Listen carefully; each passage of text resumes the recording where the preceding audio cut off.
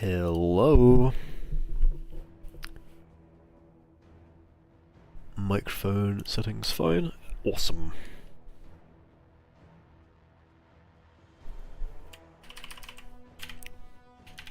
I was watching this video. 4 centimeters thick giant cutlet bowl.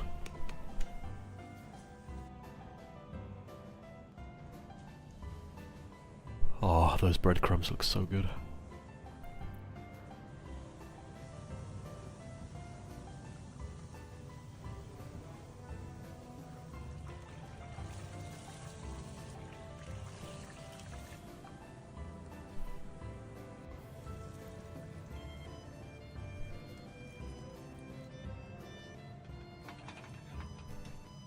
That is a lot of egg. Jesus.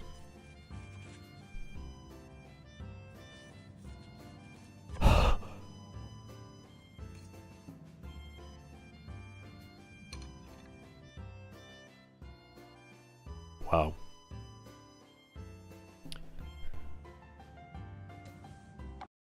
That does look delicious.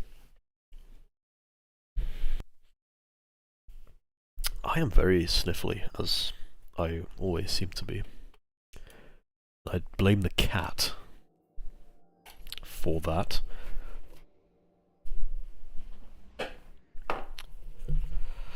Right, I'm gonna run Sunder Doctrine again. This time, I pray to get what I want. I will get rid of some of these. I don't really like this. I mean, I might keep it just because it's a good roll. I'm not sure. I'll keep it. Although I do need to get rid of some of my other trace rifles, because I have a lot that are very similar.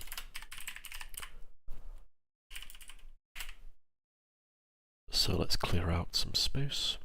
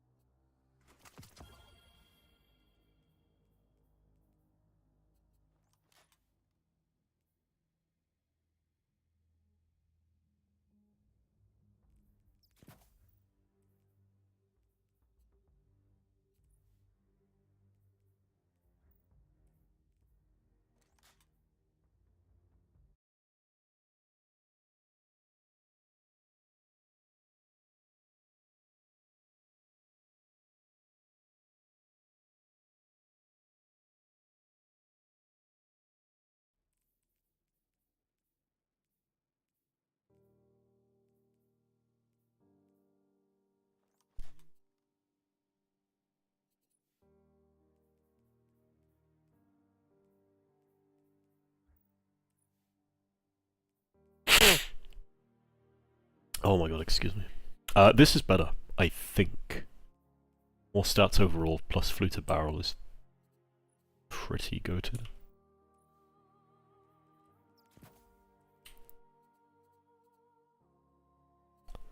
I don't know though. This has way more reload.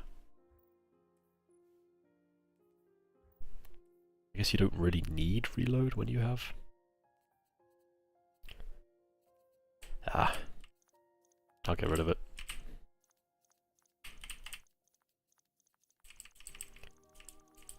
Yep. Goodbye.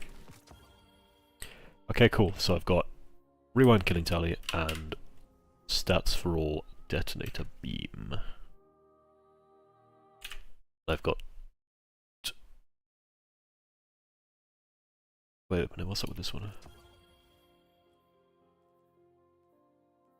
Okay, so I've got rewind detonator beam and stats for all detonator beam. I guess I'll keep both of them. And I'll get rid of one of them when I finally get my juicy roll. I am leaning more towards stats for all detonator beam, because I do prefer stats for all as a perk.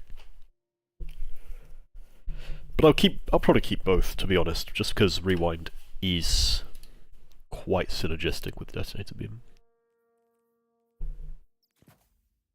Ballistics mod back on.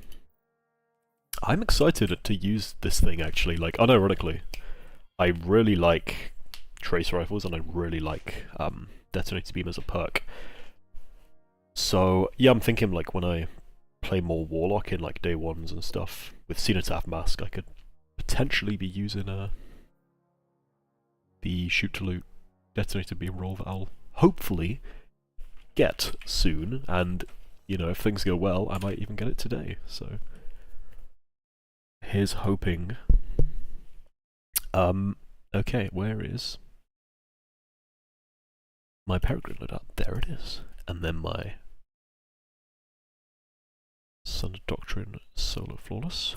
Bang!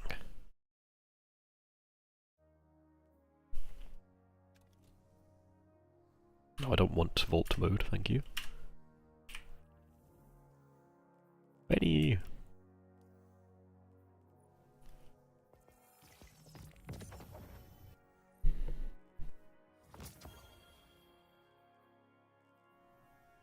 Season Pass.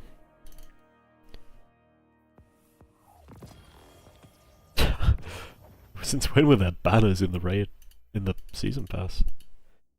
I guess a long time. Just never really noticed it before.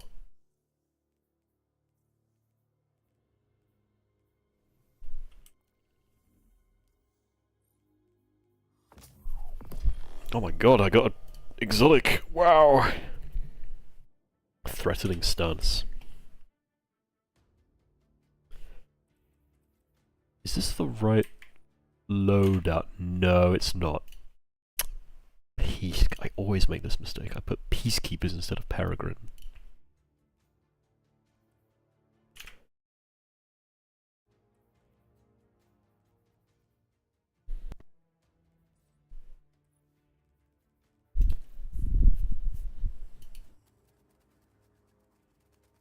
That's hardcore, bro. That's tough. That is tough.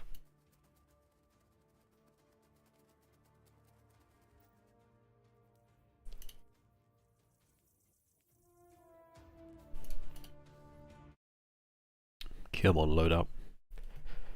I wish this was a bit quicker.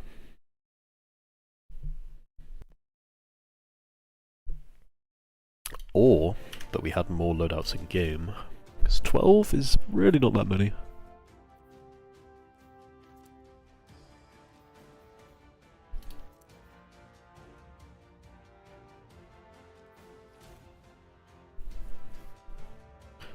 Dun, dun, dun, dun, dun. Alright, this is up pretty much. Let's go! I was playing it the other day, but I got weaseled on the final encounter, so... That's nice! That's very nice. That means I've already got the chests, except for the final one. After final encounter. Yeah.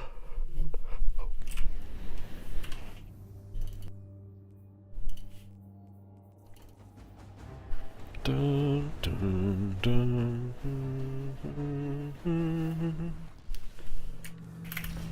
What are you doing in there with the vanguards, nosy little spies, and all those grasping dread?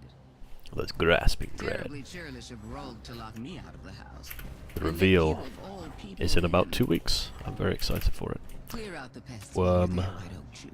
Give. The role of exterminator suits you. Guardian.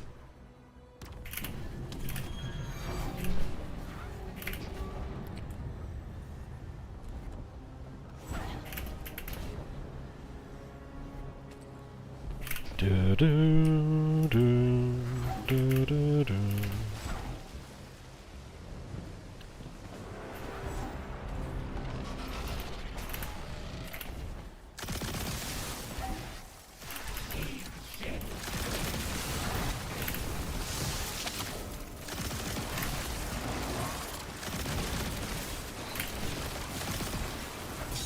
Ah.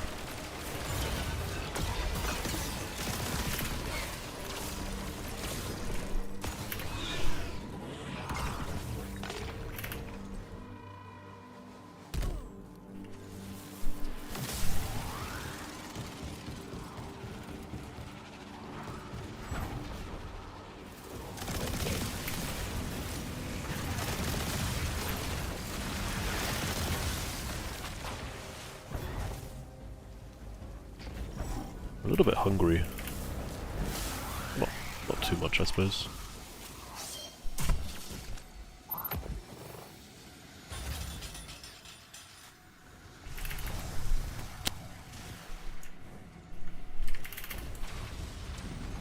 Let's go.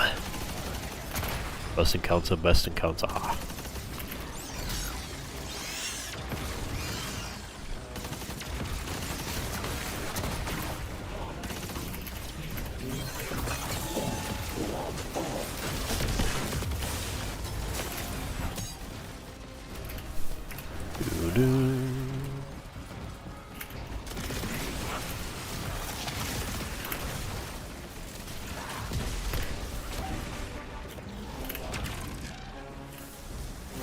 Please don't be what I'm right.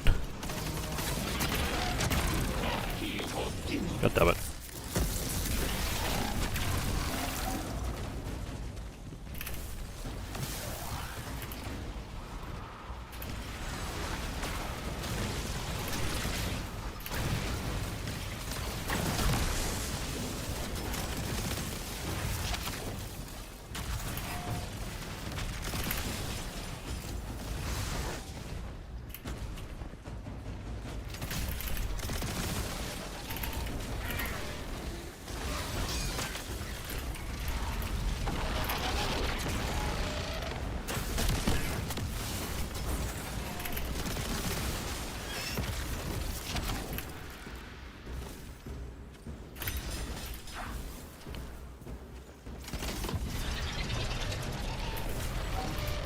That's still pretty quick despite it being the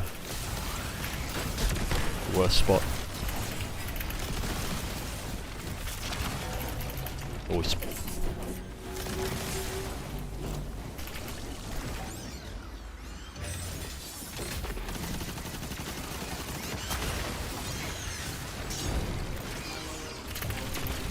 Guardian.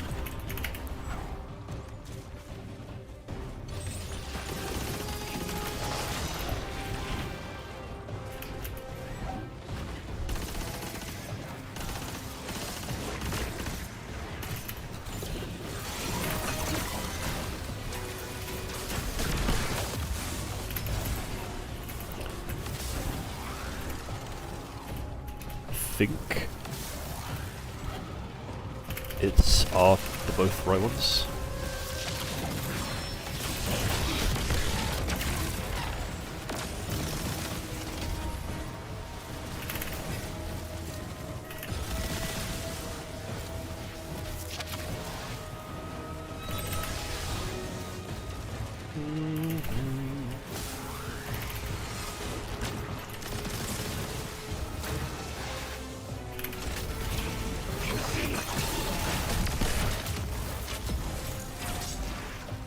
Yes, indeed.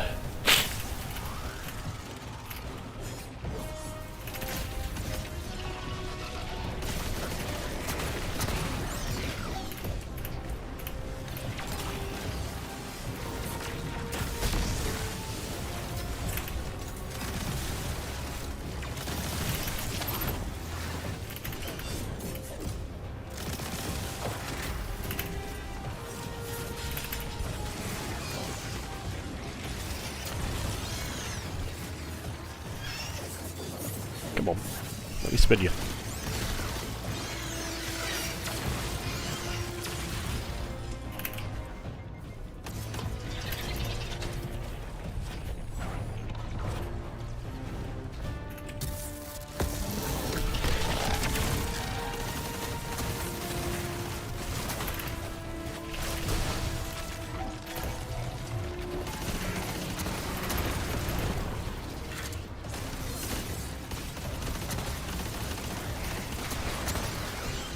Okay, final phase.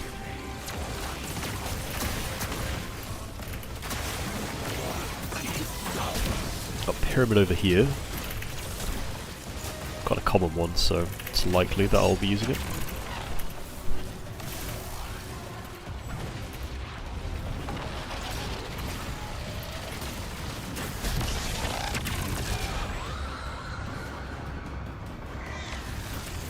That's nice. Pyramid.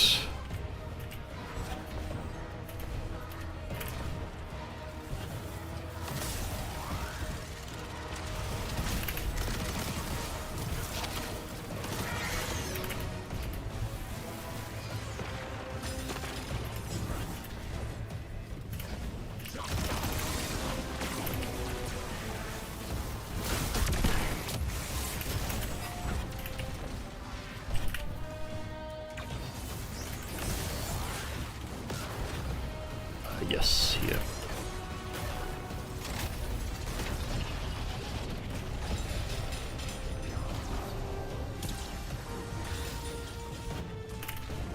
See what these two are. Pyramid drink worm. Alright.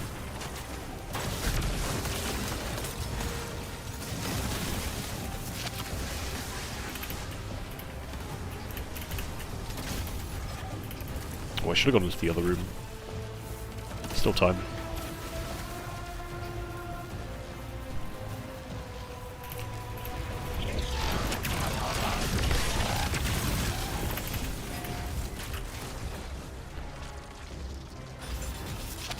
Put that in there.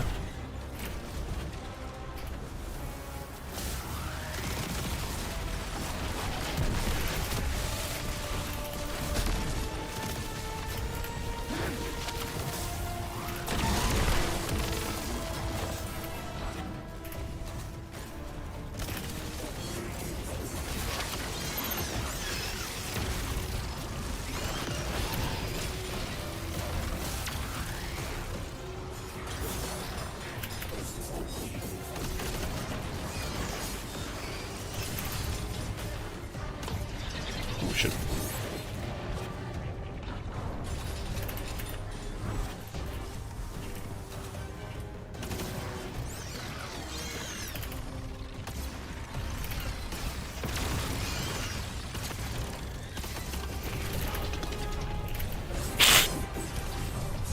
God, I can't stop sniffing. I keep muting my mic every time so it's not so invasive. It's the stupid cat. I know it.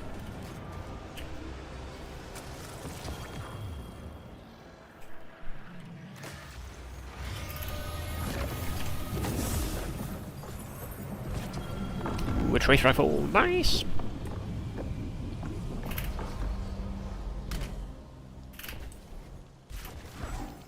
Must have gotten at least 50 of these things by now.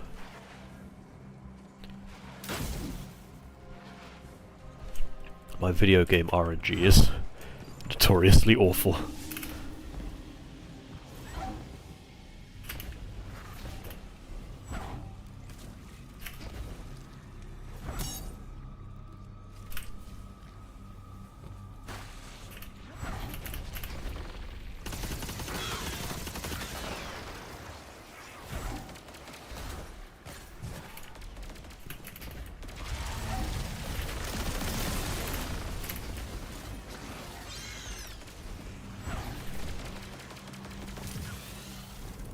Amplified.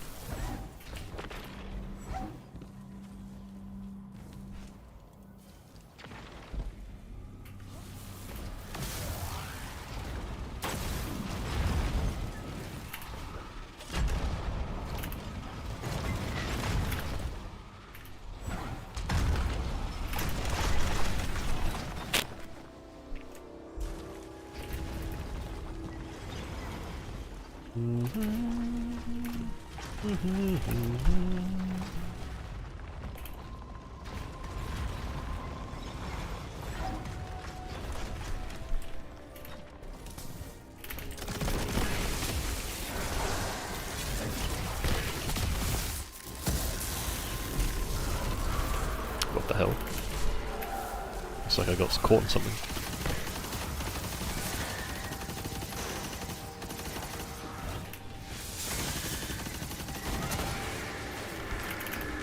Stop brain.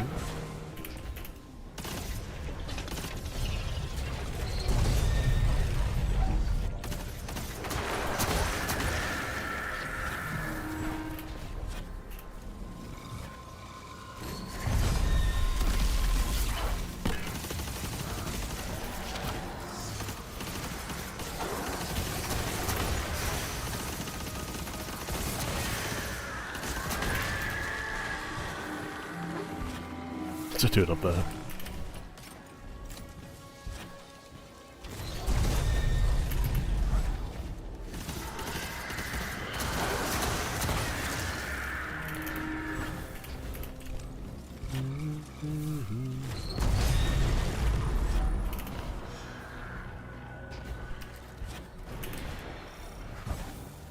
Alright, I will be right back 1 second.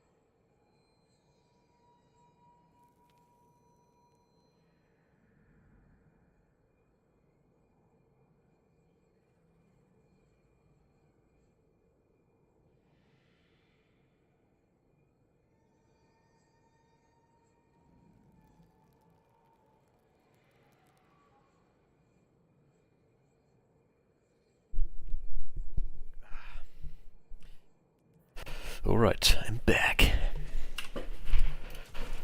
Plop.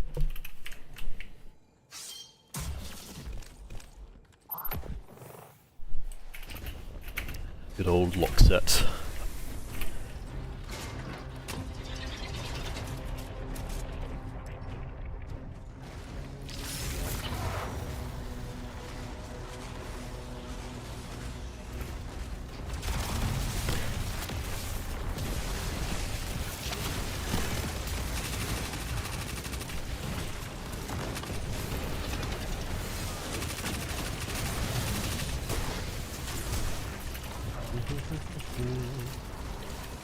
Oh, Caddy, what's up, buddy? Hello. Just woke up, day ruined. Why? What happened? Did a big black man touch you in the morning?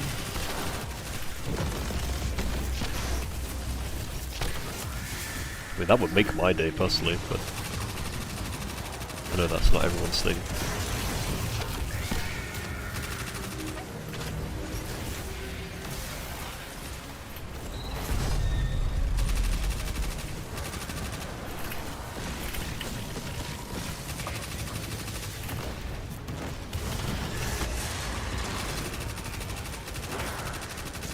There's a middle text?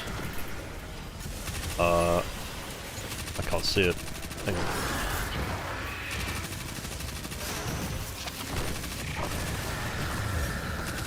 on. Let me just kill some freaks real quick.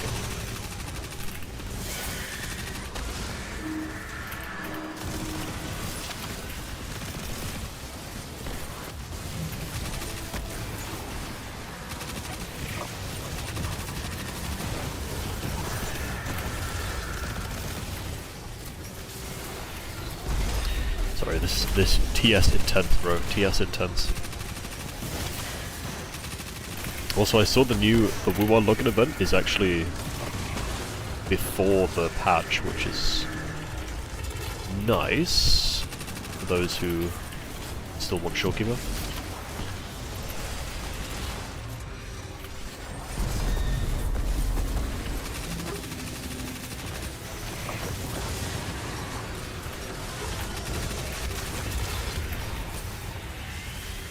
Go, go, go, go, go.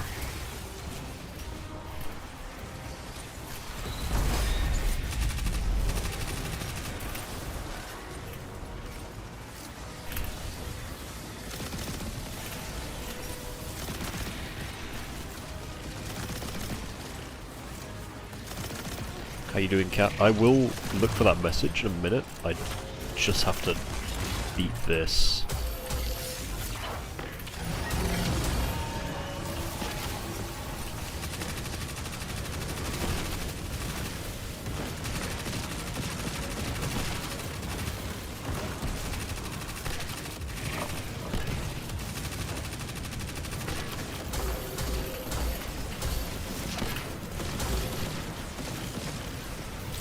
Yeah, dude, after this, I'm gonna do more D&D, and it will probably be the last bit of D&D prep I do, because, at least for this campaign, because it's almost finished, and I'm very excited.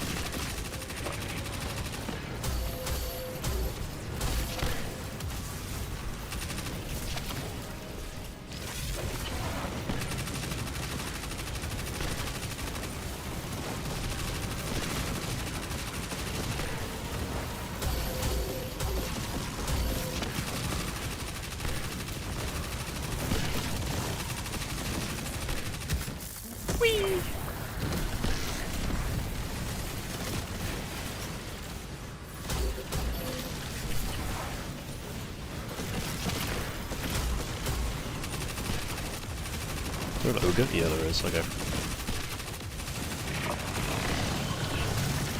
Shit, that damage was so bad.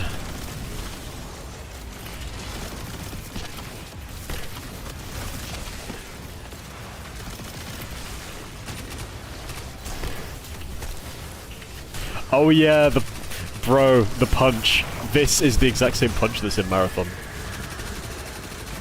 Like, the exact same.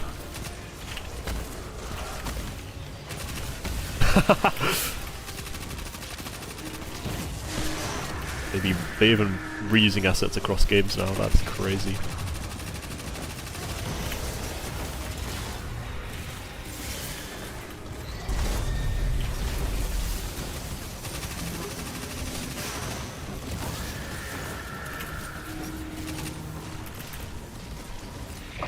Shit, I had a feeling that was gonna happen.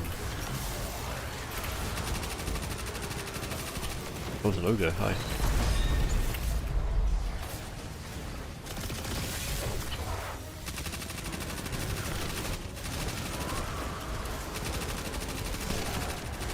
That's fine, a lot of studios recycle stuff like that. Yeah, I know, but it's just funny because they recycle so much stuff in this game.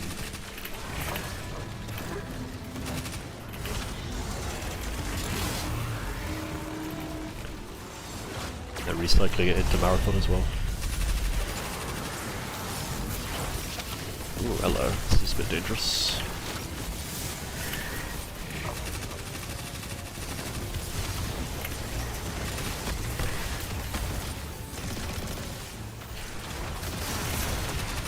God, there's so many freaks!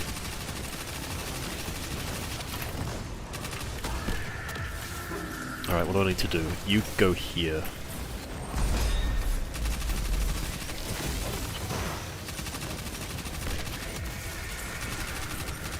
I think I just need one on far left. I do.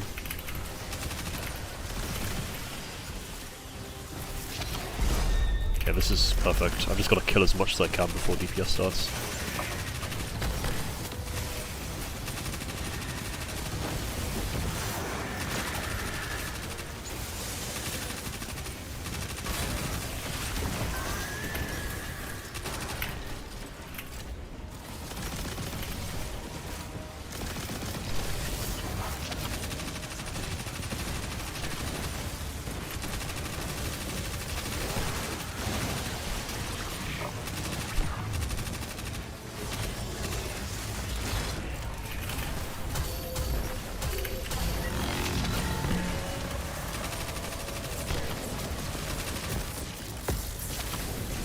Oh shit.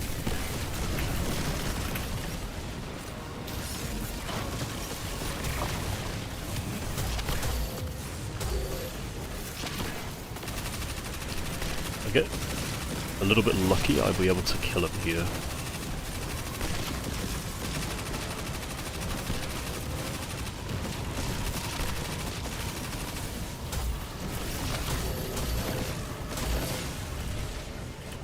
wanna die though, that'd be cringe.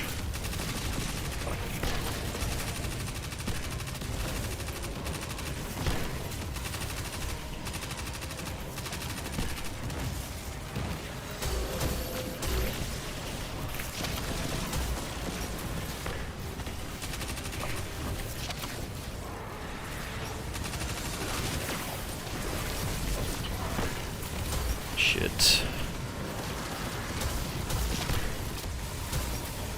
This is very hairy. Very, very hairy.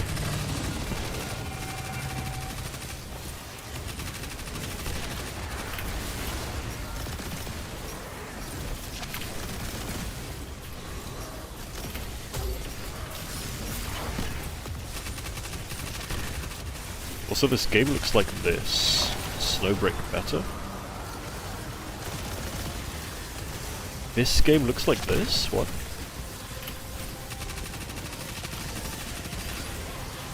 The game looks like Destiny?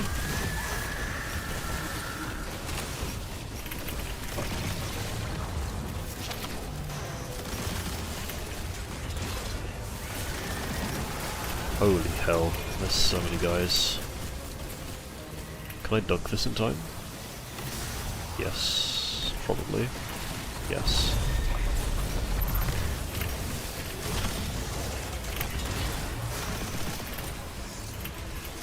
Oh, is it not sending some of your messages? That might be it.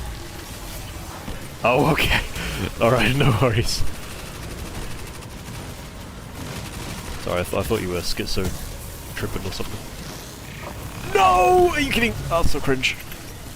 Oh my god. Well, this definitely isn't going to be a PB.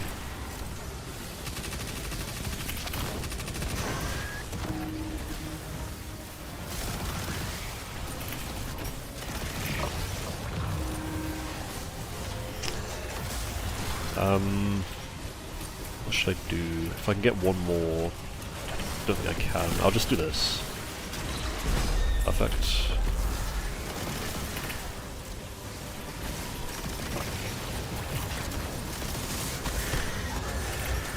Okay, it's about to go DPS. I need this ammo. Go, go, go.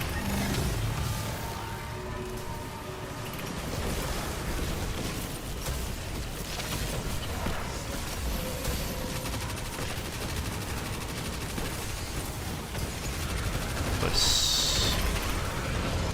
That was so sussy, but I got it.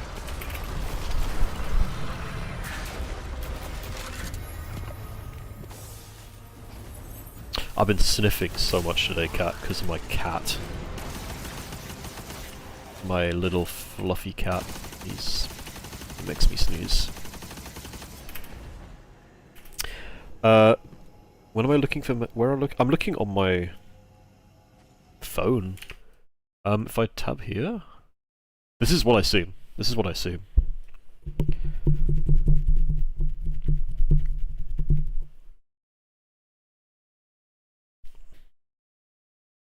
It's the same on my phone. Is it skipping messages?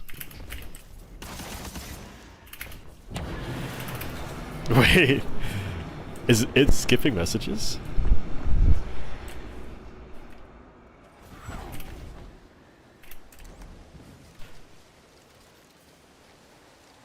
That's so weird.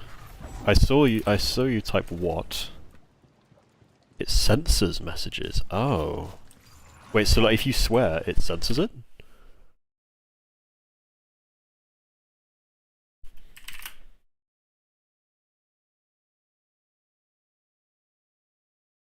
The biggest crash out ever. Okay.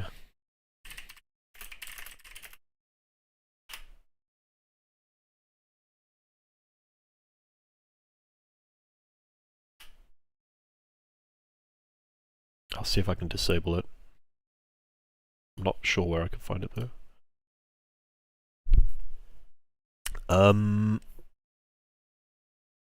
Oh geez, where would it be?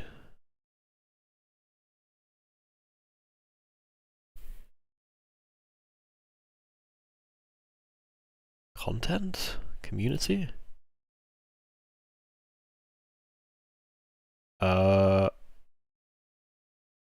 Shit.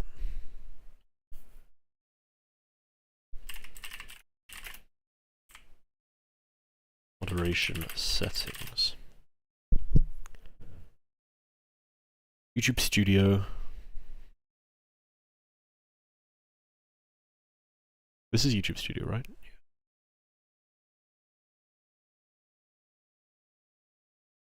Click Settings Community.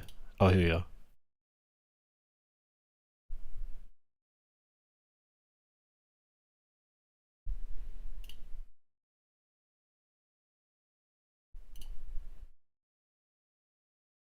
I don't know, man.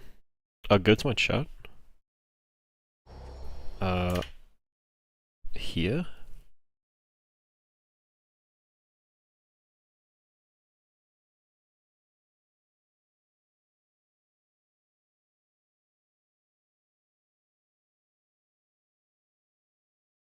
Top chat.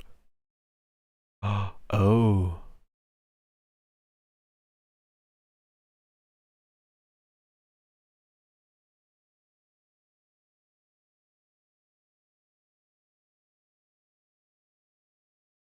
Okay. That is good, but I...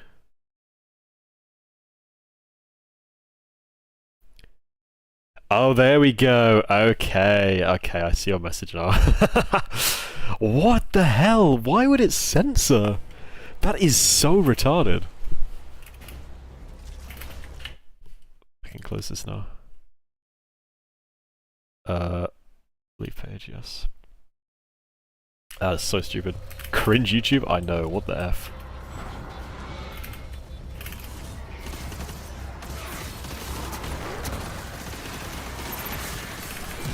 It's not fucking Blue Peter, mate.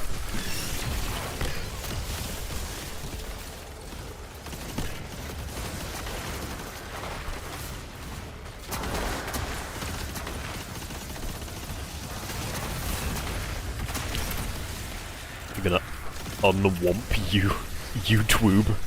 Yes, that'll show him. The internet is so weird about censorship. Like, violent video games like Call of Duty and The Last of Us, where people are getting like their throats torn out. That's fine, but saying a naughty four-letter word, oh that's too far. Oh, bloody hell. Oops. Oops.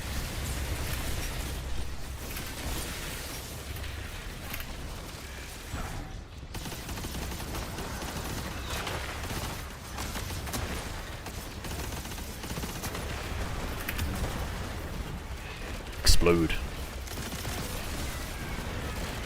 My game's really loud. I'm gonna turn it down a bit, actually.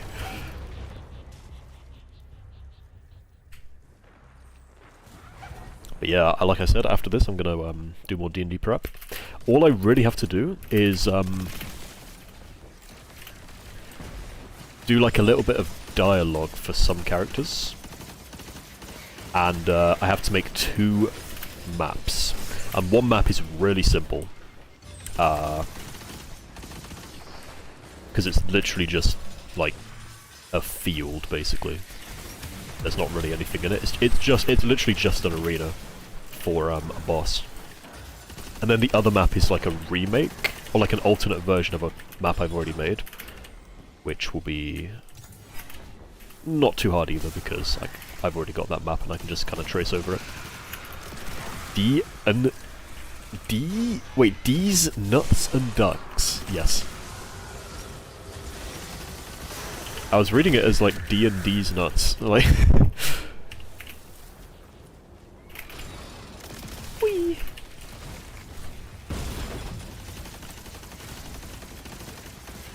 Hit him in the head. Boom, boom, boom.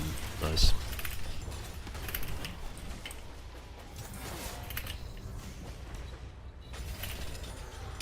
I've lost track of which ones I did and which ones I didn't do, so... Voila, brothers, brain too fried. I'm sorry. I do a thing where, like, I don't when I see like words, I usually don't actually read them. I just kind of look at them and fill in the words based on what I'm expecting them to be. And obviously that isn't always correct, so that's why I have to sometimes read things a few times over. Nice.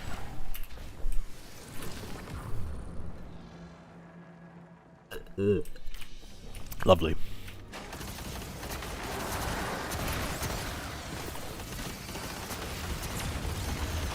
Let me in.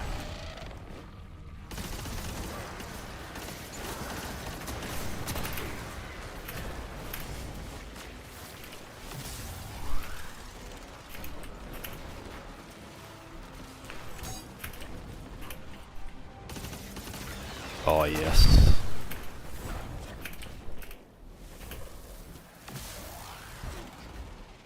Whee! Might be able to get a 4th phase again, that'd be nice. Bro, Cat, the other day I beat this dungeon in 39 minutes. I got a sub 40, which is so good!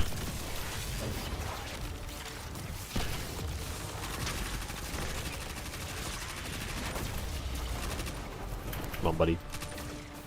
Why is he hiding behind that pillar? What have we got? Guardian kill Trav. Kill Trav, drink. That's quite good.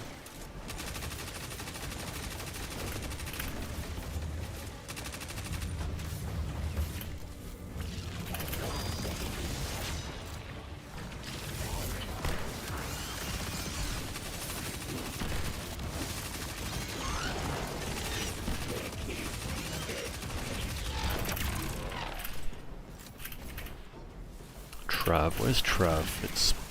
yeah, it's over on the left.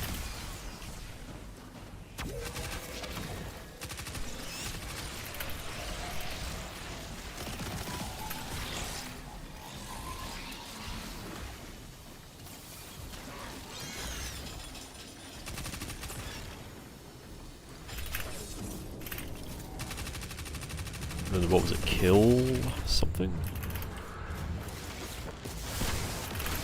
Kill drink. Okay.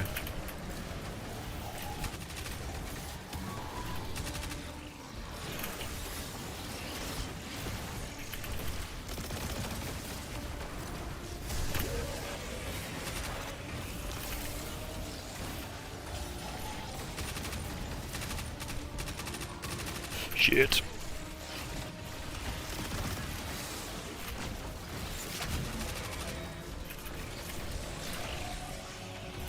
Nice. Alright, are we good? Yes, we're good.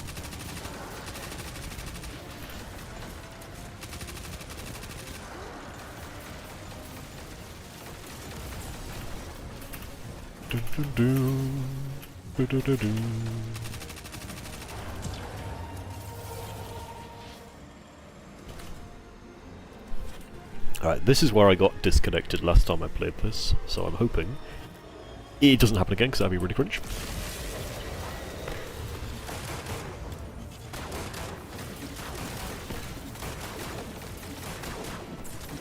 Stay still, you bastard.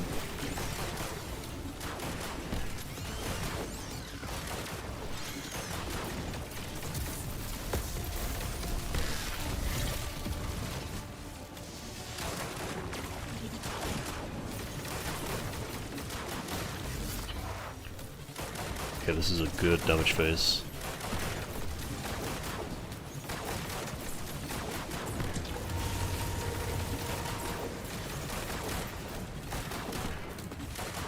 Oh, that's just very, very nice. Yes. I like it.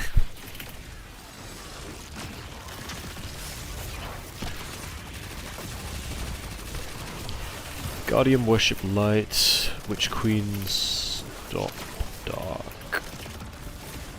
Witch Queen stop Guardian.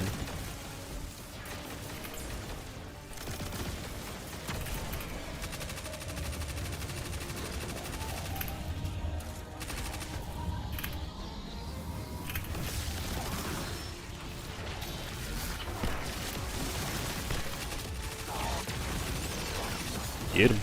Nice.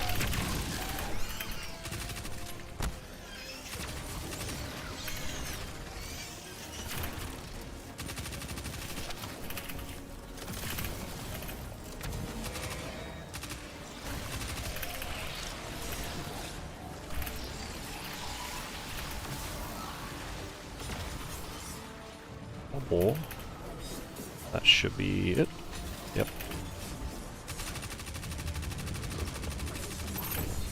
I think it was Witch Queen stop.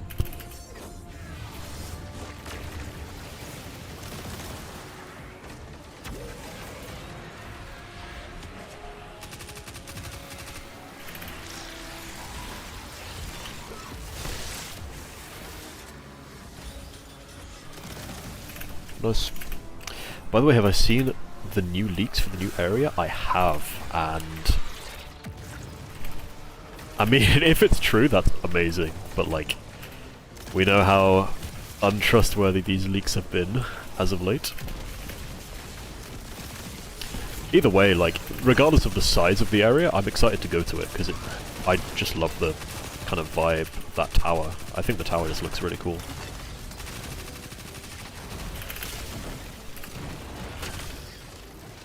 It reminds me so... Again, it reminds me so much of Destiny, like, and I love that.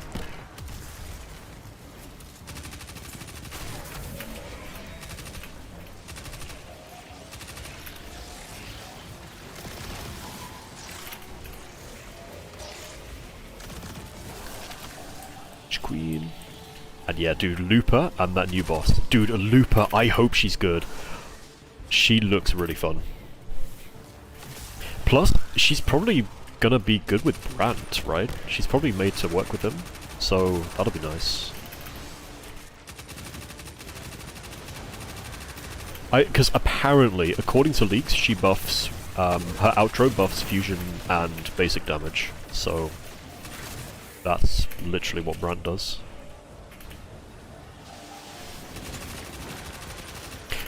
And it's possible, actually, that she does liberation damage, because Chang-Li buffs fusion liberation damage. So, you'd have like the trio of fusion buffers that all also do insane damage. I need him to move his ass out of the way.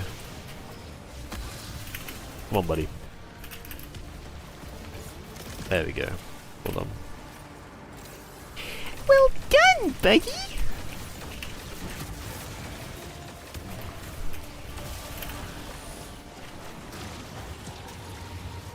Not burning, am I? Nice. I just pray, dude. I just pray that I win a fucking 50-50 though, this next patch. Like, I hope so. I think what I'm gonna do is I've got the guarantee for Zani, so I'm gonna obviously get Zani. Then what I think I'm gonna do is I'm gonna pull on Zhang Li's banner. If I lose 50-50, I then use the guarantee on Chikona.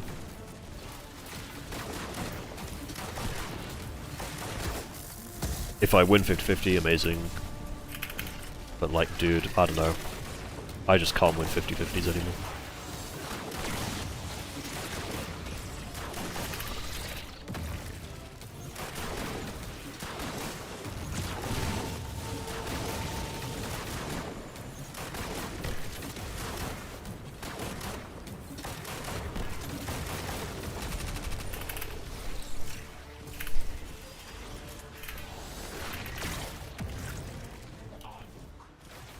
But yeah, if I get a job, that'll be good.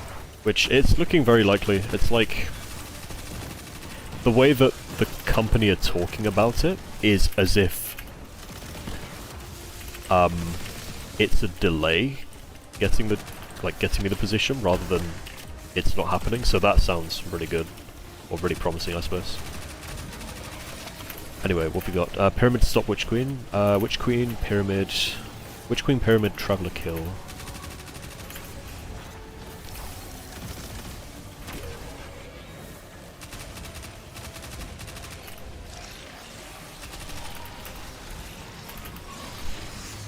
It's crazy because there's just so many people who have to like sign stuff.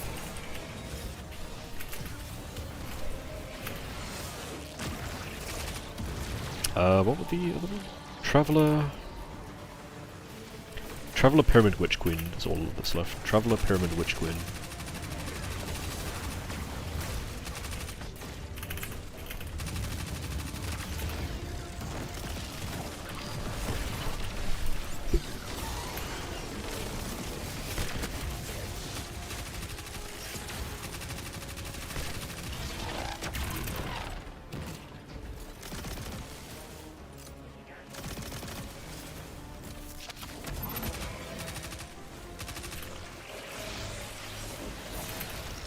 Uh-oh.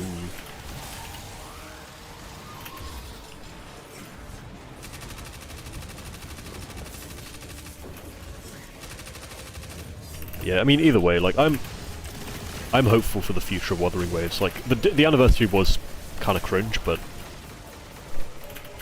as long as the game's quality doesn't decline at all, I'll continue playing.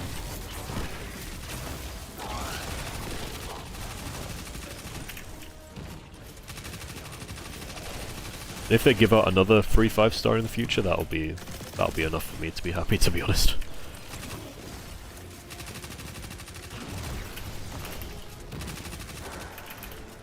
Witch Queen, yes.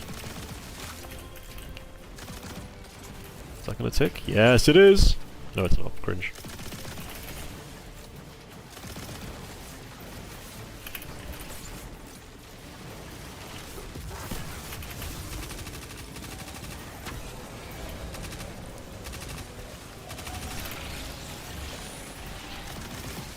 Was that vocal chat? Wait, what? What do you mean?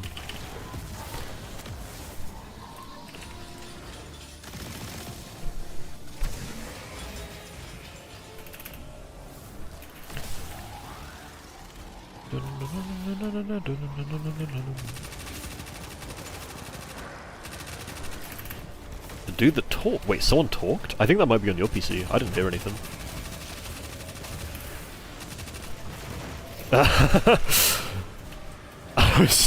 I was so confused. Video, alright, gotcha.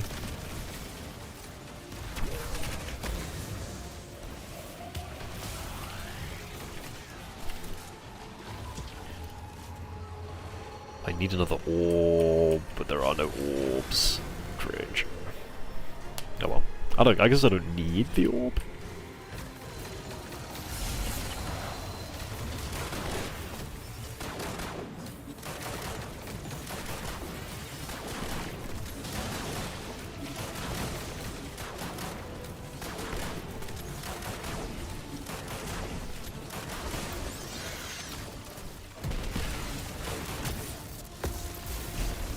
Run away. Nice. He's probably gonna teleport out of that hole. Yep, where is he? Oh, still down there? Okay. Yeah, this boss makes sense, you know, he just makes sense. That's why we love Kerev the Erased. Chat, you need to womp so fucking bad? What does that even mean? Okay, you can womp me, whatever that means. Ayo. That sounds kind of sussy, actually.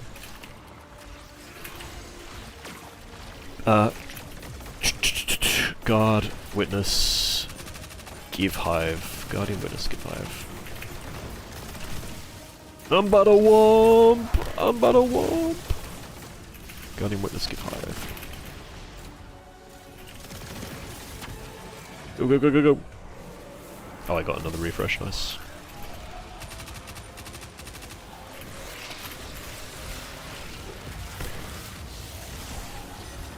Yeah, one more.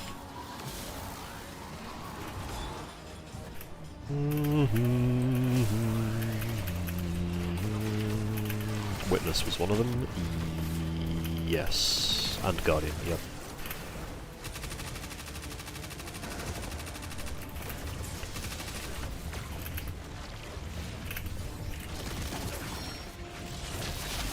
Yeah, hit me.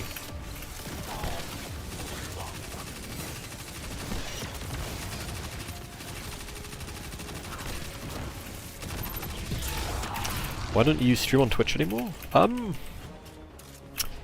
I don't know. I mean, I could do. I'm just trying other stuff, to be honest. To me, there isn't really a difference, so it's really just whatever's like more convenient for you.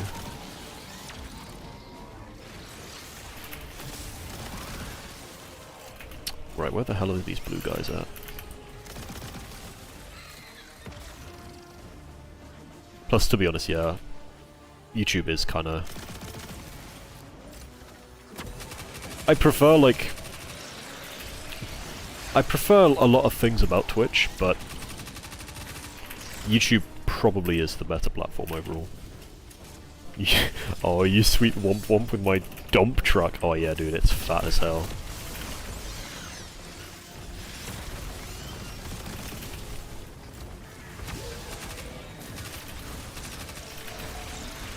Alright, I will do the oiled up Changli cosplay when I'm throwing it back. I'll beat Saint Tontas to it.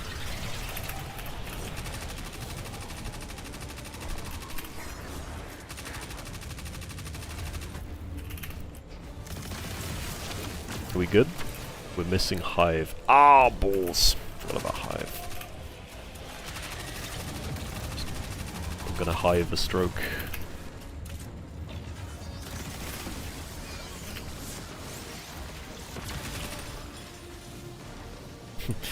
Bro, both Pokey and Saint are crashing out at each other. Yeah, I've seen the thumbnails, but I haven't watched any of the vids. It's probably be quite funny.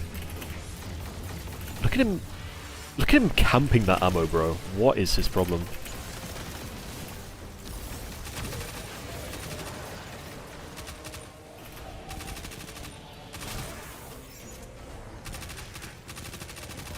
I swear this boss is always where I don't want him to be.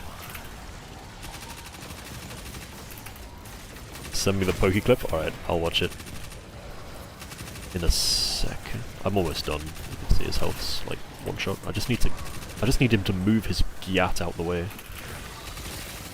I need to pick up these orbs. There they are, nice. Let's go! Go, go, go, go, go! Because it was XQC level of what the hell is he saying? Oh man. What, like you couldn't understand him?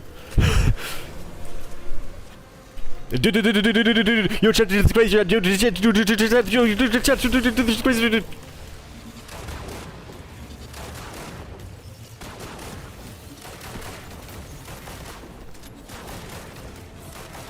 Oh my god.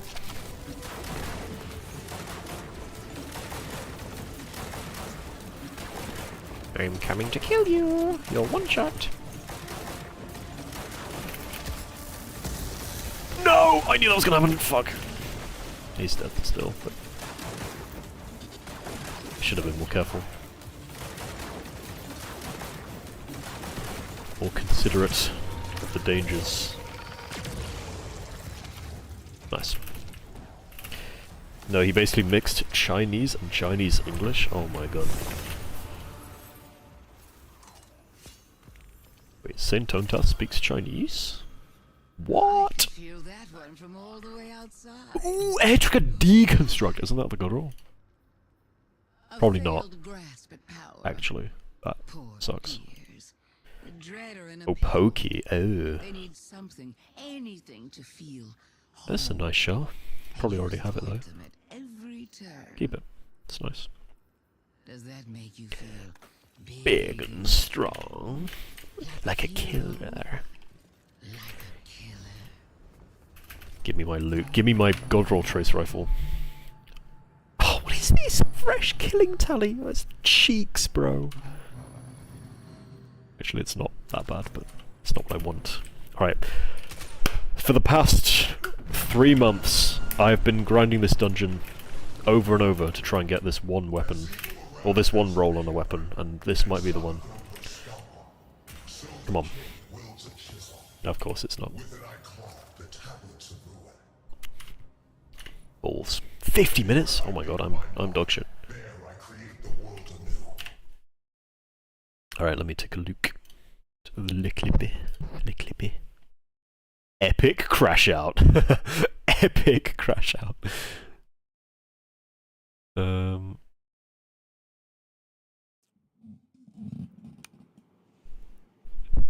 this fucking uncle want to talk about Singapore. I got fucking problem with my accent on my country. Limpe happily mind my own fucking business. This one will be a condescending towards my entire country. My friend Pokey called him a dog, right? I will show him a lot of fucking face already. No fucker hell. Tato also called him a dog. Right? Tato also says he's a fucking dog. What? How? Why so pressed? PMS He called you a good boy. Want me to few trees or not?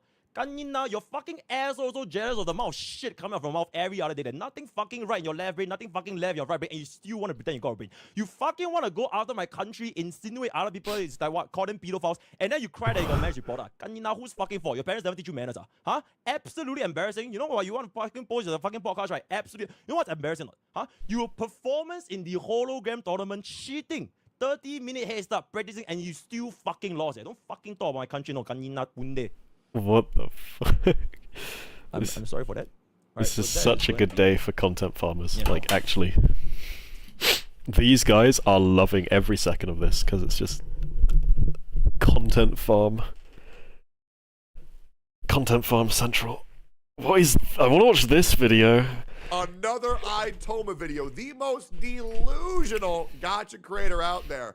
I know the situation quite well. I know both Imagine being parties Tectone. involved quite well. I have decent rapport with both of them. Also, fun fact, Yeah.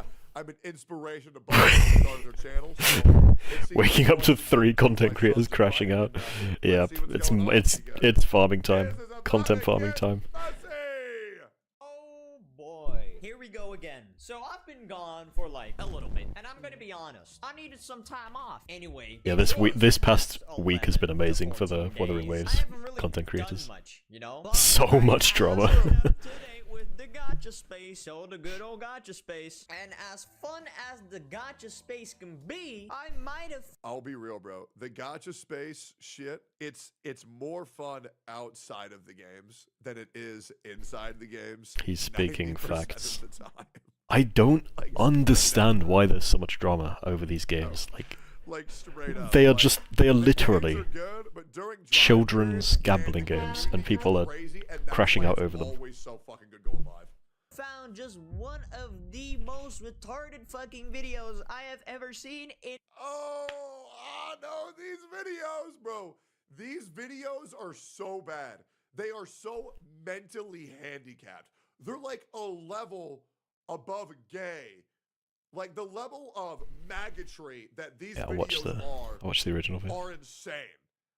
They're Oh boy. The Toho Sniper So I've react. been gone for like a little bit, and I'm gonna be honest, I needed some time off. Anyway, in these past 11 to 14 The god of days, I haven't unemployment really is done actually much, so true, you know, though, but about this guy. I have been up to date with the gacha space, oh the good old gacha space. And as fun as the gacha space can be, I might have found just one of the most retarded fucking videos I have ever seen in my fucking life. And listen, I haven't even watched throughout the whole video yet, because I was so flabbergasted by what I saw, I had to pause just so I could make a video. Those 4 minutes out of the 15 minutes that I watched stunned me so much that I came back to content creation during my fucking break. Think about that. Just think about it. Anyway, I don't know what the traditional content cop is like from iDubbbz. All I know is that he makes videos on rest in creators peace, that are content fucking cop. retarded. So that's what I'm gonna do. Now, enough with the stalling. Enough. Who is this that I'm talking about? Well, it's none other than the self-proclaimed god of gacha himself, Too-Hoo. Now, for those of you who don't already Imagine know who calling Too-Hoo yourself the is, god of obviously- gacha. The god of gacha. Why? That's such a He's sad gacha title to content have. creator. He honestly just makes anything. Bro uploads logs of his journey on gacha games based on how much he spent or not. Like dolphin logs or for fucking HSR or like whale logs for Genshin. Shit like that. Jesus. He uploads anything. But he also has Tectone this calls himself little the gacha series called Jesus. Delusional Gacha Yeah, but Takes. Tectone My is title now, this series is honestly a good fucking idea. I can't actually lie. funny. I would have even done it my fucking self. He He's made actually one funny, about though. pay-to-win exploration. He made one about HSR global passives, and then recently he made this one right here. Delusional Gacha Takes Episode 3. Ryuku's bad take on effort. Now, from what I've seen so far from this video, it's interesting to say the least. Now, what we're gonna do is sit here and dissect the Full worst screen you can't parts of this see video with together. white So let's YouTube. get Okay, fair into enough. it, shall we? So So dudes, welcome back to the third episode of Delusional Gacha Takes. I'm your host, the god of gacha himself, Tuhu, and today I want to talk about this tweet from Ryuku-sensei and why this is an unbelievably bad take. Alright, well let's see why it's a bad take then, Tuhu. What did Let's Ryuku see. Go post? ahead. I saw this tweet pop up on my timeline about last week or so from a gacha CC named Ryuku-sensei, and reading it made me wonder how the f this guy is even allowed to be a gacha content creator, so here we are. Why are you so pressed? Questioning people's right to be a gacha content creator is wild. Tuhu, what's going on? Buddy, chill, okay? Look, you want some monster? You want some monster? Ugh. Chill. It's been 20 seconds, bro. What is the aggression? To be for? honest, you What hate is going Ryuku on? too? Okay, What wait, did there bro might be do a to valid you? reason. I don't know what this Did he tweet like is. break There might into be your a valid house and reason. Let's piss see. on In your this tweet, Ryuku said, actually, I'm not even coffee or something? That place actually knows a thing or two about gacha. What the fuck? Ryuku says, it really does seem like Hoyo is Called me a pedo? Oh. Oh, because of Lolicon. Alright, what does he say? It really does seem like Hoyo isn't even trying anymore. Literally zero effort in anything putting out.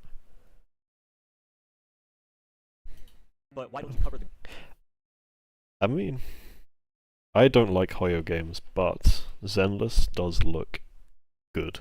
good stuff that Hoyo does? Sure, I'll do it when they do something good. Come on, man. Hey, I'm gonna be honest. Good tweet. I mean, I know this video, this delusional take is about this tweet right here of Ryuku. I'm gonna be honest. Makes complete sense to me. I can't lie. It really does seem like Hoyo isn't even trying anymore. Literally zero effort in anything they're putting out. It's true. It's true. Bro, have we forgotten that Hoyoverse is the new Game Freak? You know what they do? Minimal effort, most money earned. That is Game exactly what Hoyo does. Freak. No, almost Ayo. no effort, bare minimum, almost none, practically none. You could say none, but earning the most money they can. This take makes complete sense to me, and I am very fucking curious what this goddamn retard fucking nerd has to say about this tweet. There are... He doesn't, like, the thing with Toho Sniper is he makes it so easy for people to roast him because of, like, everything about the way he presents. And not just his background, but, like, not just, like, his camera setup, like, what you can see, but also, you know, like, the fact that he calls himself the god of gacha or whatever, and, like, makes all these that are very ignorant about this tweet. Let's start with the comparison he's making here between angry Splash Arts videos. or Wuwa and Genshin in relation to his quote retweet. If he said something along the lines of, man, Wuwa's killing it with his splash arts, just look at how much better they look compared to Genshin's these days, I actually wouldn't have a problem with that. Because yeah, if you look at these two splash You don't arts even for know him, you know Zanny he and exists, Escoffier, that's it. that, Yeah, right? fair There's enough. no doubt that Zanny's looks more impressive with its extremely detailed background that reminds me of an Arknight's E2 background, while Escoffier's is just like a pattern behind her or something. I've only That's seen, what like, Ryuku 2 of his said that was- videos. Ooh, he's angry. He's angry. Guys, he's angry. Did you hear him? He's like, No, that's not what he said, is it? That's not what he said. That's not what he said. What he actually said was that they don't put effort into the game. We are here to defeat the enemy. Instead, Damn. he goes all, Nice. it really does seem like Hoyo isn't even trying anymore, which implies that he thinks that Genshin splash arts have like degraded over time or something. Have they am not? I losing my mind? Hey, look, I'm gonna be honest. How we're like, what, 1 minute in? If this is not rage bait, I don't know what is. I'm gonna be honest. I'm gonna let him cook a little bit more. What the fuck is this? Okay, then let's go check out some splash arts that Genshin's made before over the past 5 years to see if that's really the case or not. Here's Mona, Ganyu, Yoimiya, Dehya, Navia, and Zelena. If you ask me, everyone's splash This art is here seems pretty peak consistent. All the characters are unemployment, I won't lie. That relates to them. Mona's got like planets and stars and runes because of her astrology stuff. Ganyu's got cryo flowers. Yoimiya's got fireworks. Dehya's got flames, spears, and that pyro sword thing that she uses for her skill. Navia's got big ass. Okay, yeah, blah, blah, blah. We get it. All right, good. Okay, get to your point, buddy. The exceptions to this pattern are the Archons, who have much more detailed splash arts than everyone else. But, like, it should be obvious why. It's because they're the Archons. They represent their entire regions, and so their splash arts has something to do with that. Yeah, shouldn't it be obvious? They have better art because they're the Archons. They're the Archons. That's why they have better art. Yeah, no, it's because they're gods. That's why. Yeah, the other ones, they can't have good art. They can have bare minimum art, low effort, and almost no effort art. But the Archons, they can have good art. They can have good art. Mind y'all, good art. Their quote-unquote good art is also shit. Like, look at this and look at this. Are you kidding me? What is this argument? Calcara, What is this fucking argument? god. What are you cooking? What is bro? I know I'm gonna lose my 50-50 on Zhang Liao, so I at least hope I get a Calcaro copy when they buff him.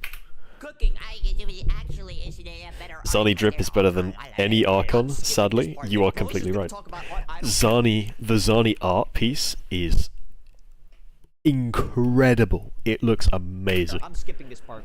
What's next? What's the next important part? But to say It's because Wuthering Waves puts high effort into every character, not just the ones they really want to sell. that Hoyo isn't even trying anymore? What's even more hilarious is that the first reply thread to Ryugu's QRT, this guy gives an example of Zhongli as like the only splash art that they legit like from Genshin, and then Ryugu follows it up with, back when they actually put effort into the game, ... So we're doubling down on the dog take now, are we? But then this guy replies, Why is he so mad? Oh no. They were all mid. They're all just their abilities, their elements, and a little bit of What does he... background. I wonder what his job is, like, genuinely. Because if you're a whale, you have to earn money somehow. You have to earn, like, decent money as well. To have enough disposable income to just throw it into a casino to grind characters in Genshin Impact. Not just Genshin, like multiple games. So I wonder what he... I genuinely wonder what he does. Nowhere to be found. How convenient. This random Twitter guy had the 1.5 brain cells that you needed to realize that Ryugu's comparison was trash. I'm just dumbfounded by what's happening here. You've got a guy who's very obviously an elitist degenerate. If you just look at his character, you've got an elitist degenerate that found a single tweet by another content creator, which that tweet, in my opinion, no, not even in my opinion, factually is not bad. Nothing offensive. Honestly, facts. And bro crashed out over a single tweet. Made a video about it. 15 minutes. And is calling the guy names and everything. Dude, what's going on? Are the views that low? I mean, honestly, they kinda are, bro. Bro, I'ma be honest. Them whale logs and dolphin logs, they ain't it, bro. What are you gonna do? 400 views? That's like 1 cent, right? What's That's going on? Are you actually trying to brutal. fire 400 Yeah, that's actually rough. I won't lie. 400 views? That's like 1 cent, right? What's going on? Are you trying to are you desperate, man? What's going on? What views are you trying to leech? Where are you trying to pull views out of your ass? Brother, I think it's about time you pack up your goddamn bags, bro. It's been long enough. You had a good run. But the point I'm trying to make here is that between MiHoYo and Kuro, it's Kuro that needs to put in the extra effort to have Wuwa compete with Genshin. The ball The isn't rich there get for Wuwa. richer, sadly. I mean, yeah, that's true. I'm just curious what his Wuwa job as is. much as they can and keep improving as much as possible. So we'll be able That's to why afford to content whale from on Ryugu's multiple tweet, games. Wuwa's character splash arts are much more detailed and look way more impressive than Genshin's because they have to be. If Wuwa's splash arts were the same thing as Genshin's, a lot of people will look at them and go, oh, it's just another Genshin. Why would I play this Wuthering Waves game when I'm already playing Genshin? You might say it's unfair to judge how good Wuwa is simply based off splash arts, and, you know, I would agree, but in this case, for casual gacha players, one of the best ways to get them to play your game is to impress them with your characters, so how they look is a critical part of a gacha success. But hey, Ryugu looks at character splash arts and two different Okay, the gachas video and hasn't instantly comes to the frozen, that's conclusion just that, oh, part MiHoYo of the isn't even editing. making any effort anymore, just based off that. So, what comes around goes around, I guess. I agree in the sense that, yes, Kuro does have to do more than Hoyo. They have to do better so they can stand out. Because, let's be honest, Genshin is still the biggest gacha, you know? And it's gonna be hard to overthrow it or even be on par with. Part I don't agree with is the fact that you think Hoyoverse is putting effort into those games. Are you kidding me? Mr. God of Gachas, huh? Mr. I main 12 gacha games. You, 12. out of all people, should know that that retarded-ass company does not put any fucking effort into their goddamn games, especially not Genshin. Last thing I want to talk about for this video is Ryugu himself. I first learned about him as a gacha CC late last year when one of my viewers The linked me one roast his of videos Ryugu. criticizing Here it Star Rail's comes. story. Though for some reason, even though he talked mainly about the story, if I recall correctly, the video itself was titled Honkai Star Rail is the worst gacha I've ever played. Your classic dog clickbait thumbnail and video title that so many dog gacha content creators do. Hey man, I'm just saying. If you He's use so... this Why is he so dog mad? thumbnail clickbait that these other gacha creators do, maybe you would pull some fucking views. The thing is, like, when people just insult like others, it shows that they... It shows that they are very upset, and that's not a good way to come across as. And, like, also just insulting people isn't an argument either. I'm gonna sit here and shit on another content creator for no reason for 15 minutes? Do y'all get why I'm so fucking pissed off at this? It's either A, bro is desperate for fucking views, is trying to leech off of any content creator he can, or B, He is retarded. But the video itself was good. Like, I agreed with most of what he talked about in it because I myself made a video earlier This that vid year is just complaining cringe. about Kanakini's story and how much of a I mean, yeah, it's all cringe. Only thing I It's didn't really all like about reading cringe. the video, Like, though, was the fact that at the end he seemed to like try to backpedal. Everyone in this He had vid is dropped the video cringe, towards yeah. Star Rail, which is a bit funny when one of his other videos looks like the this. difference though, like, Delusion, huh? Dude's clearly never looked in the mirror. at least this guy is trying to entertain his audience. What are these half-assed fucking insults for, bro? I don't. Like, I get agree, it. he's I cringe, don't but at least he's understand. entertaining. What are you doing? In my opinion. Hey, I'm just saying, bro. Do not Compared strike to, my channel. to Do not Sniper strike anyway. the video. This is fair use, and you know it. Since that was my first impression of him, I've had something of a neutral to maybe a slightly positive opinion of him. That and What the people fuck? don't really bring him up in my Won't streams let me- compared to like other CCs, like Gotcha. Oh my Spam, god, I think Saint my Pontus, who's retarded gotcha my games browser preach crashed. entertainment on Oh, a there we daily go. basis, it seems like. Who is this guy? Hey, look, I'm a nobody, but like, what the fuck? What are these insults for? What is going on? This is clip farming at its best, bro. Tuhu, man, what are you doing? Bro, you look like the perfect guy to be making guides right now. So why are we not doing... Don't insult my Oshi Bobby Lee, okay? Bobby Lee didn't do Tuhu looks like someone who anything lost wrong. 50-50 while SDD coming to Earth. Tolcast He is didn't do crazy. anything wrong, okay? But this tweet is not it. This is just pure, unadulterated, 100% synthetic Wuwa glaze. And while it's not the worst Wuwa glazing I've seen, go look at St. Tontus for that, that's still what it is. It's ignorant, short-sighted, and biased. You can be a fan of one particular game over another. That on its own is fine. Hell, you can even talk about other games that you don't like. And while I don't condone that sort of behavior, that's just what people are gonna do. But at the very least, if you're gonna talk shit, don't be retarded about it. Yeah, Tuhu. How about you look in the mirror, huh? If Did you're have gonna decent talk paying shit, jobs back don't be then, to retarded budget cuts and about it. content creation. I wonder what Ah. Tuhu is doing right here in this video. Is he A, being respectful? It's a weird video, yeah. I mean, it's a funny video. I just like... It's quite fun to just observe and see the crazy shit that goes on.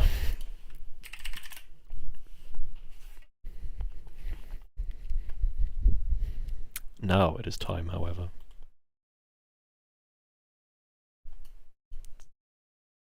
For map making.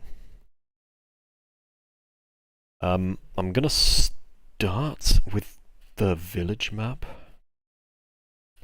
which is where the players are gonna fight Shell.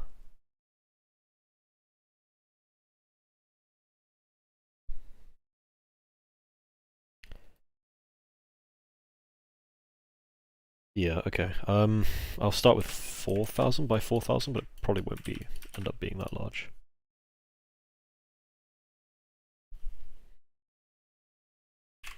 First thing to do is create a grid, and then I'm gonna fill this in with black. Then I go to Filter, Start GMICQT, Cartesian Grid 100 by 100, Apply. Okay, now that applies to the grid, and now what I can do is I can apply a filter. I think I need one of these. Add filter mask. Color adjustment. Channel alpha. Up. Down. And boom! I got my grid. Look at that. And it might end up being bigger actually. I don't know. Anyway, I now need to import my other map. Creatures. Maps.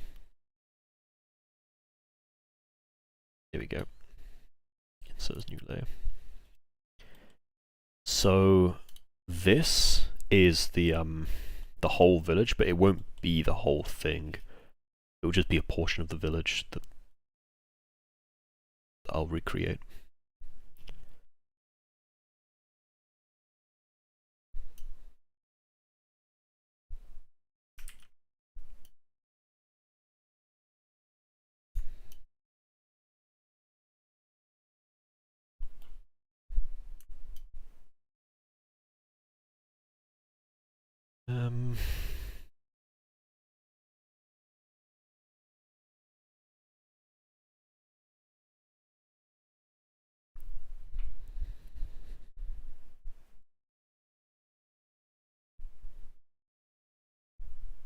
Maybe like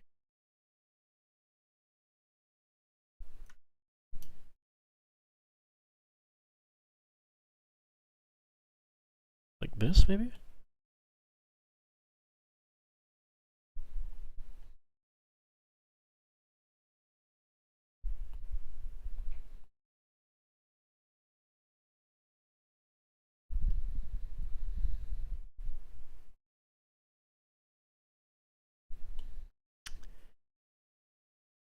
I don't want to spend too long on this map, to be honest, so... Yeah, I might just cut the size a bit. I think what I'll do is... Yeah. I'll do like this courtyard area. So I'll make it bigger again.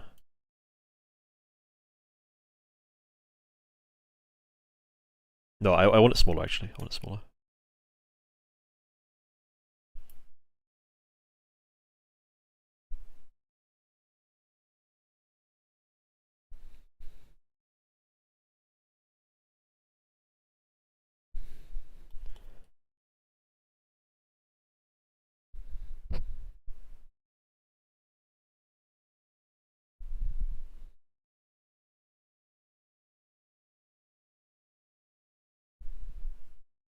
Okay, I think like this is fine.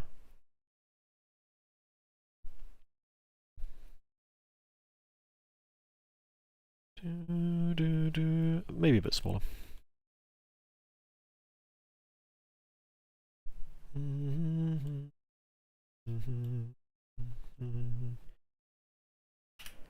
Nice, I will drop the opacity. Perfect. Now I just need to make the map again. So, okay.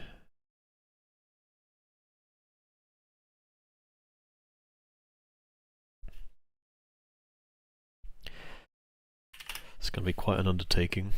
I think I'll resize the canvas just to cut out all this top stuff. So I don't need this part of the map really. Size canvas. Count, let's say 25.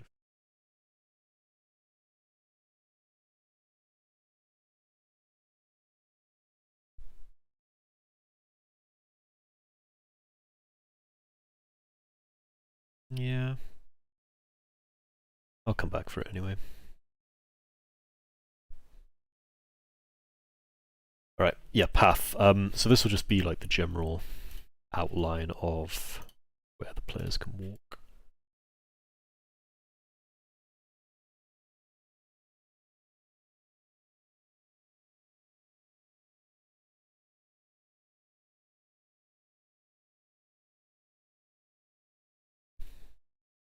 Go like this, and then we've got the square in the middle.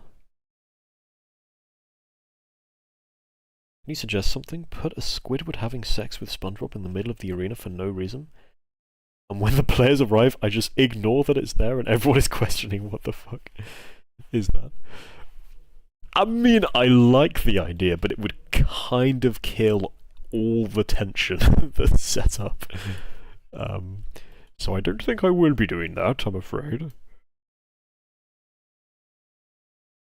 Because this is meant to be like the climax of the campaign. It would be a bit of a weird one.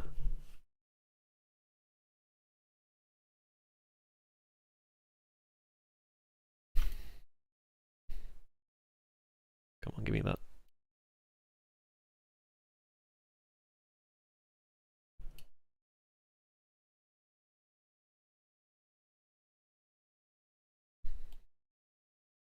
Next campaign then? Yeah.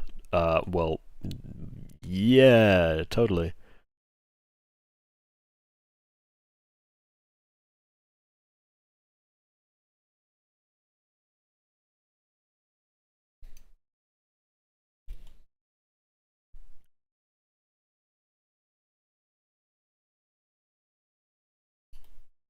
I do prefer my campaigns a bit serious.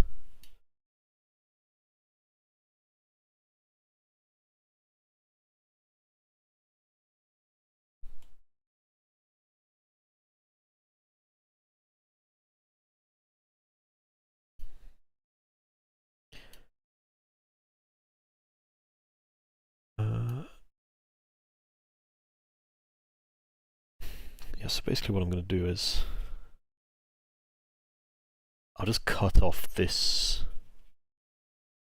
I'll just cut the map off, like, somewhere on the left here. In fact, I think I'll do that now.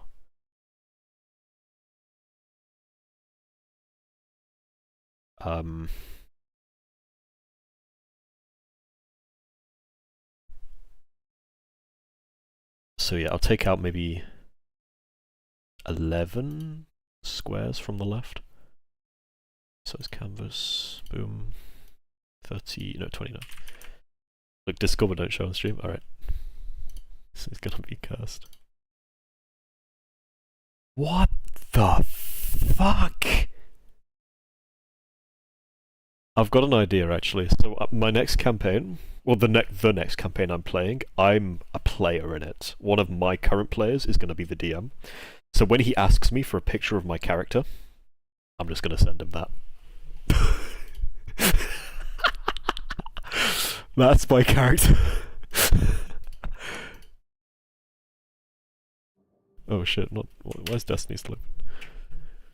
Alright. Okay, this is looking a lot more manageable. I approve, nice. Let's cut off 3 more squares from the top, I think. Reset canvas. Bonk. Cool, so this is going to be the arena of the battle against Shell. And then I say, oh no, wait, wrong image. Nah, I'm sticking with that. That'll be my character. Like, that'll be what they look like.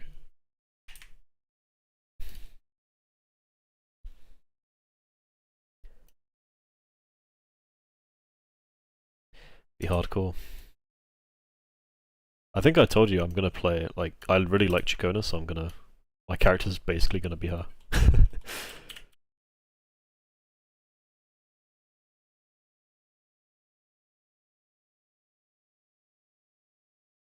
Gonna be a bard. Yes, sir.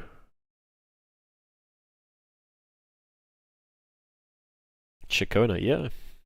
Yeah.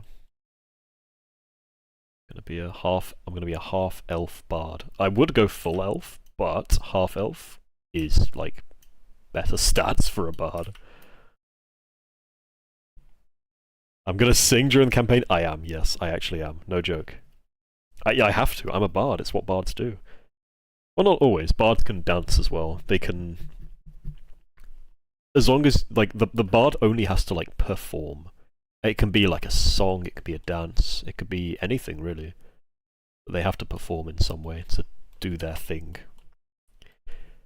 Bards are basically a support class, and they have their main kind of ability is called bardic inspiration, which is your song or your dance or whatever, and that will buff your it will basically give your allies an extra roll. Or it lets them roll like a d6, and then they can add that to their rolls, which is nice. It's the bard thing. But they also have like some good magic spells as well, which they can use to help out. And do damage if they need. And bards typically have a melee weapon as well, so you can fight if things get a bit hairy. Which they definitely will, because we're playing a campaign called Curse of Strahd, which is apparently quite hard, but we're using a certain rule where... So when you level up, you're supposed to roll dice to see how many extra hit points you get, but we're not doing that. We're just making it so that we get the maximum amount of hit points possible on the dice roll every time we level up. So we're not rolling the dice, we're just taking the maximum of the dice roll. Which means we're going to have more HP than like the module is balanced for. Which I think is good, because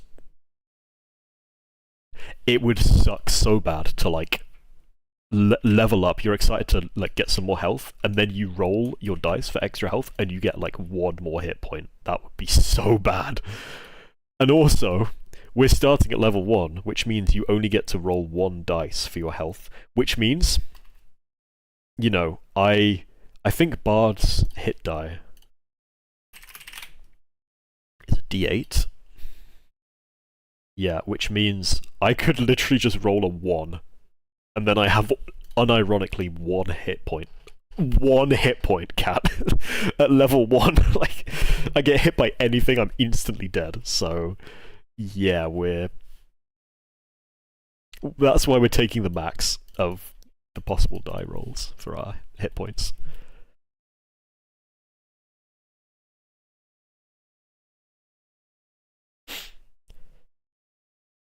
Okay, what I need to do is make a bunch of burning buildings. Hey, Orendi96, how are you doing, buddy? No roll max health actually sounds quite interesting. Allows the DM to crack out some bigger, nastier things to fight. We'll have to keep that rule in mind. Yeah, I mean, I'm still very new to D&D. I only started, like, in the past few months. Which is why we went with that rule. Yeah, it was mainly to keep things more fair with the party, and it does indeed, you're completely right, it allows the DM to do some freaky stuff, which I have certainly been pulling in this campaign. There's been some very insane stuff that the players have met. I'd win. Not as a bard, bro. I would just feel so bad if one of my players had 1 hit point. Like, that would be abysmal.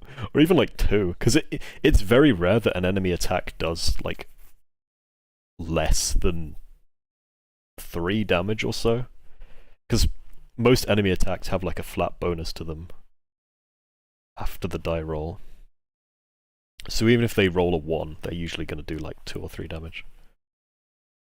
Anyway, yeah. This map I'm currently making is the second to last map in this campaign. It's almost at the end. And basically it's a village that is on fire, and I actually have an overlay of the village, the regular village map, but yeah, it's going to be on fire because some people showed up and set everything on fire, which is kind of bad, because, you know, there's NPCs here. Just dodge? I would love to just dodge. I mean, I guess you can kind of just dodge, depending on your class. Like, some classes have some evasion style feats, but Bard not really. Having just kind of walked in with no background info, what's the premise? What's suppose of the campaign? Yeah, so it's completely homebrew. There's like 0 overlap with the regular D&D universes, I suppose. But I allowed the players to just pick whatever they wanted from like the D&D list, just, you know, in case they wanted to. Basically, the hook of the campaign is there is this cursed place which exists at the end of the world. So the world is enclosed within these giant mountains, and no one can get out of the mountains and no one can get through the mountains. And there's a cursed land far to the west, and it's cursed with an eternal winter, basically, and there's these evil creatures called spectres who roam the land, and they like just kill and eat people, basically.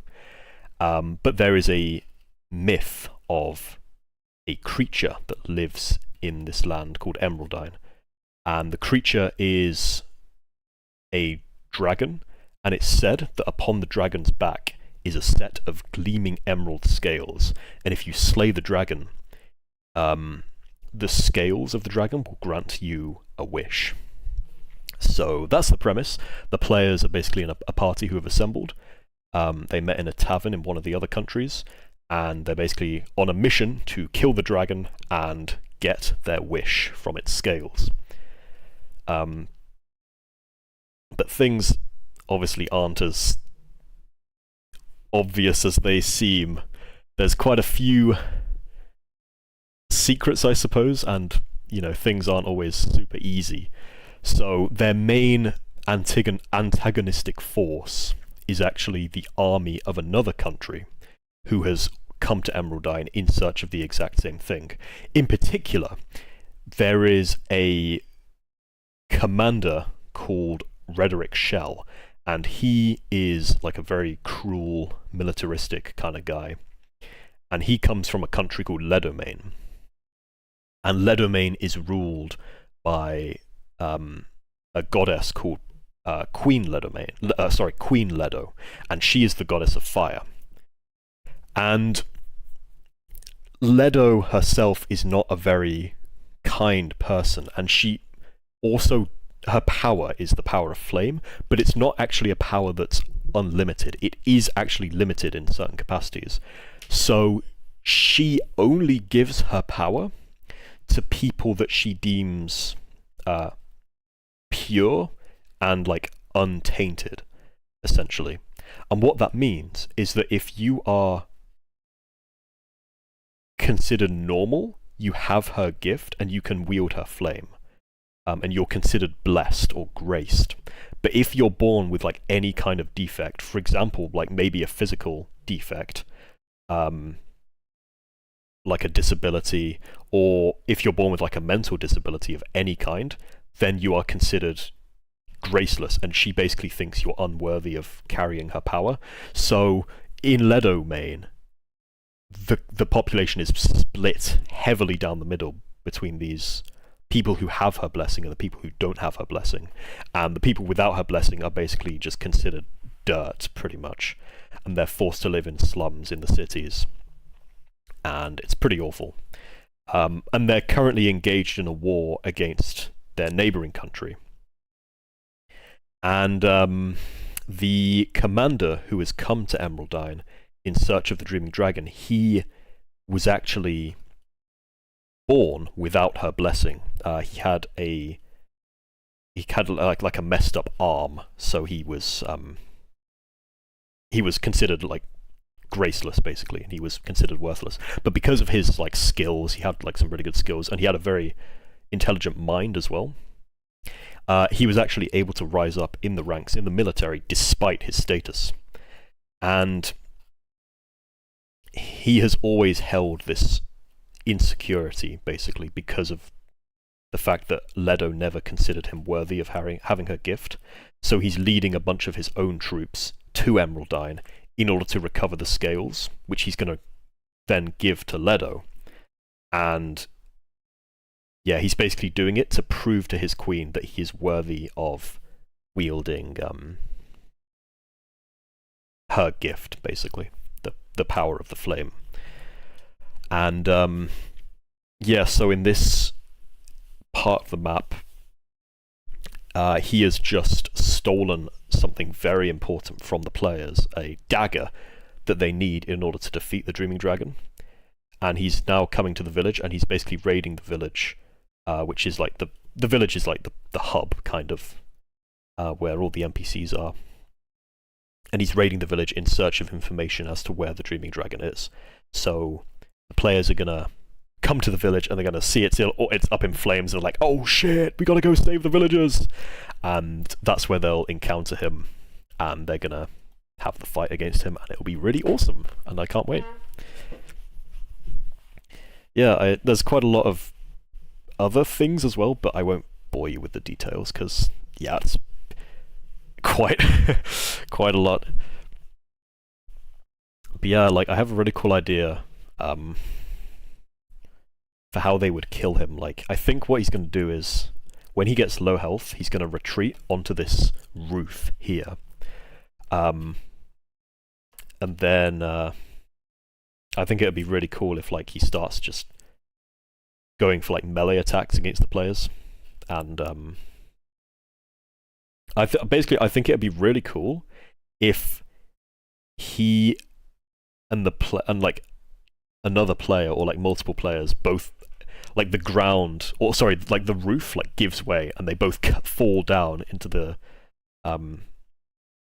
building. And yeah, I just think that'd be kind of cool, so I think I'll probably run that at some point.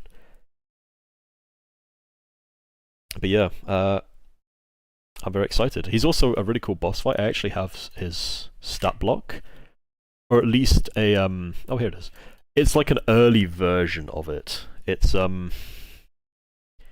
quite atypical. He's got like a lot of things that are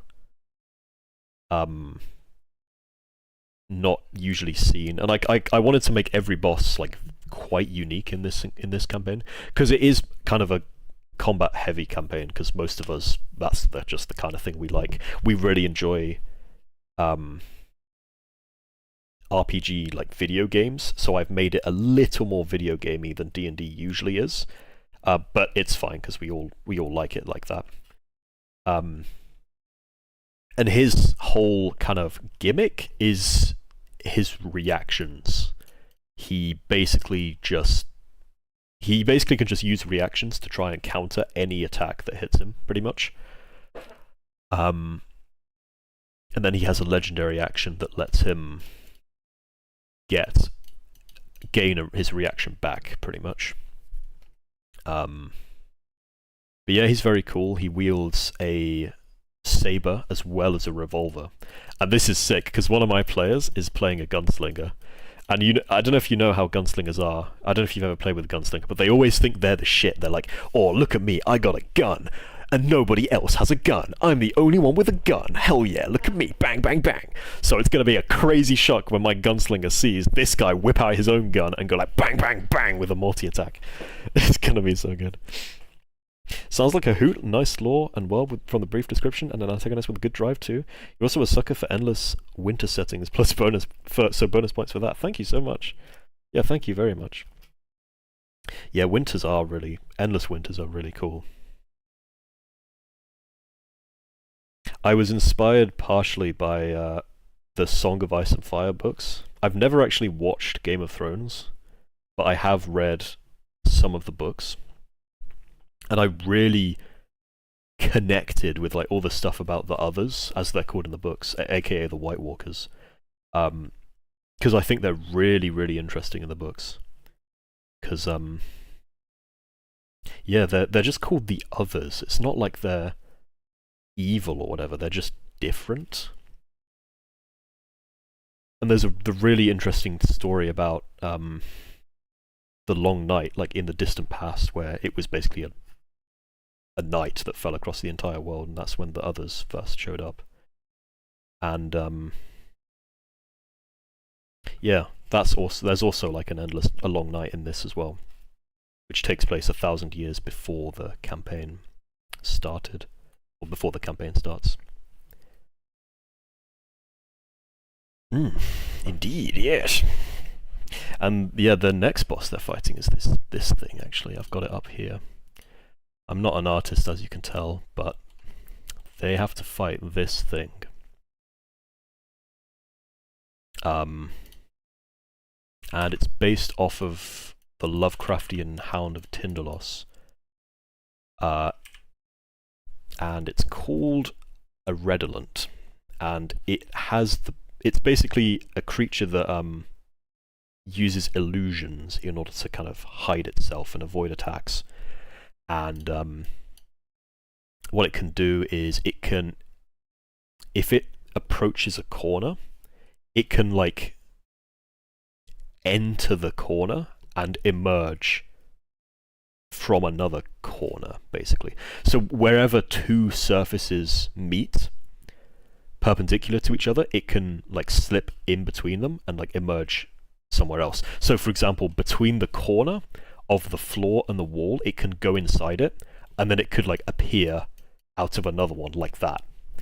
So it kind of has that gimmick going on. And the players have to figure that out themselves, because whenever it does that, it can actually make an attack for free. Like as part of a legendary action, it can do the movement and make an attack.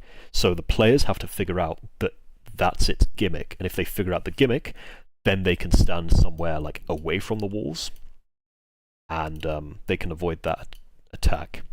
But what it can also do is, because it's like the master of illusions, it can split itself into multiple bodies, and so they can do like perception checks or investigation to figure out which one's real. And if they manage to hit the real one, it will like get rid of all the other illusions, so it's like slightly balanced in that aspect. Yeah, this boss is gonna be cool. I'm super excited. Next session is on Sunday. And here's my party, by the way. These four. There's Malric, who is a very plain warlock, and he doesn't really roleplay much, which is fair, which is fine. I don't want to force people to roleplay if they don't want to. Then there's Azaban, who is this little guy, and he's great. He's probably my favorite character out of the four. He's just your typical rogue, but he's also a raccoon, which is quite funny. And then there's Cyrus, who is the gunslinger. He's all right. He just speaks with like a Western accent like this. And then Brock, he's our fighter, and he's a Goliath, and he's just your typical "Roar! Brock smash" kind of guy. Yeah, good. It's fun. Gotta love D&D. Spooky jump scare from the wall monster. Hell yeah! Challenging players to think outside the box for solutions too. Are you sure I'm new to D&D? Ah, thank you so much. Sounds very well planned. Yeah, I mean, I guess my main thing was to try and make the bosses feel unique. So yeah, each boss does have like its own thing. But yeah, I got the idea of like the teleportation from the Hounds of Tyndalos, which are really freaky. Like they could just appear from anywhere. That's the scariest part. Like, you're never safe from them.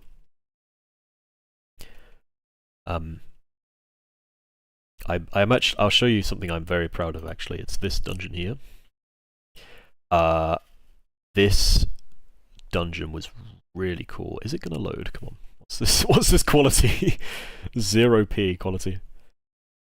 Come on. 0 pixels. There we go. Oh no, still hasn't done it. Here we go. Yeah, so this dungeon is a tomb basically. It's called the Dragonkin Catacombs. And in the lore of this world, there are these 5 legendary dragon sisters who ruled the world long before the humans did. But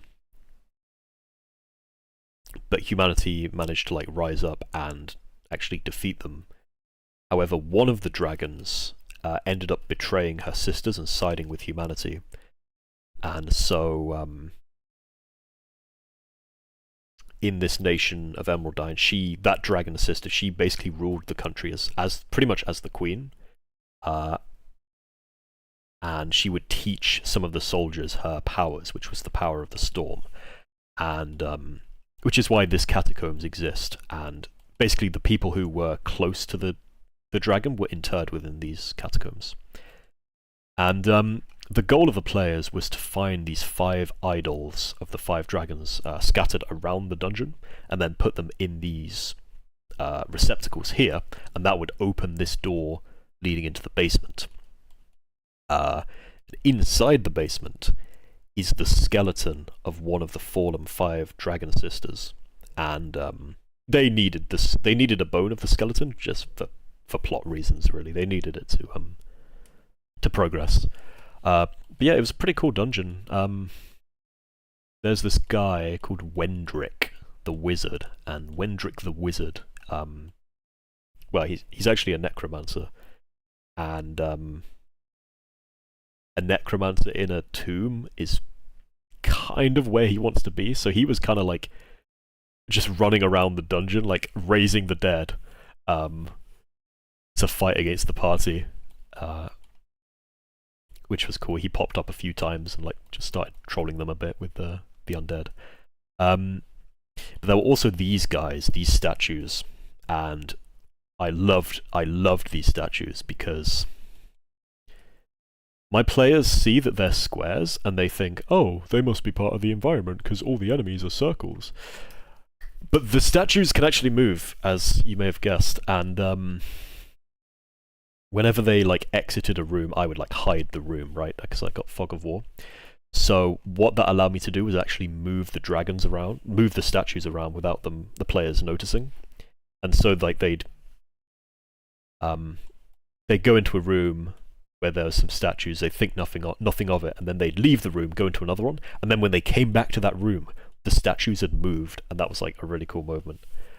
And yeah, some of the statues did end up attacking them as well, because they're like sentries, but not all of them, because they are like combat rating like CR3 or CR4, and at this point my party was only four level 5 players, so it would have been a bit much to have all of them be hostile all the time.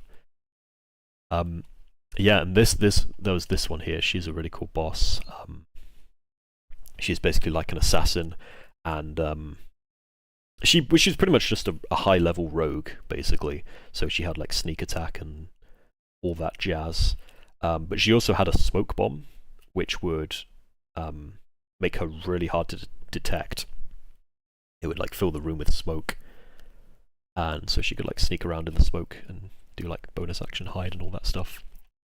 And then there was like a puzzle here which I quite liked. So in this room there are these 4 pillars, and against each pillar there's like these scratches in the ground, and these scratches actually show you an order. So it's like this one has 1 scratch, so this one's number 1, and then 2, then 3, and then 4.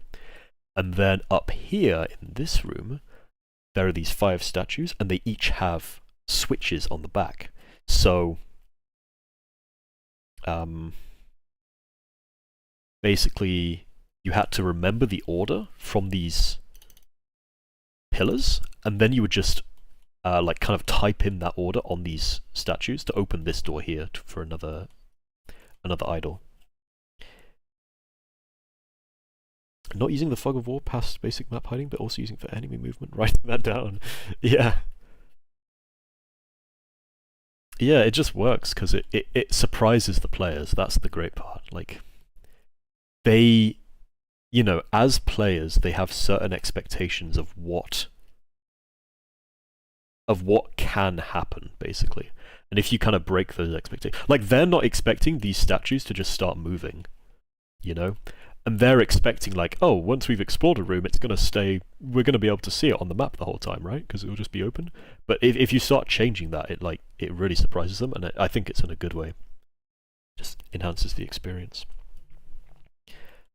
Yeah, well, that's this dungeon. And then you've got like his abode here, where they looted some magic scrolls. I gave them a scroll. I gave them like a scroll for a homebrew spell. It's not a particularly interesting spell. What it does is you can cast it on any creature, and they make a wisdom save, and it knocks, if they fail the save, it knocks them prone. So it sounds really basic, but the extra part of the spell that makes it interesting is that if you cast it on a flying creature that's currently like airborne, you have advantage, or they have disadvantage on the save, and when it knocks them prone, they take like a bunch of additional damage from the fall. So I gave them that scroll thinking like, hey guys, you should save this scroll for when you encounter a flying enemy, because you know, it's kind of like, oh geez, there's probably going to be a flying enemy if I'm giving you this scroll. And then when they fight the boss in this map here, one of my players sees the boss and he instantly uses the scroll when he's on the ground, which was bad because he passed the wisdom save, and like 3 turns later he starts sprouting wings and flying across, and my friend was like, oh damn, I should have saved that scroll for when he started flying. Yeah, that was kind of funny. Yeah, I was thinking of maybe just like publishing my Google Doc once I've finished with the campaign, because it has most of the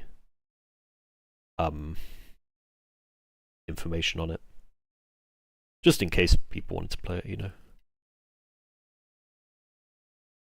Again, like I said, I am not a professional, but I think it's a fairly fun campaign.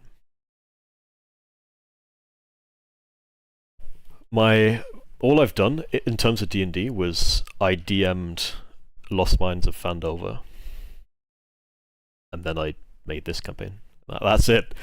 But I'm super excited because I'm going to be a player once this campaign's done. We're playing Curse of Strahd, and that'd be really fun. So I would very much like to be a player for once. Yes, indeed. Right, I better get on with this map making. I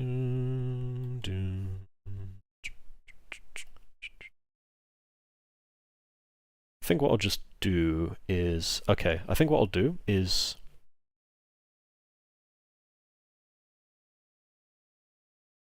make kind of the building... Oh, that's way too thick.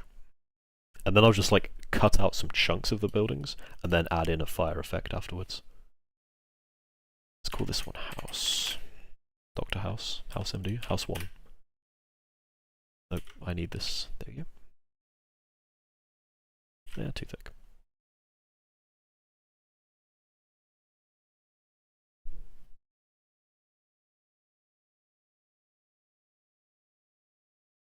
Yeah, about the villain, it's actually kind of tragic. I've told my friend Kat about this, but the military guy, he has kind of a sad story. So, he, like I said, he was born without the grace of Leto, which is a terrible fate in the nation of Leto Main, because it pretty much means you're just going to die a nobody, basically. But his whole life, all he ever wanted, all he craved was Leto's approval, pretty much. That was like everything he worked for. He just wanted her to see him as worthy. And eventually he did earn a name for himself because of his skills and his intelligence. And so, he was able to arrange a meeting with Queen Leto, basically. And he speaks with her, and he basically says, I beg of you, grant me your flame, grant me your gift, and I will do... He basically says, I will do anything for your power. And she tells him, I will grant you the power you desire, but it will cost you that which is most precious to you. And this is why I think... There are other reasons why Leto is so horrible, but I think this is one of the main things that makes her such an evil person, or god, or character, or whatever. She makes him that offer, and Rederick Shell, the guy, he instantly knows what she means by that. And he pleads, like he says, no, anything but that, please. But she just tells him, you have until tonight. Do it. Give to me that which is most precious to you, or my offer is rescinded. And that which was most precious to Rederick Shell was his wife, Marigold. And so he sacrifices his wife to Queen Leto in exchange for the power. In exchange for her power. And yeah, the reason she is so cruel simply is because she didn't have to do that. She could have just given him the power that he wanted, but because both him and his wife were graceless, they were born without her gift, she didn't see them as worthy of having that gift. They basically didn't mean a single thing to her, and so she felt justified in making him do that for basically no reason. Well, not making him, but yeah. He still chose to do it, which is bad. Makes him a bad guy as well, because she did nothing wrong. But yeah, she's awful. She's absolutely disgusting. She's also just very disturbing. Because she, well... She, there's a strange aspect of eating meat in this world, wherein eating something powerful will kind of give you the powers of that thing. And in the distant past, Leto was just a regular person, pretty much. She had some powers of the flame, but it wasn't anything near what she had currently. But that was until her armies were able to defeat one of the ancient dragons called Axon, who was the dragon, the Queen of Flame. And so, after that, Leto took Axon's body and ate it over the course of many years.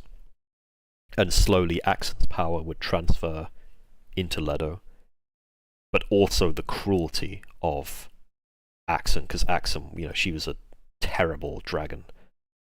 You know, typical evil red dragon, right? Ancient red dragon. And so Axon's powers, but also her cruelty and her draconic ways would slowly influence Leto as she ate more and more of Axon. And that's kind of why Leto is so awful in the present times. But yeah, the most disturbing part is how she literally views the graceless people as meat. And, you know, sometimes people, the graceless in the capital of Ledomain, they go missing. And, some people, there's like whispers that they're taken to the palace, but no one knows what happens to them after that. But you can maybe guess what happens to them. What Leto does to them. It's very disturbing, and is why she is by far like the most cruel person in this world. Obviously there are like evil demons out there who've done, you know, they're like arguably worse in a sense, but I would say she's like the most evil just based off of her like actions and motivations. No Ledacy. KMS. What people would do for a bit of Ledacy? Well, yeah, Shell's just, his whole thing is just he's insecure basically, and he loathes himself for the way he was born. And it's quite sad really. In a sense no, not in a sense, he is a victim of Leto. But he still did make some bad choices along the way, like some evil choices that led him to where he is now. Pretty sure ancient dragons are black. I mean, it's D&D, they can be any colour you want really. Ancient red dragon, ancient copper dragon, ancient wind dragon, ancient green dragon. If they're old and a certain colour and a dragon, then well, you know, you can just put those three nouns together and voila, you've got your dragon. Maybe the Ledacy is the mistakes we made along the way. Exactly.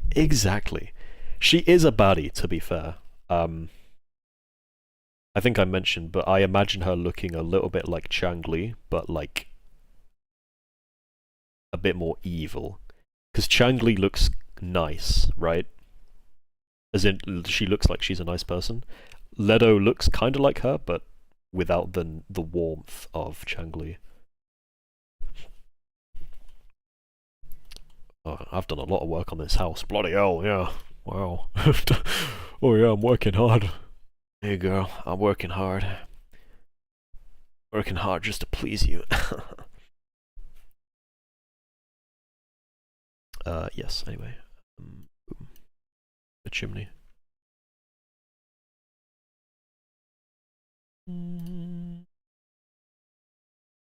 Yeah, the players are going to meet Leto at some point in a future campaign, and that will be very cool. Wait, did I make it a rectangle instead of a square? That's cringe. I did, wow. Dies of death. She's gonna serve them, she's gonna ask them how they like their steak cooked.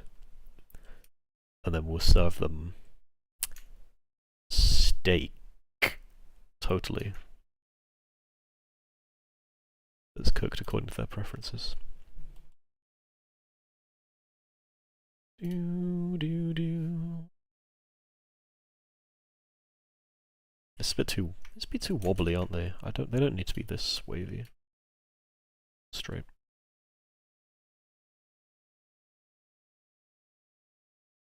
It's meant to just be texturing on the house. God, I'm so bad at art. I've always been a terrible artist.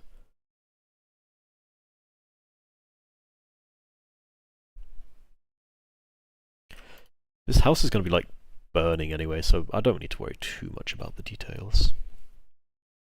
I will add like a grey, I think. Like this.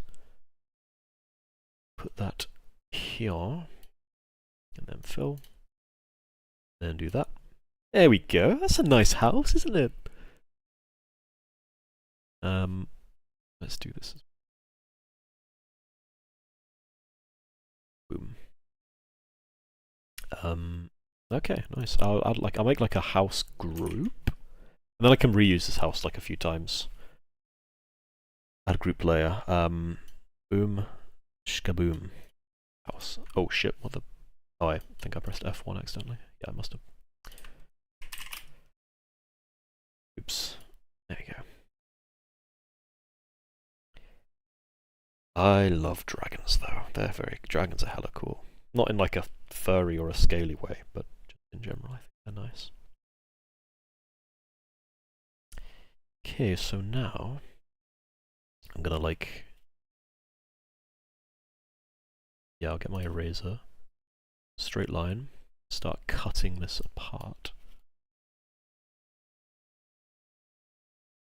I wonder if I do, if I like highlight two of them, can I cut? Oh no, I can't. Okay, that's stinkies. That's stinky. You wouldn't F a dragon? Try me, brother. I mean, there's a character in the lore who did actually F a dragon. He's the king, actually. The king of Emeraldine. He's a freak for real. I think this will... Yeah, that's fine, right? Looks alright, doesn't it? Yeah, it's fine, yeah. No problem, Chatil, yep. It's alright, yeah. Boom.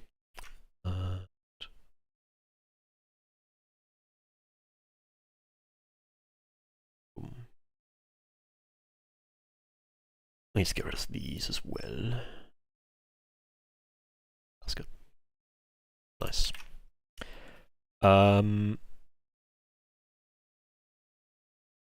I think I'll cut out a bit from this side as well, just to round it out a bit more.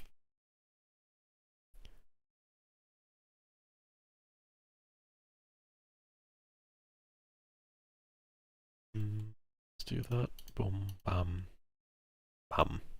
I worked hard to make that chimney, I'm not cutting out any of it.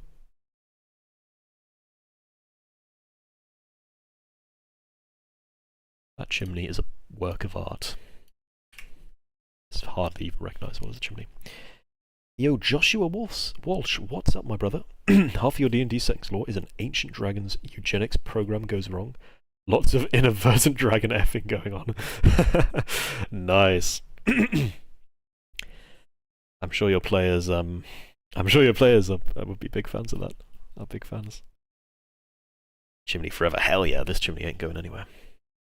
Yeah, dragons are very cool. Dragonborn as well. I imagine there's a lot of Dragonborns in that world.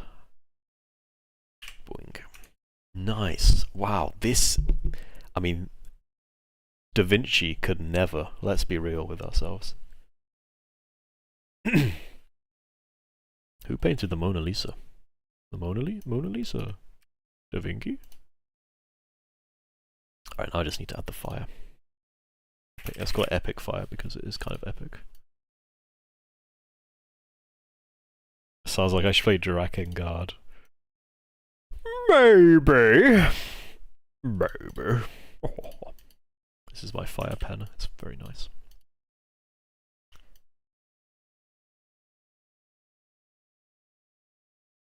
Yeah, this is good. Bit too orange. I want it to be darker. I don't want it to be too dark. That's too dark.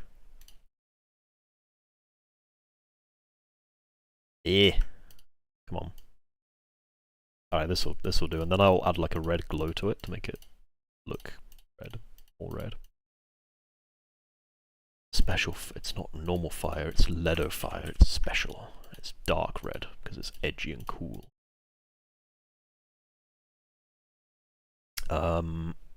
Epic fire, yes. Let's do... If I ever start the Drake Near series, you're gonna come you're gonna be very happy, very normally happy about it. Oh yeah, of course. You know, we should it's totally normal to express our joy in very normal ways, because we are very normal people. I think what I'm gonna do is like, ooh yeah, I quite like this. Maybe darker red even.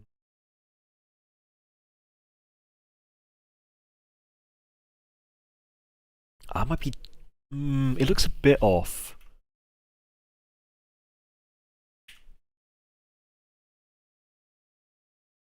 Maybe a different brush. You need to finish Drakengard 3 though, why are you so effing lazy, KMS? Well, that's an extreme overreaction. Don't keep yourself safe. Wait, no, do keep yourself safe, but don't KYS. Game. Fuck, what brush should I use? Paint? Paintbrush? Okay. Okay, let's just go max opacity real quick. Just see what this looks like.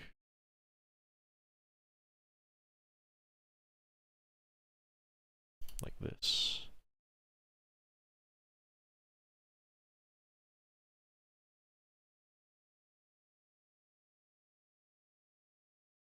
Okay.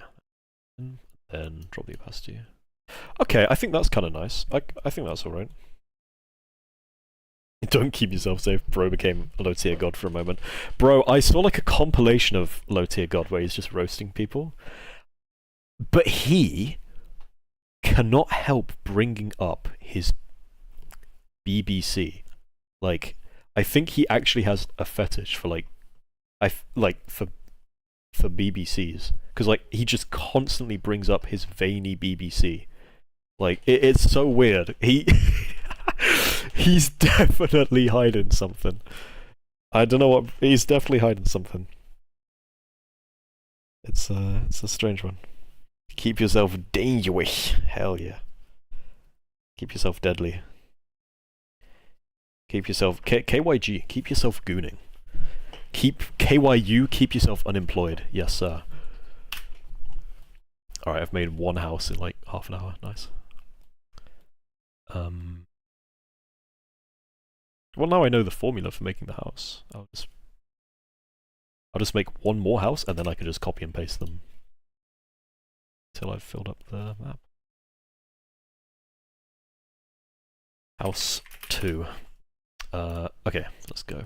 So we'll start with black color. Make the little porch look in our tag. D&D. It's my thing. Oh, never mind.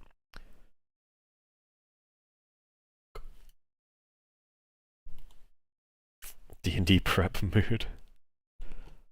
Yeah, I'm very bad at prep. I'm still very new to D&D. I only started playing about 4 months ago. All I've done is DM a Lost Mine of Fandolf, and now I'm doing this. I've DM'd most of this campaign, I suppose. It's almost at the end. I'm currently recreating an earlier map, but everything's on fire, as you can tell. Because of the evil fire people, no!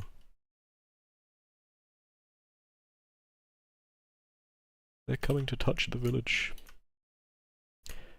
I'm wondering what characters should die though, because there's a bunch of NPCs in the village, and obviously some of them are going to die in this attack. Should I kill the player's favorites?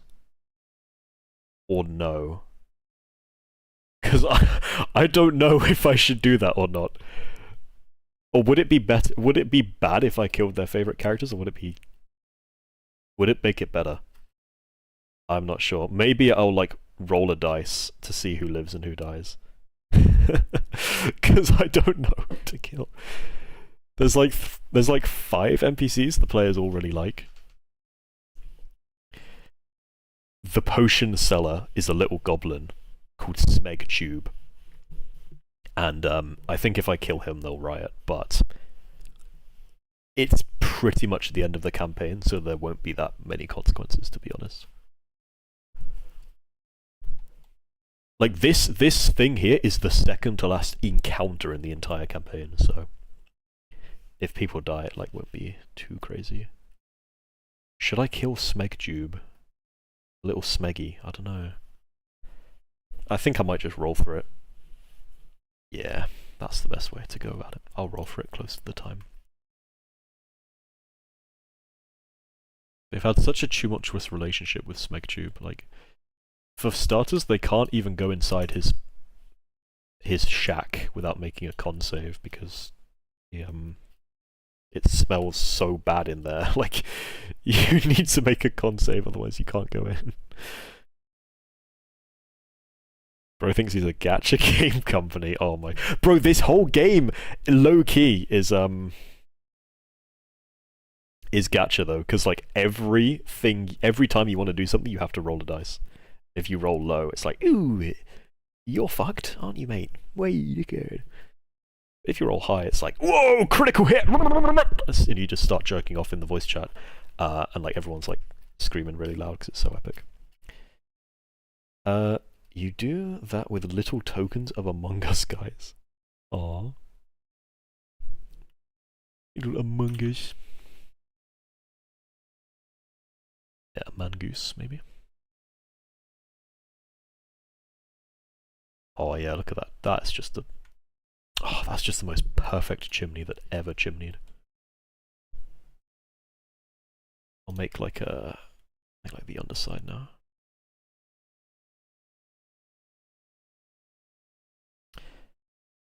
I actually failed my art GCSE in England, our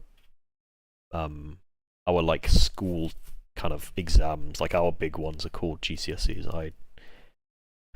I failed my art GCSE. I was so upset as well, because it was the one that I practiced the most for out of all my GCSEs was art, and it was the only one I failed. I'm just not cut out to be an artist. But that's okay, you don't have to be an artist to make something beautiful.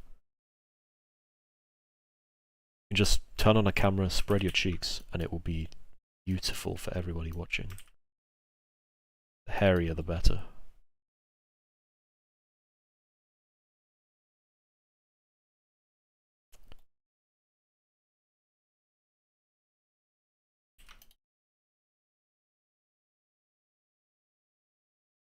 I think Cat knows. He can agree with me.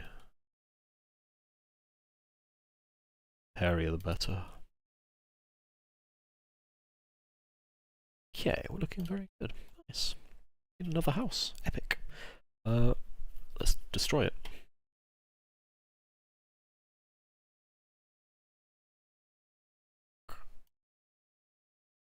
Yeah, let's do like this. Boom, bang, boom.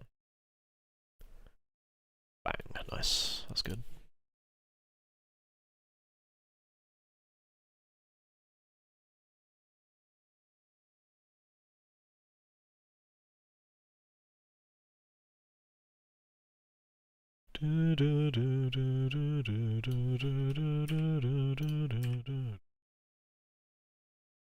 Oh yeah, that looks sick. That looks so realistic, low-key. Not really, but I think it's okay. You know what? Why am I using the eraser? I should be using this polygon tool. So I can do this, like boom, bam, bang, bang, bish, bash, bosh. And then I can erase it on both layers at once, Boom. That's better. I'll cut out a bit of the back as well.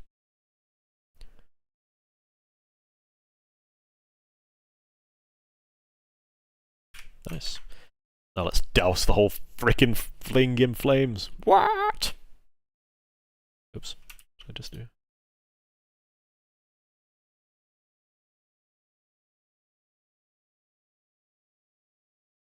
Oh yeah, I'll start with the bitty effects.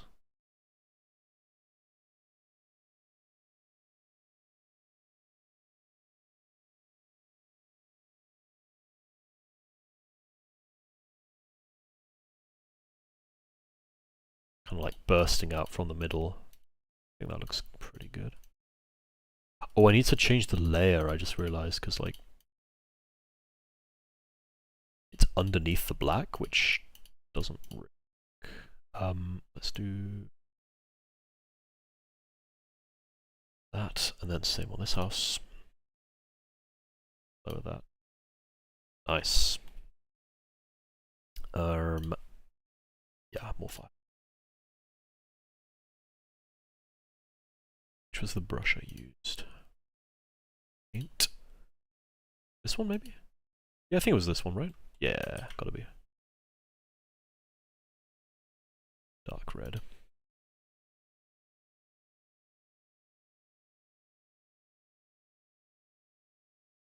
Be a bit too dark.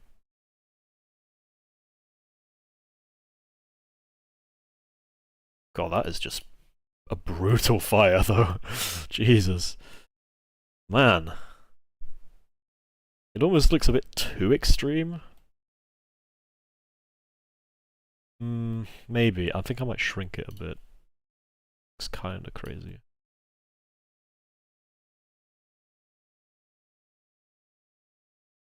But it is supposed to look very dire, you know. Alright, I think that's solid. What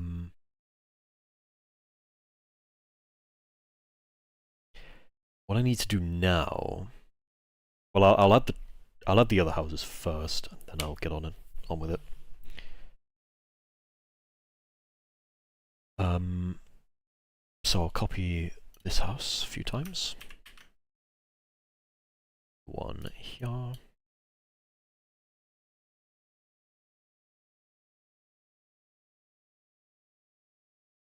And again. Maybe... Okay, here's the thing, because it is like a magical fire, like a really deadly magic fire. So maybe the fact that it looks so absurd is gonna make the players realize, like, oh damn, this fire is very powerful and it's not normal. So maybe it's a good thing that it looks kind of ridiculous.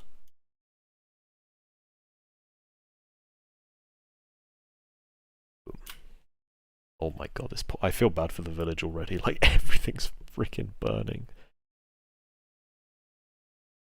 Okay, yeah, I'll do this house up here as well.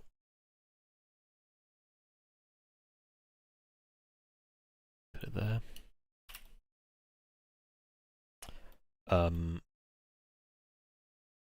Okay, yeah. And then, I'll make this house. This is the barracks, so when the players are fighting, there'll probably be like a couple of guards like running out the barracks, and they're trying to fight off the fire soldiers. Oh, I need to make a group. I'm also going to use Elden Ring music for the... am I stupid? I am. Okay, there we go. I was thinking for this boss, he's like the commander of the army, at least he's the commander of the army, of the troops who are in this country. I was thinking either Messmer or Romina from Elden Ring. Their OSTs. Messmer just makes so much sense because he's actually a character fairly similar to Messmer, but if I use his OST, it might be like too obvious, you know. Dun, dun, dun, dun, dun, dun, dun, dun, dun, dun, Hard to go wrong with FromSoft music for D&D. I know, bro. It's perfect, actually. It's perfect. All of the bosses for this campaign have been from Dark Souls 3 and Elden Ring. Pontiff Sullivan, man. Dude, his OST is just the bomb. It's da bomb, bruh. Why did I say da bomb? Who the hell says da bomb anymore? It's Widowly 2019, nobody says it anymore.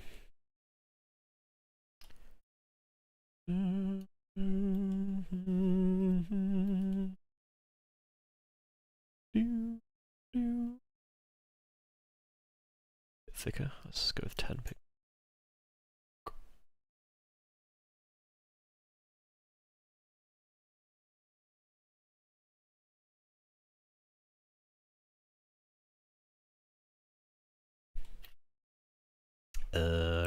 I need my grayness.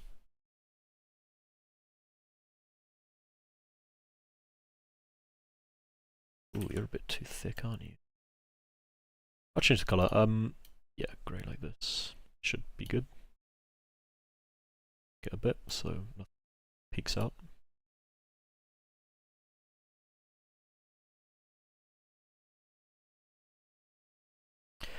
Rest in peace, the Pope. Maybe I'll do Pontiff Sullivan's music as a tribute. This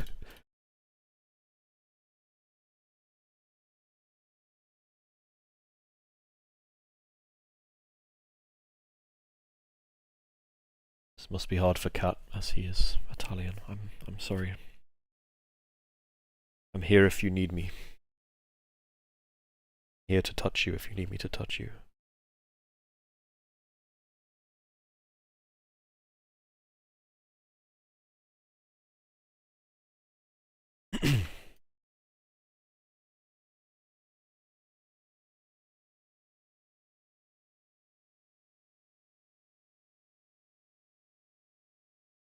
What? I'm just saying, like, because of the Pope dying, I guess maybe it's a bit like the Queen dying. Well, I'm not sure actually, because I'm not Italian, but I will say I was very sad when the Queen died. Very, very sad indeed.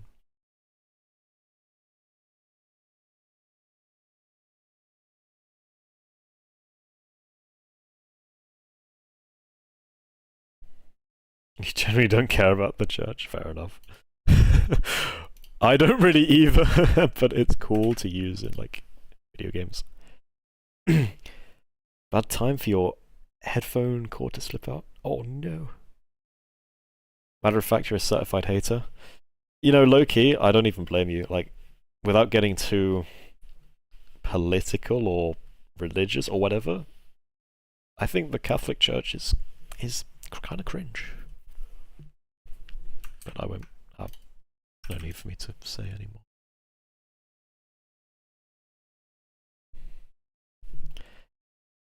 Right, let's let's tear this poor building apart. And then set it on fire. And then kill everybody inside. Oh man. Let's yeah, let's take out a big chunk here like this. Latin chanting stops. Or maybe the chanting starts and the boss fight music starts playing. That's too jagged. Can't do that. Let's do like this is better.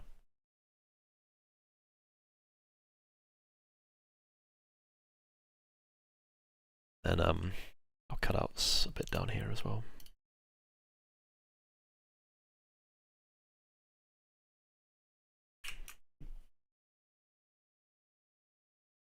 Nice. And now for the fire. This is a very big building, so I think if the entire thing's just engulfed in flames, it might look a bit absurd. So I'm probably just going to do the parts, or around the parts where it's been, like, cut away.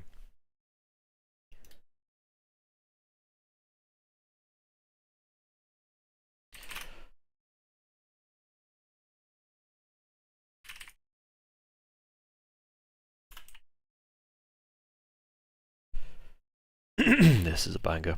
I'm thinking of using it for the next boss fight, because it takes place in a church, like this guy in Dark Souls 3, but at the same time I kind of want to save it for another boss later down the line in like another campaign, but I don't know. It fits both of them pretty well. So do I blow my load now, or do I edge for like a couple more months with this theme? That's the question. Not sure. That's not the right brush. This is the right brush.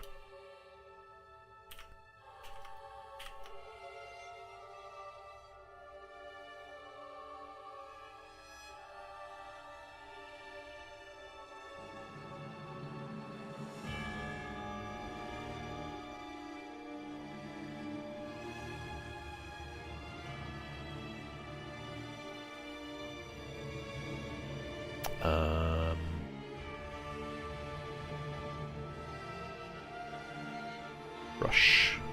You, right? Should probably add it to my D&D brushes.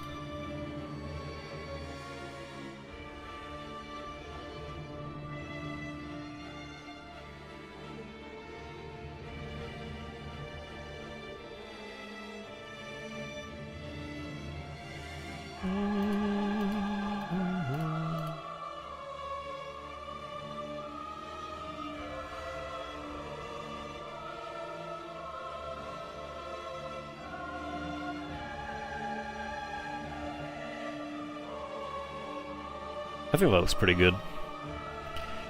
It is starting to really look like a destroyed village, actually. I'm liking it so far. And then I'm going to add the trees, and of course the trees are all going to be on fire. And then what I think I'll do is actually add like a red kind of tint over the entire thing. And maybe add like some ash effects, like floating in the air, and I think it will look really good.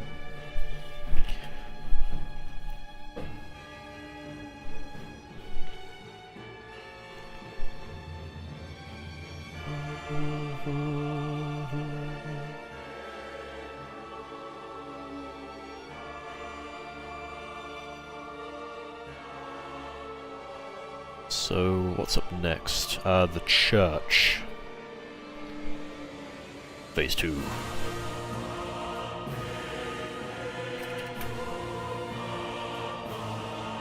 I mean, this guy in Dark Souls 3, if you don't know the lore, he's literally a pope of this place, and he is very, very evil.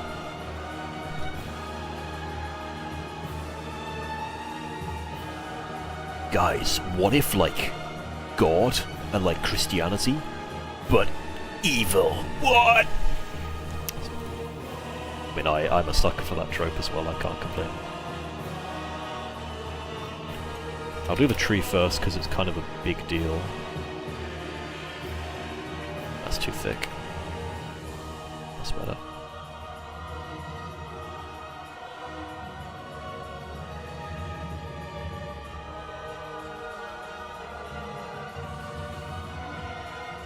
Don't forget his mum was a tree? Oh, Sullivan. I actually did not know that. That's kind of crazy.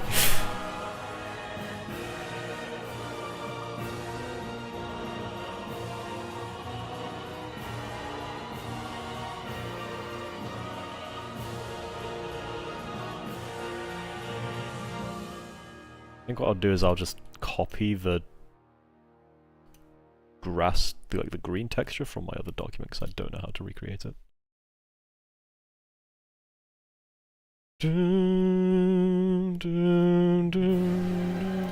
Shut up.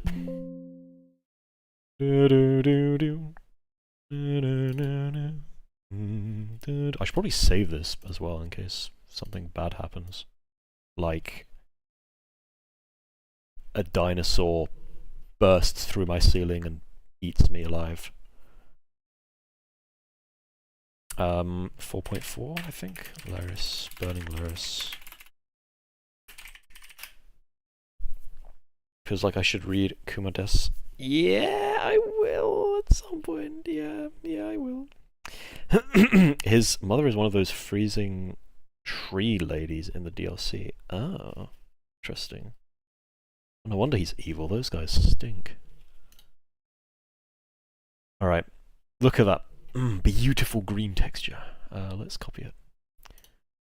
Bill, I think? Why is it green? Maybe I tagged... Oh yeah, I think I tagged it green, so I was doing something with like the layers. Alright, nice. Let's just scale this up.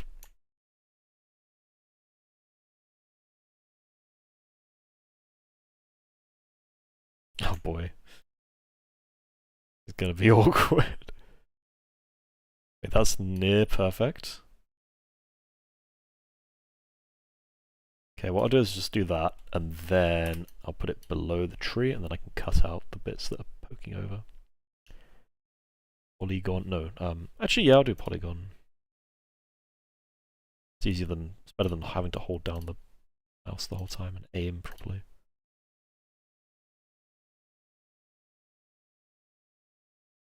I ain't trying to play like an aim training game. I just wanna cut out my stuff, man.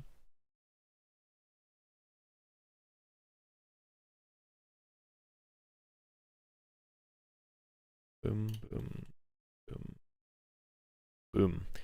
Delete. Beautiful! And now I'm gonna set it on fire, because of course I am. I have no choice. It's not me doing it, mate. It's fucking Leathermane bastards, innit?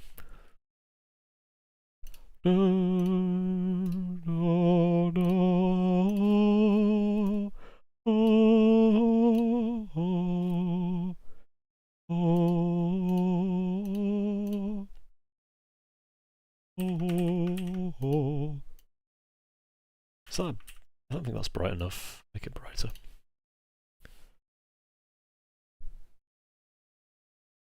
Do like this. I think this will work. Yeah, this is good.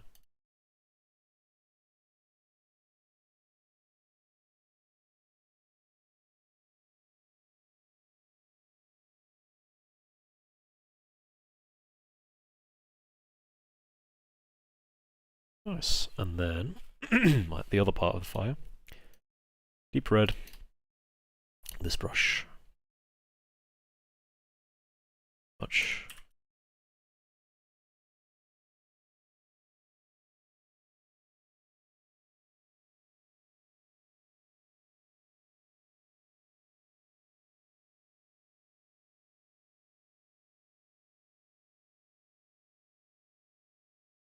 There's a lot of Zelda inspiration in this campaign, actually. A lot of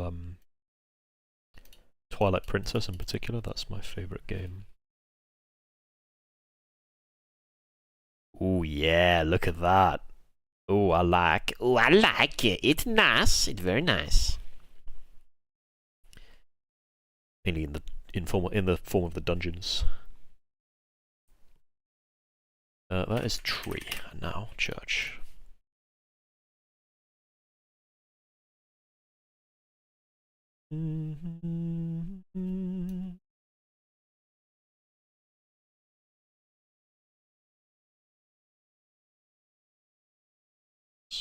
Getting good. Right down the middle. Like so. Maybe a bit to the left. Yeah, that's better.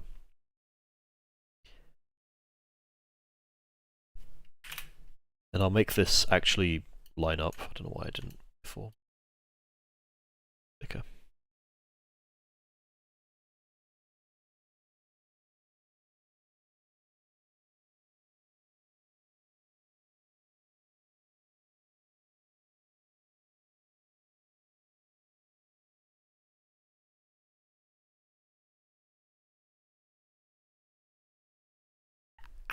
It looks a bit off, but my players probably won't notice under all the fire, will they? So it'll be alright. It'll be okay.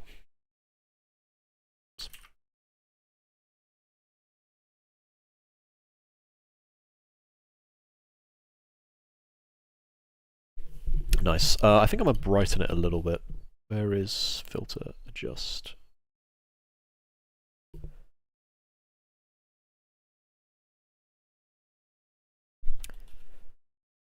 Now for the fire.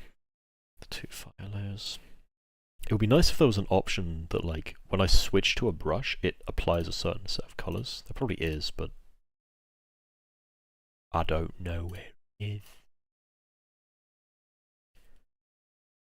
Oh, I better remove some of the church, hadn't I? Make it look actually destroyed. Let's cut out a big chunk from the side here.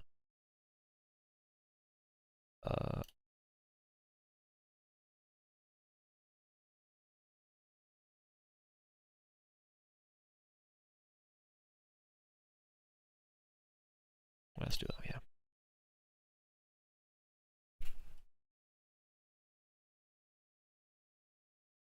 It's the wrong brush. This is the right brush. No, it's not. Oh my god, I'm so stupid. It's too large. Let's do 21 instead.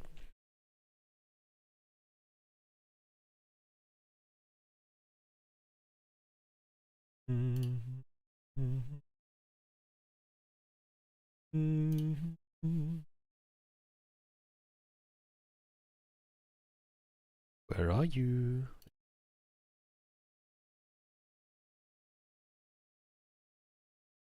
I'll probably do the other map another day, because map making is kind of slow. It's not horribly unfun though, I do quite enjoy it. When you know what you're making, it's a lot easier. The hardest maps to make, I think, are like dungeons, because it's not just actually making it physically with the program, it's also thinking of what's in it. Like, what makes this dungeon a dungeon? What makes it interesting? What about what this place is makes it more interesting than just like a cave where there are goblins? There has to be like a story behind the dungeon and all that kind of thing. And it's got to have like an interesting. I think there should be like gimmicks in dungeons to make it more interesting.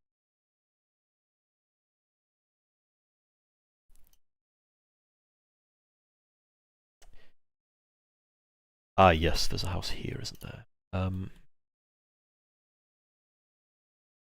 I can just copy this house.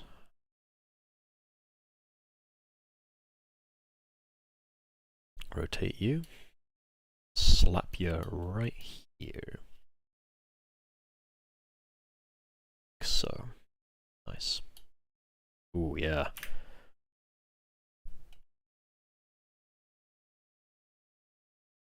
I'm pretty much done with all the houses. I just have to do this one here, which will be easy. Let's do this. And then I will do the tavern, which will be like the main one. But the roof of the tavern will be exposed, so like they can climb up it. Or the players can climb up it, which will be encouraged. There'll be like a fight up here, I think, which will just be cool. Like, fighting on top of a burning building is just badass.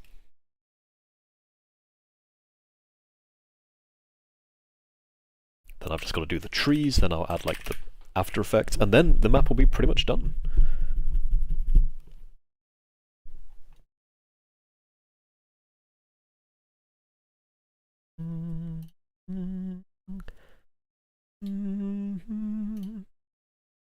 It may look ugly now, but once I add the background texture, it will glow up like an insane amount. It'll look so much better. It always does. It always looks really mid, and then I apply the texture, I'm like, oh, hello, sexy. I'm sorry. Replay a tavern.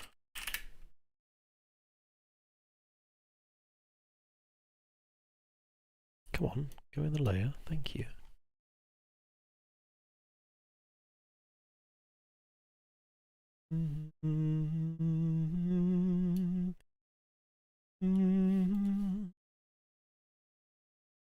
Oh yes, we've got some over here. Let's do that. Doesn't have to be an exact one-to-one, because who's really counting? The main version of the map's meant to be like an a representation of the village anyway, rather than actual thing.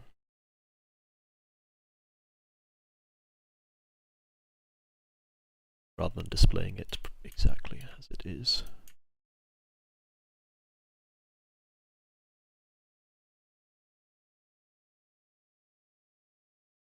Okay, let's add the little wavy lights.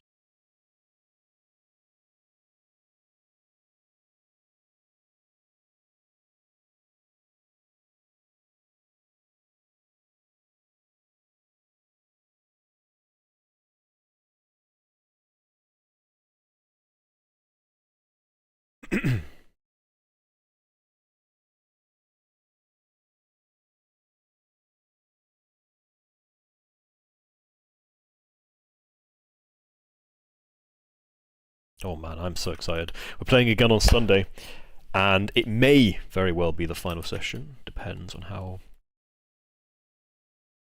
quickly the bosses go down. Because there are still 3 bosses left, which is quite a lot.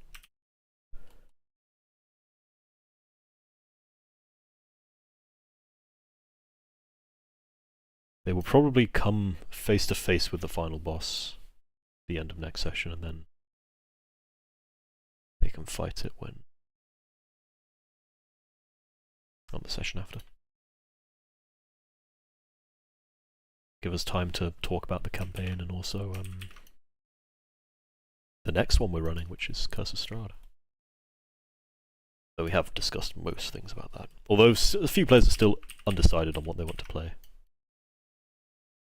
One of my players, we went over like 100, well, not 100. We went over a bunch of different classes, and he was like, "Nah, not this one. I want to do something else." But I think he did eventually settle on Way of the Shadow Monk because he wanted to roleplay Batman. Even though, you know, I would argue Batman is more of a fighter, but or even maybe like an artificer. I'm not really a Batman guy, so I don't know. All I know is like he's stealthy and he also fights with his fists, and he's rich, so he has like a bunch of gadgets. Okay. Yeah, so nice, of course I that up. Let's merge these. Control E? Yes.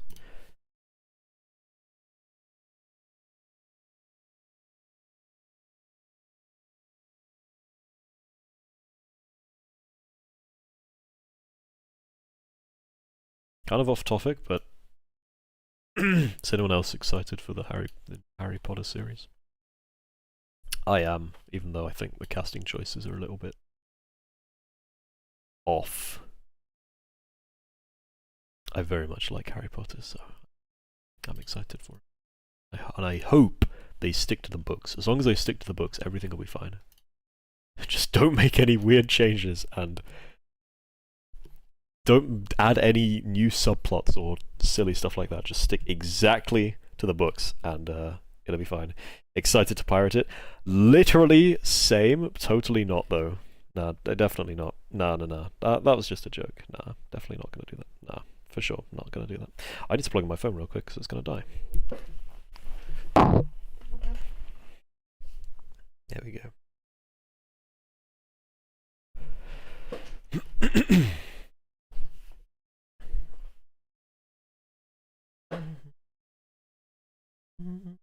That's crime. Crime is bad. Exactly. Crime is terrible. You should never pirate things. Ever. Never do it. Never, ever, ever. You naughty boy. I'm gonna spank you. Ah. Yeah. Never. It's terrible. It really is. Bang, bong, bang. Bing, bang, bong, bong, bonk. Bang. Then there's going to be like a collapse bit over here, but the cool part is this will be like a way for the players to actually get up onto the roof.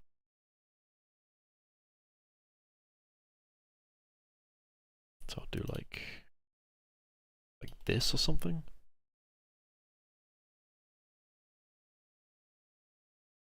I mean, one of my players is a raccoon, so he can climb. He has a climbing speed of 30 feet, so he can get wherever he wants anyway. I'll add like some fallen bits of stone or something? I don't really know. Make it dark so it's distinct from the rest of the stuff.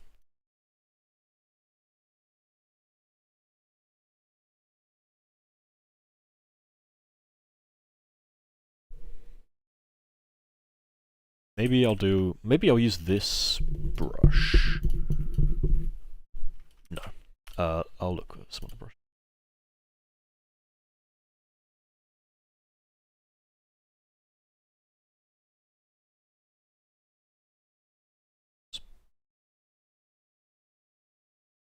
Nothing.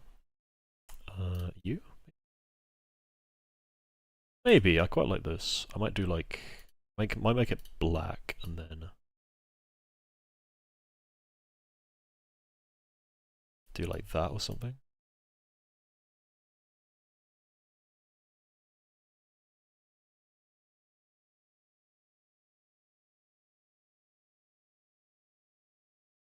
Yeah, I think that's decent.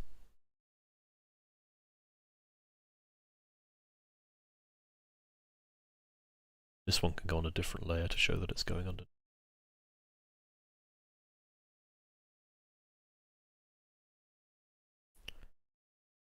Like so. That can go. Cool. That's it's okay. You know, it's not like amazing, but I think it's pretty neat. I'll cut off a bit at the top as well, just so I can destroy it a little bit more, because it is kind of fun.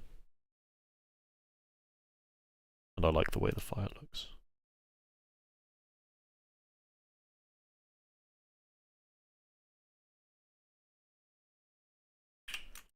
Nice.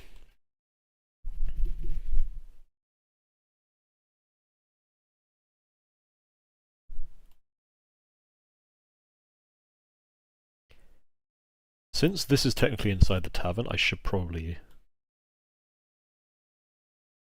add like a little bit of detail down here. Do like that and then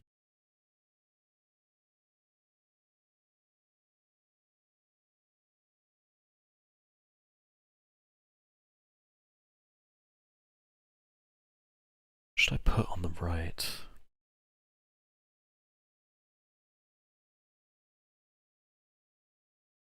Guess like a wooden floor. Oh no.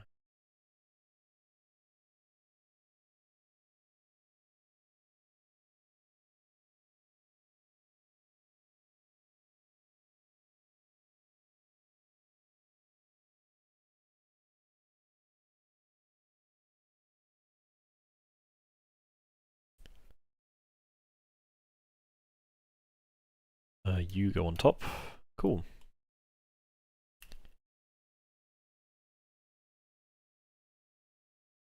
I think this looks pretty good actually. I can just rotate this and put it down here.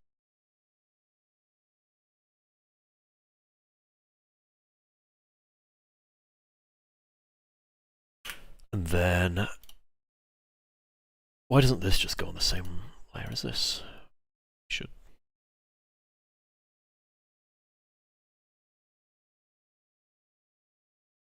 Like that.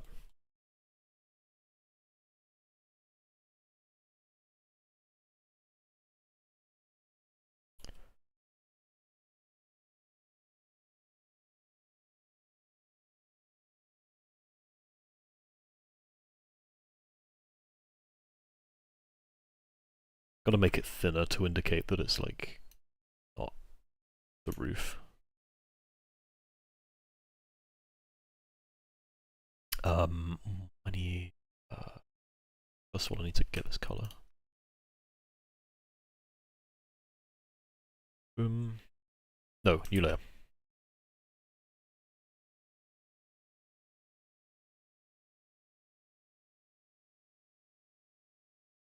Nice. It's looking kinda nice, I think. If I have some spare time, I could also go do that, and like I could go back and like apply it to these houses as well. This kind of wood effect. But I'm not sure it's 100% necessary. I think it's necessary for the tavern because it's like a key part of the area, but probably not for the rest of it.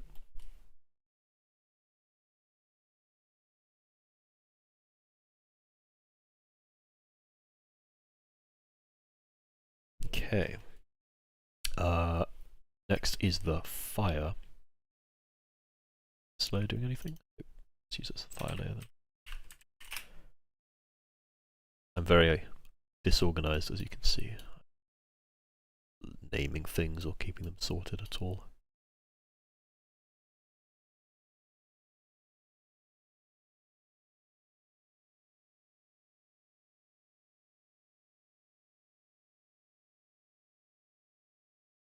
Kinda got a spiral effect going on, I like that.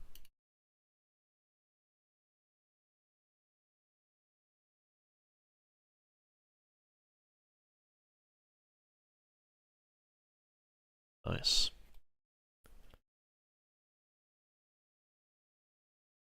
I think I'll do a bit like at the sides here, like that. Kind of framing the entrance way up. I think that looks kind of cool.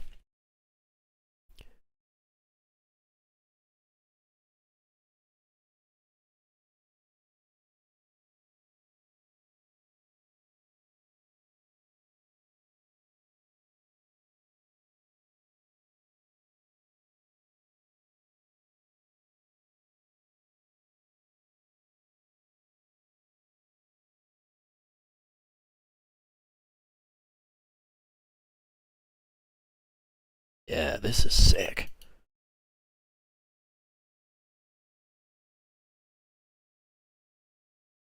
I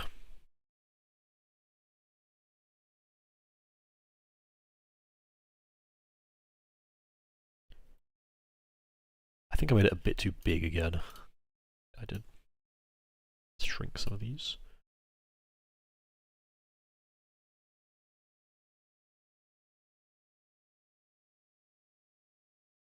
Alright, let's shrink all of them. Got to.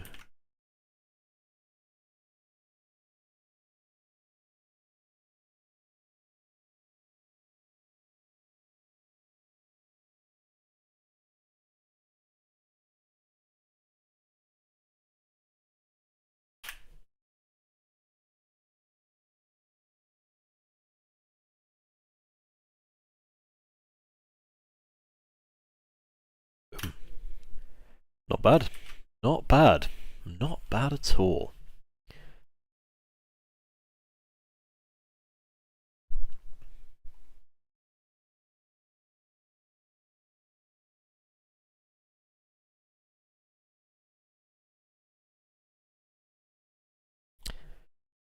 So next up is trees, I guess.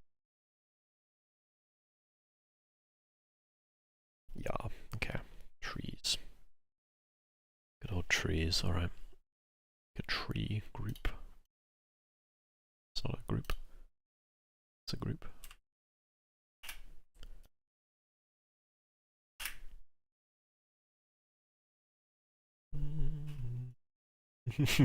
Nah, crime is good. Digital footprint, be careful. Be careful. You're fine. Just playing.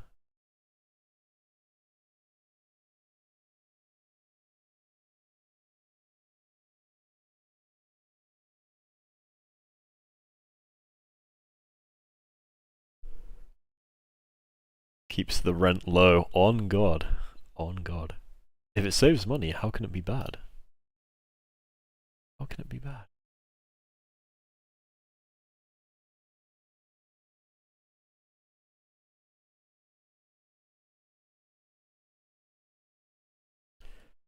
Wait a minute, I got an idea. What I'm gonna do, copy, shrink, like that, then fill. with like an extra grow. I do triple grow. Sorry, quadruple, I mean. And I just put it underneath. Look at that. Look at that. And that's why slavery is go. Yes. So true.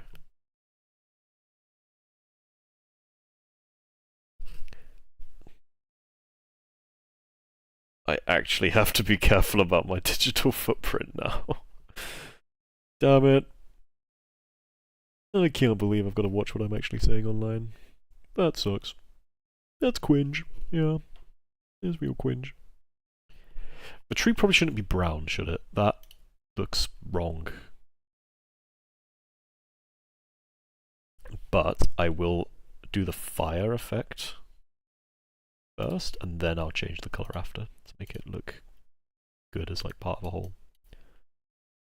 Of the whole. When slavery was a thing, we created gigantic pyramids. Do you see any pyramids being built lately? I mean, he's not wrong. He's not wrong.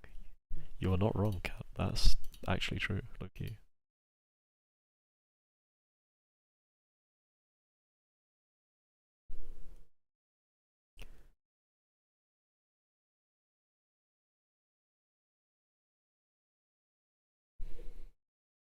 Not the trees on fire. I'm sorry, I have to. Everything's on fire. It has to. They have to be. I'm sorry. Don't worry, they'll avenge. The players will avenge the trees. They'll get revenge. Now it's just gold-plated toilets and shit. I mean, yeah. Diamond-encrusted dildos and fucking emerald hand job machines. It's crazy. What's the world coming to?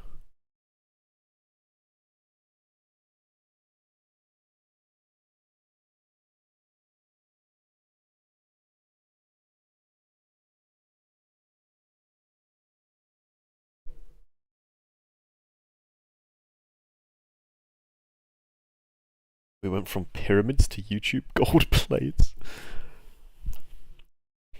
It's definitely an that's definitely an improvement.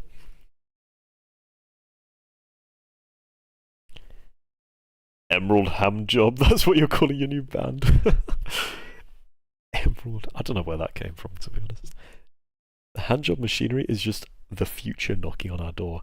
That's why I said it low key, because like there will probably be some rich guy in the future who gets like a hand job machine or whatever, and he will like want to make it really fancy and encrust it with diamonds or emerald or whatever. I mean, that's what I'd be doing if I had a $1 million. Yeah. Couple dollary doos on the emeralds. Yeah, mom. Colorize. How about a blue tree? That makes so much sense. The tree being brown actually kind of works, because like it's on fire. I think that actually looks quite good, you know. ICL Vro TS not PMO RN TS not PMO Loke. What I'm going to do is I'm going to have like a spare tree like this, tree sample, and that's going to be hidden just in case I want to like make a change to it later on. I have this tree so like my work's not lost, because I'm now going to merge all this into one tree like that. So yeah, let's get planting the trees that are burning.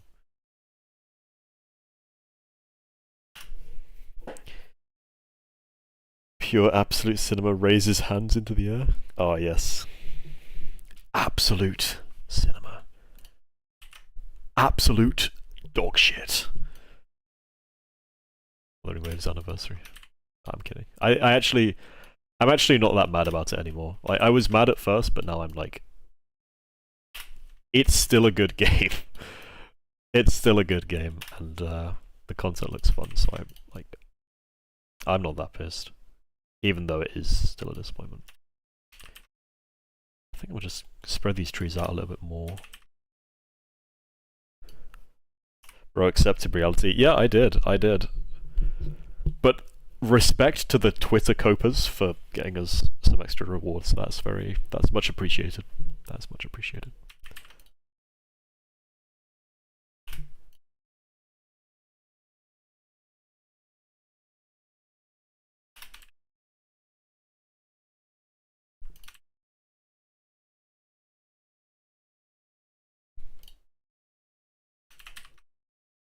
You know, life's not all about video games. Sometimes it's about board games as well. It's okay, DNA first anniversary will be good, Hopium.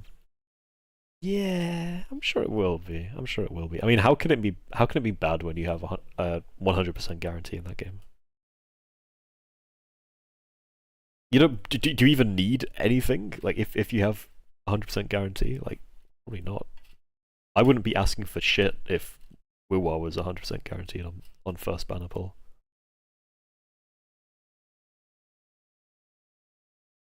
Why did I do the like the British dude doing the skits? Or like, yeah. I don't know who you mean though. Who do you mean? I mean, that's just kind of how I say yeah sometimes. A bit.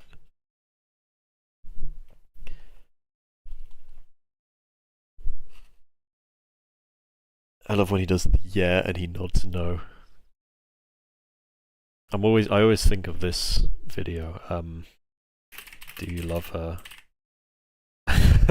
Are you willing to do whatever it takes? Do you love her?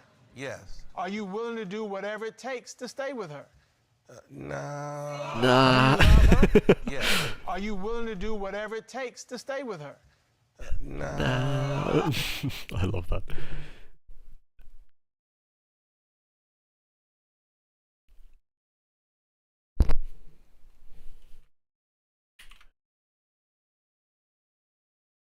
You love Chacona.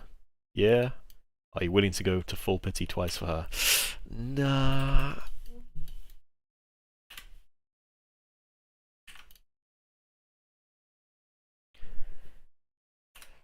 The dude that does the skits about games, like the Minecraft one?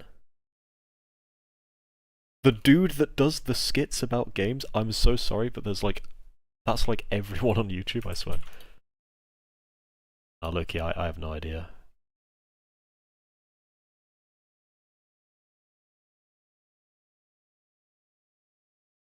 Here it is overlaid with the old map.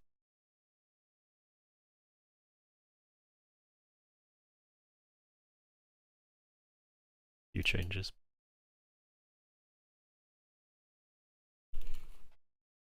Oh, you linked me a few? Okay, I'll take a look.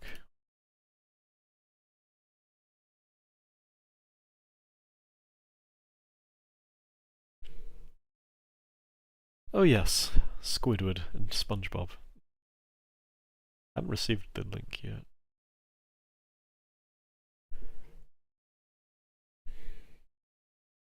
Oh, in the past. Oh. I don't know.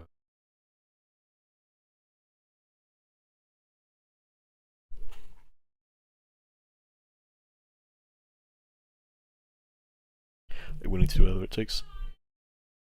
My mummy's here.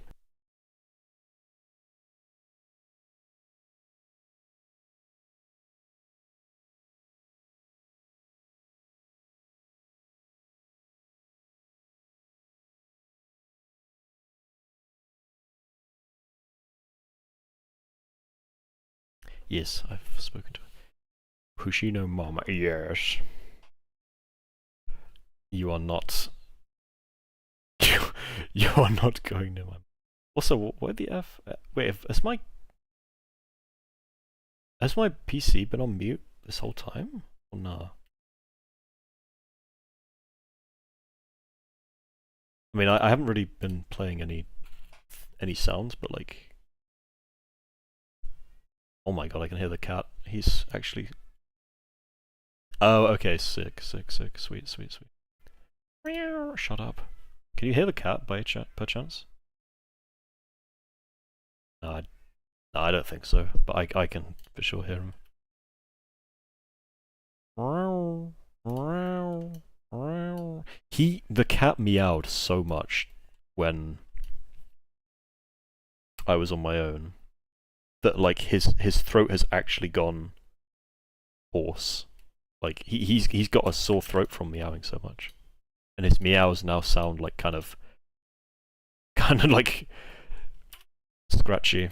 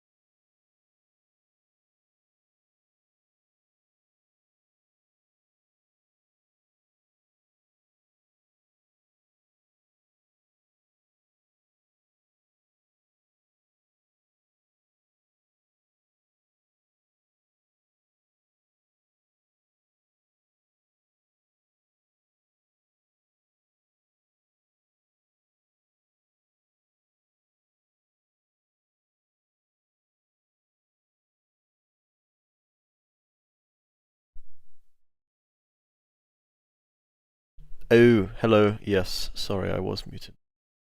Sorry. Damn, did you miss my ear licking ASMR?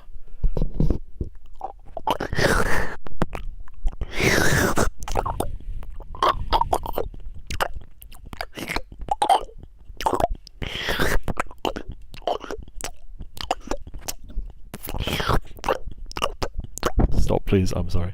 I guess it's not really the same when it's not an anime girl VTuber doing it. Let's be real. Don't forget piles of random burning debris that could explode at dramatic points in the fight. Yeah, maybe. That's a good idea, actually. I might have like one of the houses like explode or something, and then a bunch of debris comes flying out. The boss does have legendary actions, so I don't want to make it too kind of crazy with all this stuff going on. This is content. Yes, sir.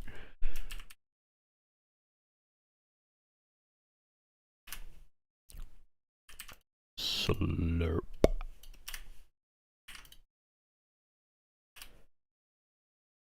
God, these are so many trees. Okay.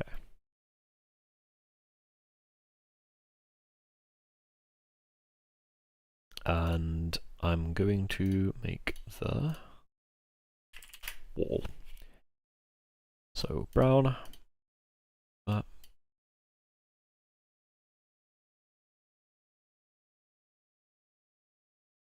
This brush? I think it is this brush, actually. Do size like 110? Yeah, that'll do. I'll just do that, and then I can set the wall on fire. Because of course.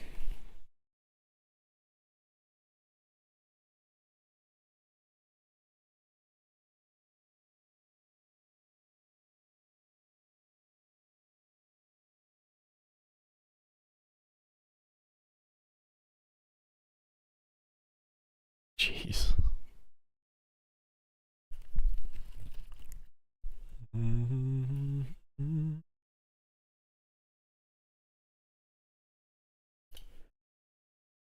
Do do do do do do do do do do.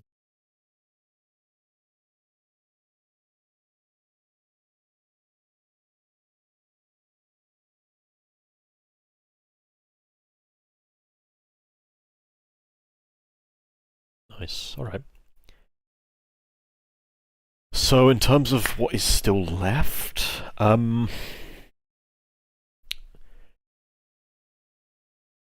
think I'm going to add some more trees down here on the bottom left.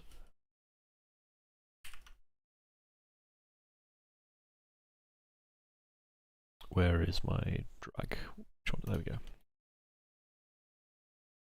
Even though there aren't any trees here on the original map, it doesn't really matter. It's whatever works in the moment.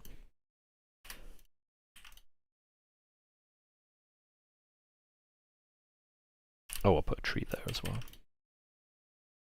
Yeah, nice. Oops. Oh yeah, there's also these gravestones, which I guess I can just quickly remake. Excuse me. I'll do another group layer for these.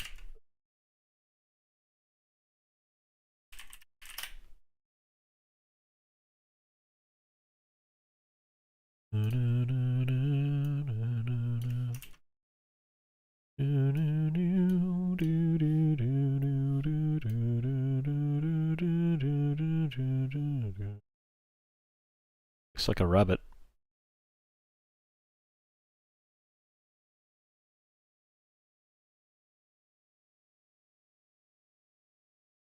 Or like a cat.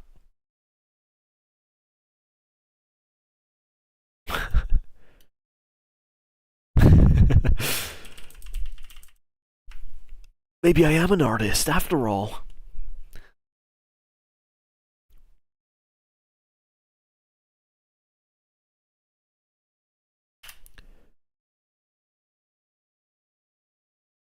Thicky. Too thick. 8. 8 is probably going to be perfect. Nah, let's do 7.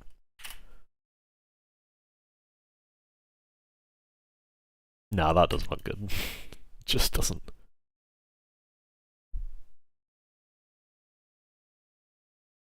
Gotta make it like a little bit smaller than what I see on the outline because it's been rescaled, resized.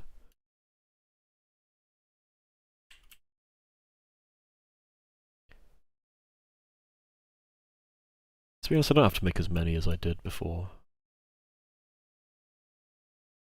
Let's make like a handful.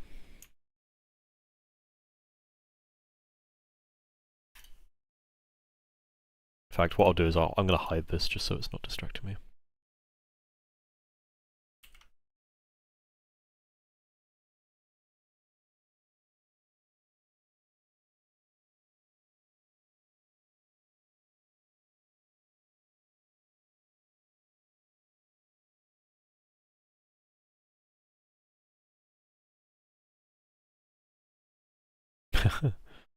Oh, I can't do that, can I? It just looks like a penis. Like, even if I'm trying not to make it look like one, it looks like one anyway.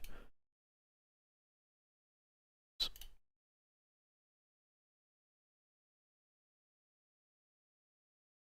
think I'll just do, like, that. Just leave it at that. Maybe one more? Yeah, I'll do one more.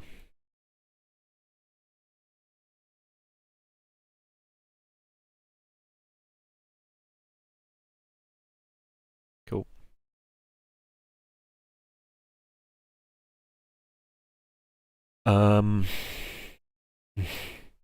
Found him. Void. Oh, that guy! Oh, yes, that guy. Yeah, dude, I love him. Yeah, okay, yeah, he's already... I love him, actually. Yeah, alright then. Yeah, mate, sure.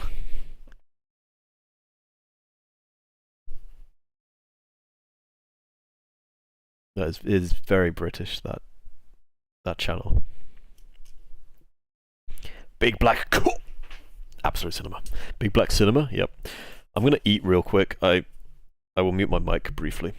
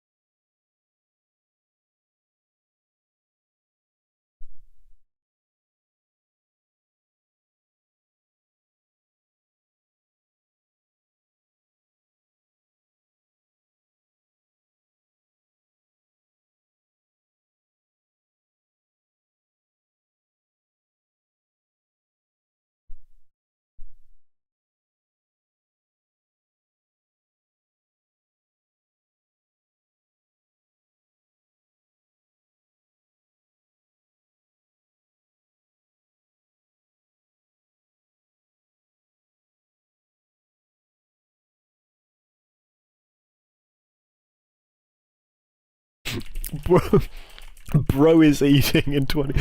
What does that mean?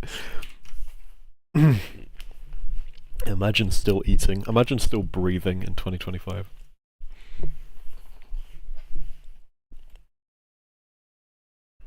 Okay, right.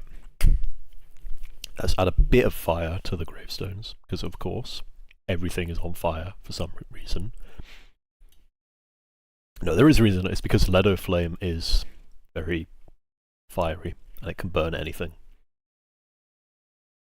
Even stone. Yep, it can burn stone. How crazy is that?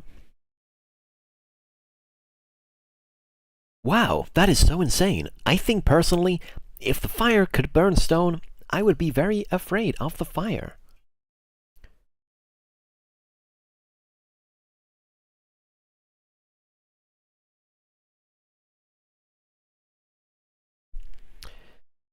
Bro wants to survive. Skull emoji. Yep.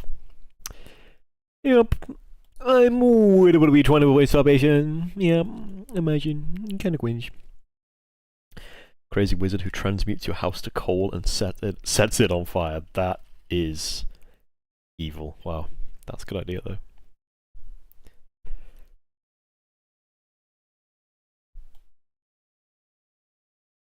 Okay. Next step, let me find my stuff real quick.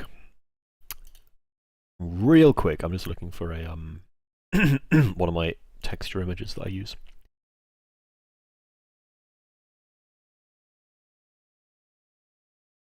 My parchment texture. Is this it? I think so. No, it's not. Oh yes, here it is, I found it.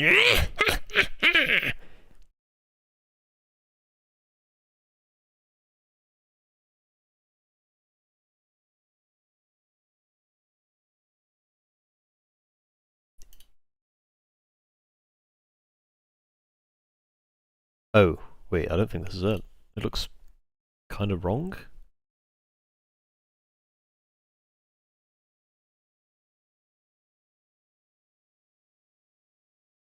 Wait, I will find it.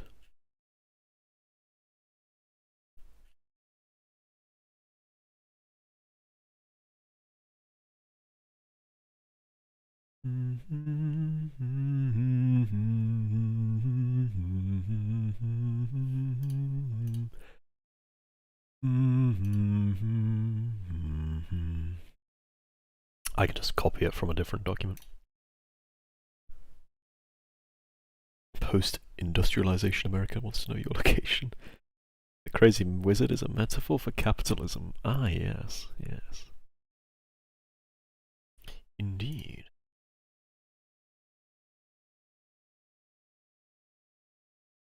Oh, this doesn't work because it just doesn't. Okay. Ah, damn it. Where is my parchment image?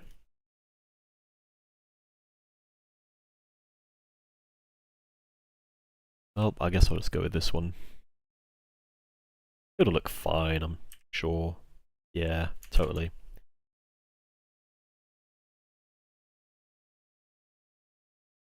Yeah, that's fine. Oh yes, it's already looking better.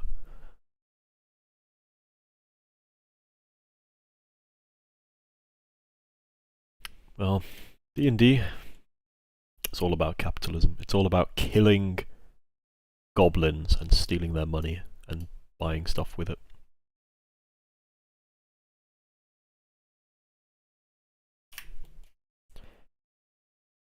Alright, get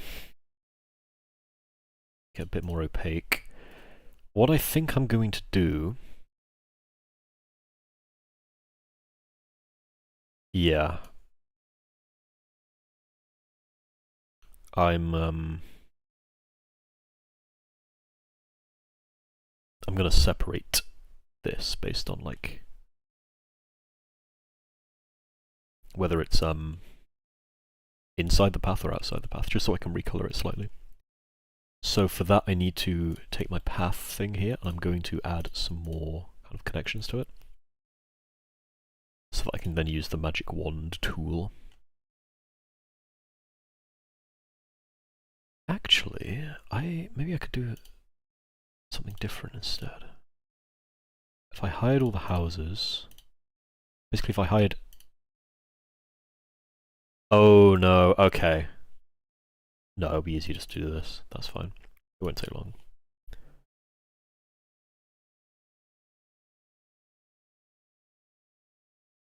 I'm just gonna basically make like a little bridge like this, just so it... I'll make it 3 pixels.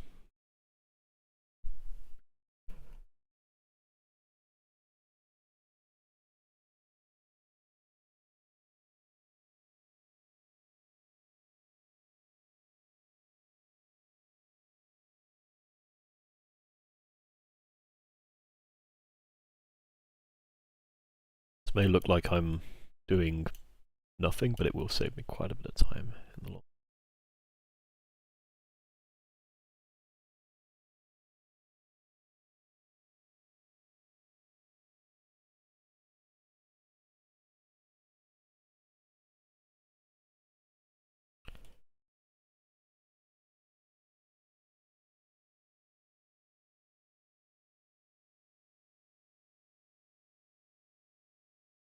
I think I can just do this for the final bit. Yeah.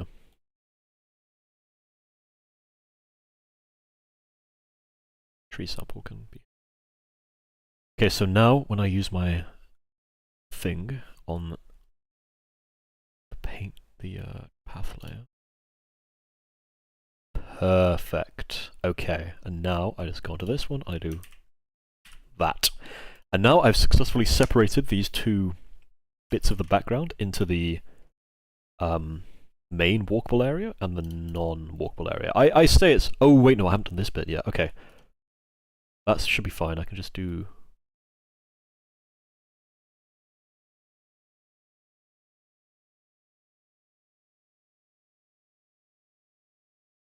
What happens if I cut this?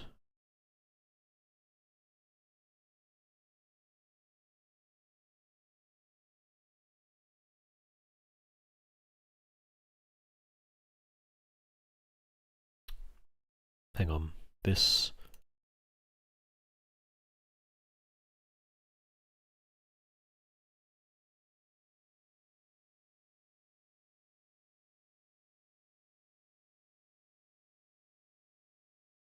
Oh wow, yeah, I actually did miss quite a lot. Okay, okay, let's sort this out.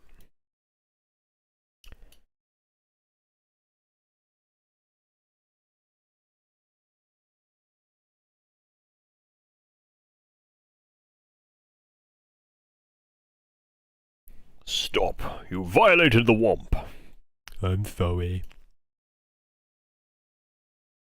I probably will buy Oblivion Remastered. I do very much like the game. I've heard it's really good, like Master.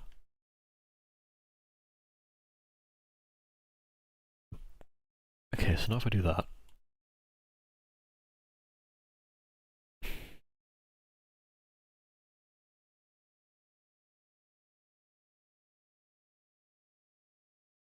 You go there.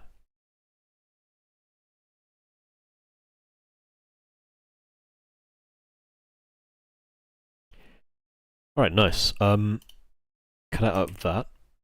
Oh no, cut out of this. Paste. I'll move it down so I know where it's headed.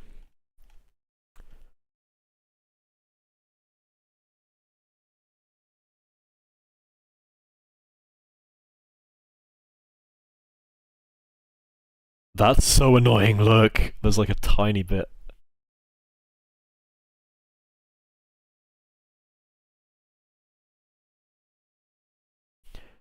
I guess I could stretch it, maybe, hopefully, maybe no one notices this? Yeah, that should be fine.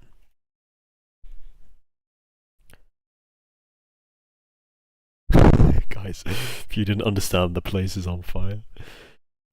Yeah, I don't know. It could be it could just be decoration, like confetti, red and orange confetti, maybe. Probably, you know, could be that. That's all I'm saying. Like, you know, let's not assume what we're seeing is what you're seeing. You know, like let's be a little bit more respectful, sweetie. Okay. Yeah. Let's not assume, sweetie. Yeah.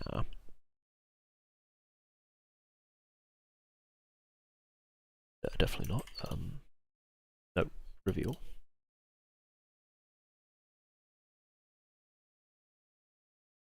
Okay, I finally sorted it. Right, so this is the inner layer. Then I can merge all these like, boom, pow.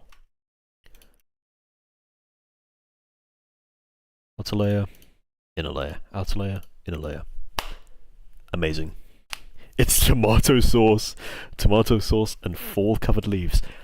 Exactly. It's just the tomato festival that the villagers throw every day. Yeah, that's what it is. That's all it is. I'm noticing an error here. Let's fix it. That's better.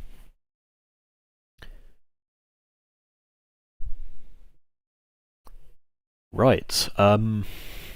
So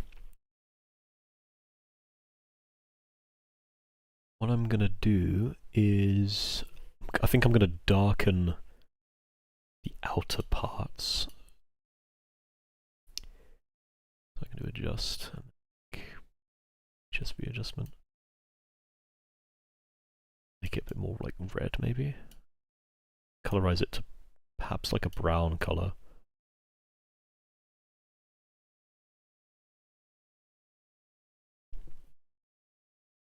I should also add some smoke. Yeah, I will add like a smoke effect afterwards. I will do that.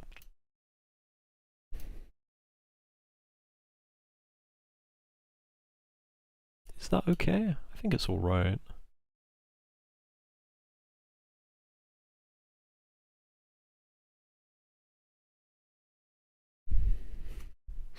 I don't know though.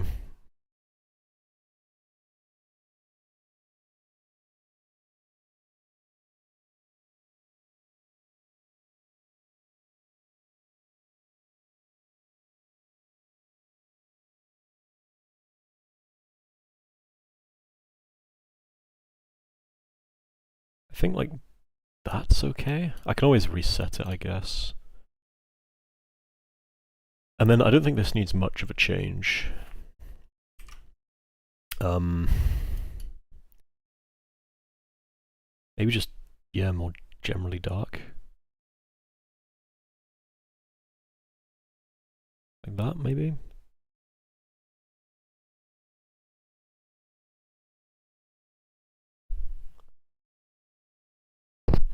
The final boss is Snoop Dogg, clearly. Well, he can breathe, like, air, I guess. He can, like, puff air at you, because he's like a wind kind of... He's got, like, a wind kind of deal going on. Oh god, this little move... This... Oh, that's so annoying.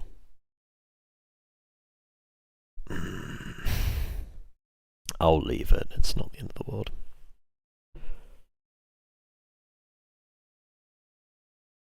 Alright, so...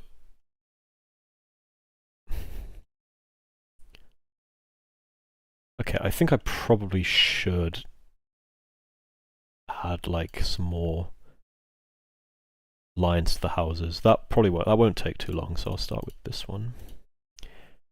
I can just do this basically.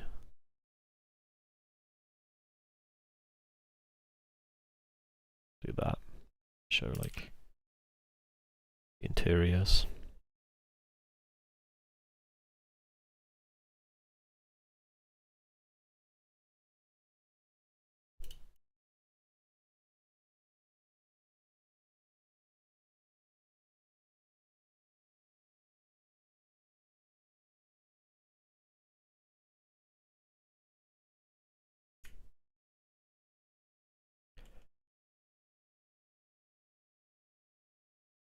This house.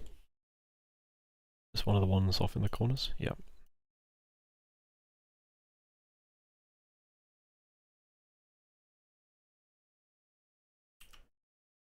Doesn't have to be like super accurate, like that's fine really. I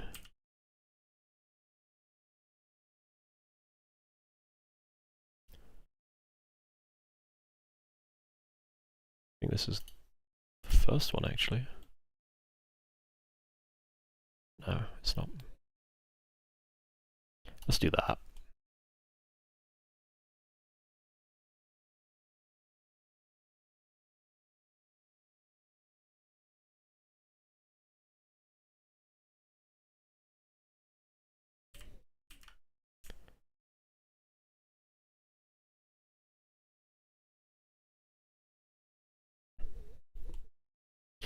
Do you know what's your favorite Gen 3 starter Pokemon? Swampert. Oh, you silly goose.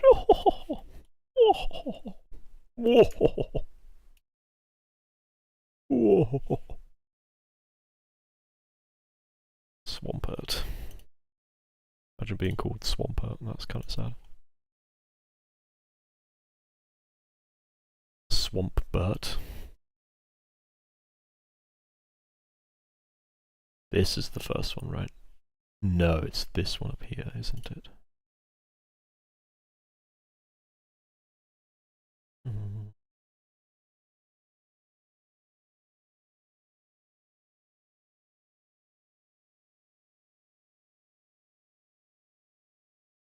The problem is now, some of these houses look too intact. I think I might... Oh god, this is such a pain. You know what, it's fine.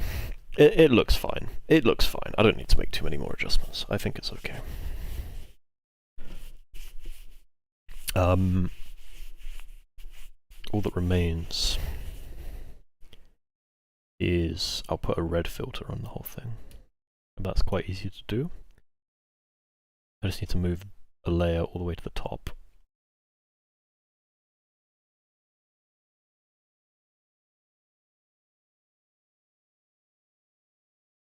Fill it with red.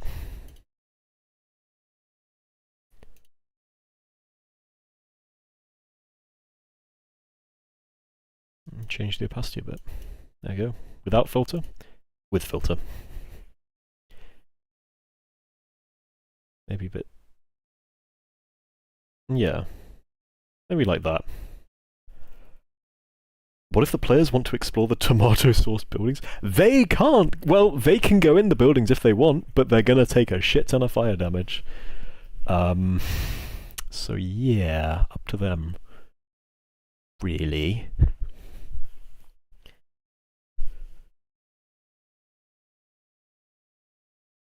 I increase this opacity. How does it look?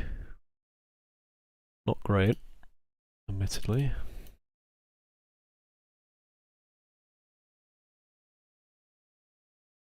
Actually, I think this kind of looks... This does look kind of fire, actually. Haha, get it? Kind of fire.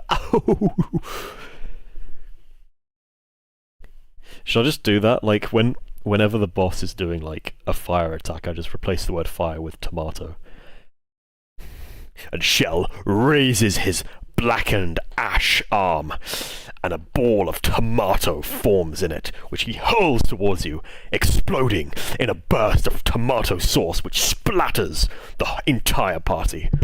Make a dexterity saving throw. If you fail the saving throw, you are now covered in tomato for 1 hour! Ha ha ha ha!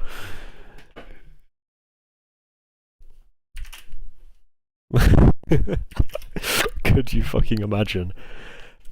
All the tension that I've built up over the entire campaign is just gone when you find out he's just throwing tomato at you.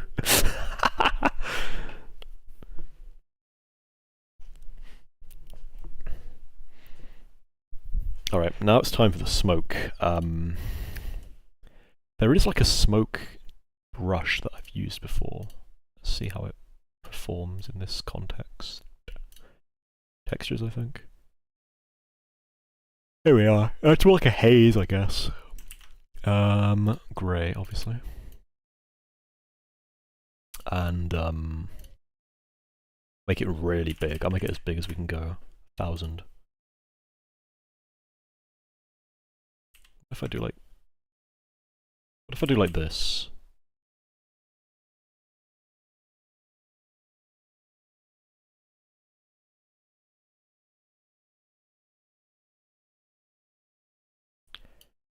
And then I need to move it up all the way.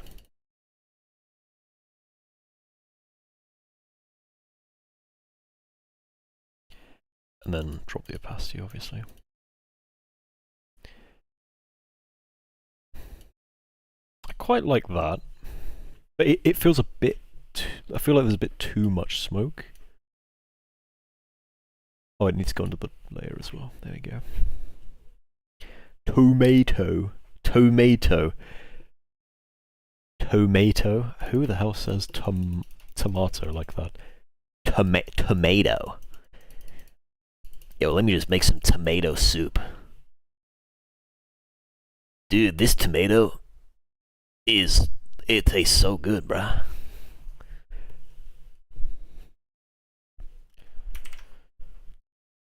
Alright, I think I will change the smoke.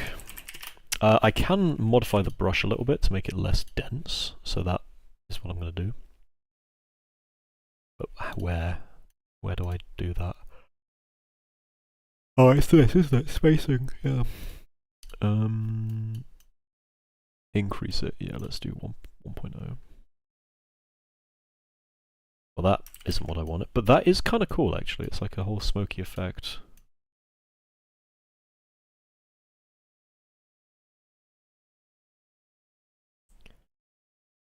But it's not really making use of the texture, it's just a filter, basically. Which I'm not the biggest fan of, so I'm gonna get rid of that. I can raise this to like... do like this. See how this looks.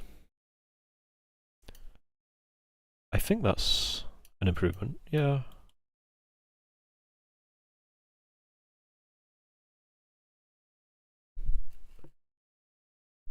Just put a black brush and make it a bit transparent and just trail the trees.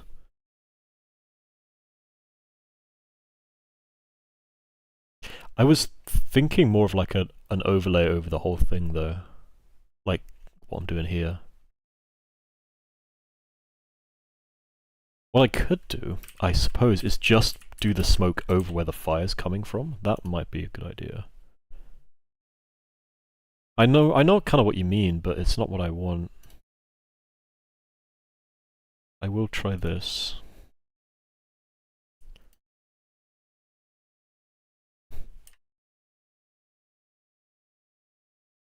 Let's shrink this.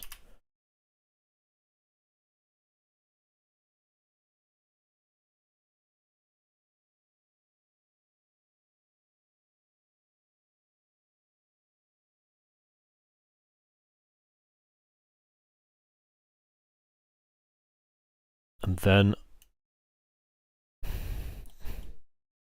maybe like this? I think this is not bad. I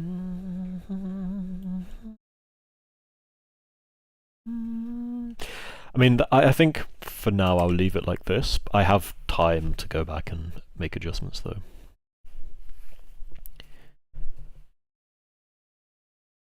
Because it's still, I've still got a few days until the campaign, until the session, I mean. I'm gonna eat again, 1 second.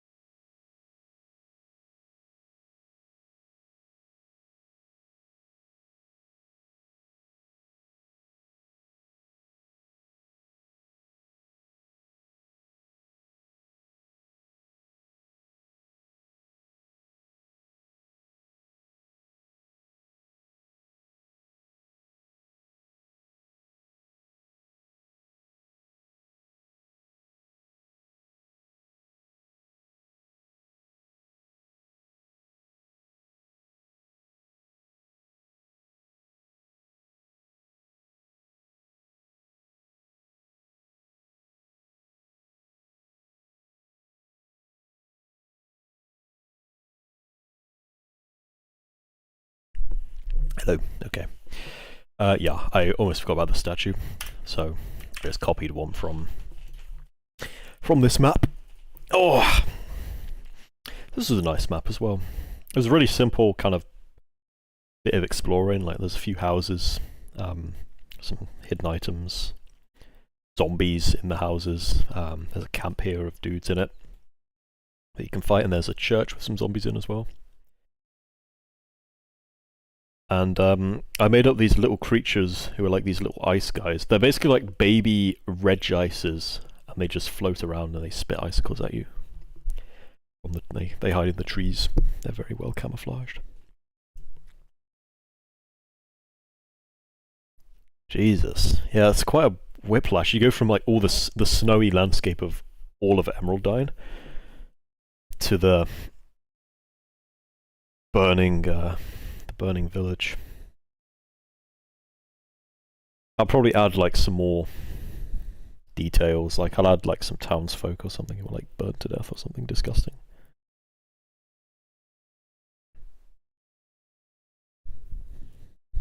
Move the statue up a bit. There we go. Yeah, good. I'm quite happy with this, honestly.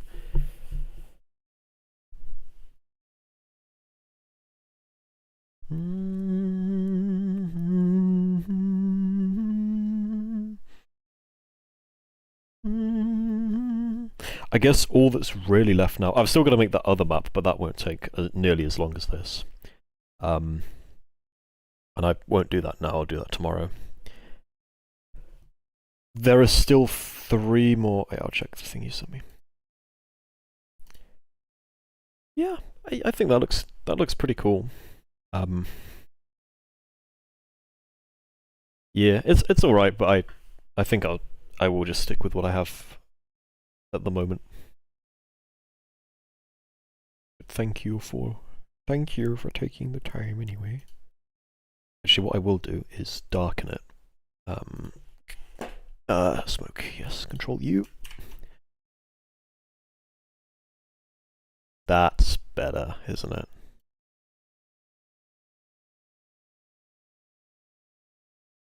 I think that's better. Wait, the smoke, I'm sorry. I removed my pointer?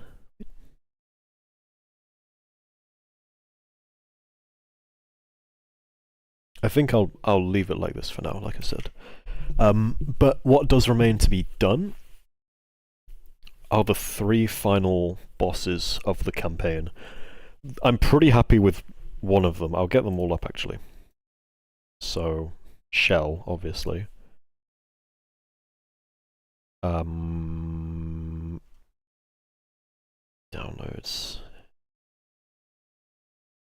King Melgar. Oh, I didn't mean to overwrite that. Oh well.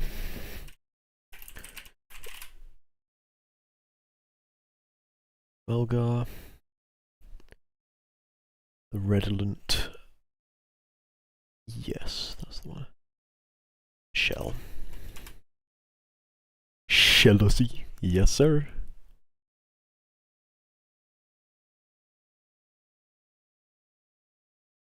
Okay, so I guess I can start with... If anything sounds broken or overpowered, let me know, because, yeah, I would like a bit of feedback on these guys. I also do need to get my other one up. Where, I think it's just this. Yeah. So anyway, yeah, the first boss, and then they're very close to this boss actually. It's called the Redolent, and it's this dude.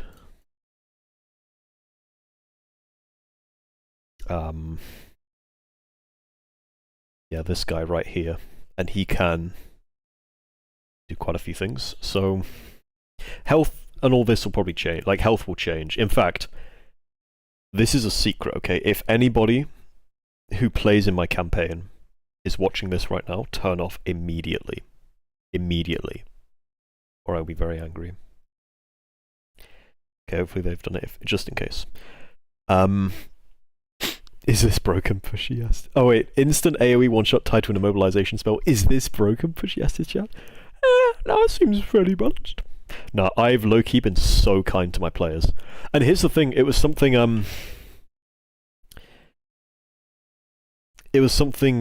Orendi said earlier, because when we play, we basically allow ourselves to have more HP than, like, is typical in D&D. We basically give ourselves bonus HP. We can do, like, I can play, like, harder monsters to make up for that, right? Which I think is really cool, because it feels much better when you're defeating something that feels powerful, right? Anyway, thing I was going to say is that when it comes to bosses, I don't actually track hit points on the boss. I just let the combat play for a bit until, like, everybody's had a chance to do something cool and, like, the boss has had a chance to do something cool, and then I kill the boss, like, basically, or I have them kill the boss. So yeah, that's one of my D&D things. I usually let it go for, like, depending on the boss, you know, anywhere between, like, 4 to 6 rounds. Don't want it to drag on too long. Like, if it's a major boss, it'll be, like, more than 6 rounds, probably. Hoyo HP inflation has hit the D&D players. Oh my god. Yes, but not... Okay, HP inflation, yes, but not Hoyo HP inflation. Because I still keep the enemies, like, HP, like, fairly low. I just allow them to do more cool things, right? Because they can do more cool things, because the players are more tanky. Anyway, here's the guy. So he has, like, a few passives. He's got 1 legendary resistance, which is quite good. So yeah, its main thing is this, where basically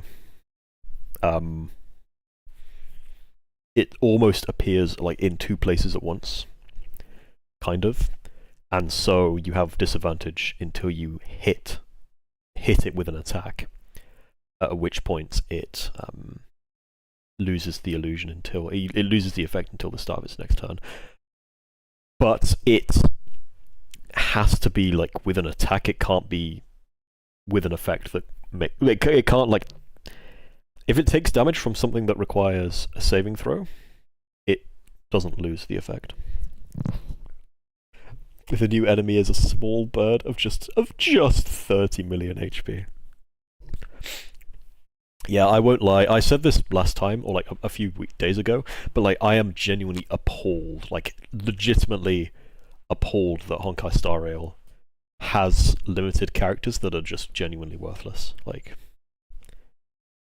that's really bad, like, honestly. It's so bad. It's one thing for a limited character to be, like, weak, but for them to be legitimately, like, pointless and you might as well not do anything with them, that's really bad.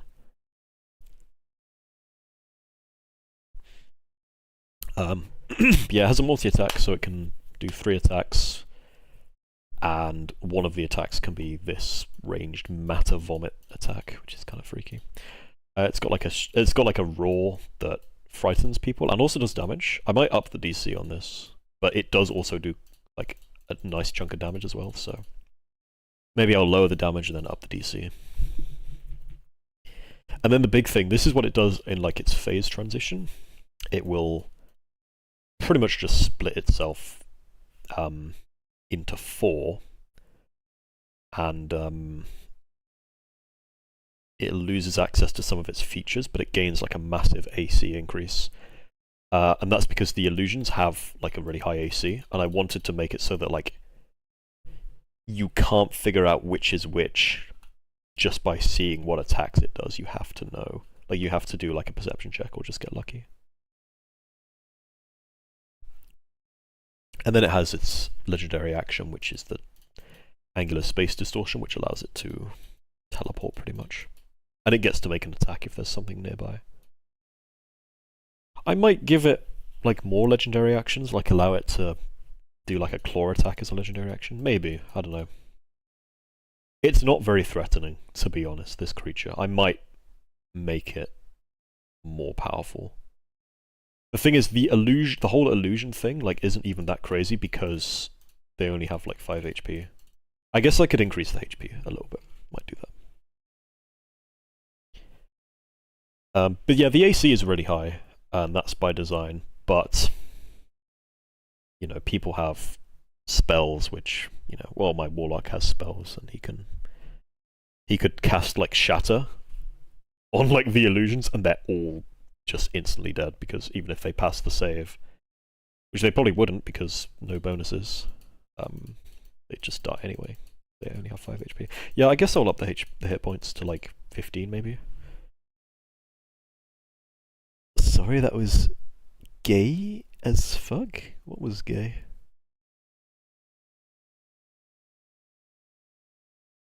Oh god damn it, my filter came back. What the hell? Okay, sorry bro, my filter's been on this whole time. Oh my god, are you kidding me? Legendary action, he stops time and sucks your D, making you cut. What? Okay, that was gay AF, bro. Ooh, wait a minute though. I do have a really cool character. She's she basically has Zani's weapon, but she's like a crusader. In fact, my players are literally about to... They met her once before, but they're about to meet her again. And I'm pretty sure one of my players is going to challenge her to a duel, and it's not going to end up... It's not going to be very pretty. But she won't kill him, because, you know, she's not evil. She'll just knock him out, and then probably heal him afterwards, because she's just a nice gal. And she can actually rewind time. She's nuts. The thing is, there actually is a time stop spell in D&D, but it's kind of bad. Because, you stop time, right? It's as it sounds, right? So you stop time for everybody but yourself and, like, the things you're wearing. But if you, like, attack anybody in the time stop, the spell instantly ends. So, it's not that cool. It's not that good, to be honest. In terms of, like, combat, anyway. Next campaign, add a succubus and make her seduce the players, Kappa.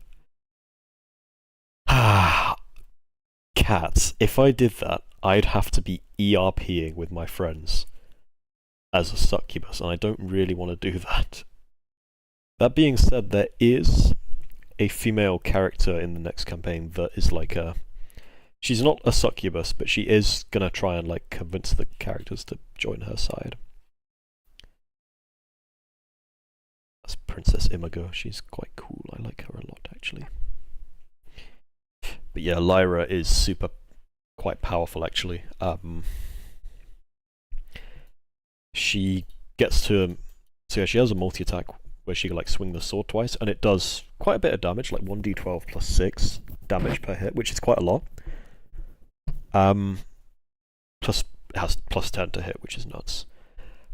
But the big thing... Actually, no, it shouldn't be plus 10, it should be higher. It should be like...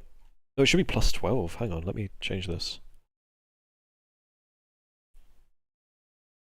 In fact, I'll make it plus 13, because the sword is probably enchanted. In that case, the shield bash is also plus 13. Oh, gee, she's like never gonna miss. But the main thing with her is like, okay, sure, she does 1d12 plus 6 damage. But she's a paladin, so... She gets an additional 5d8 radiant damage whenever she hits with a melee weapon.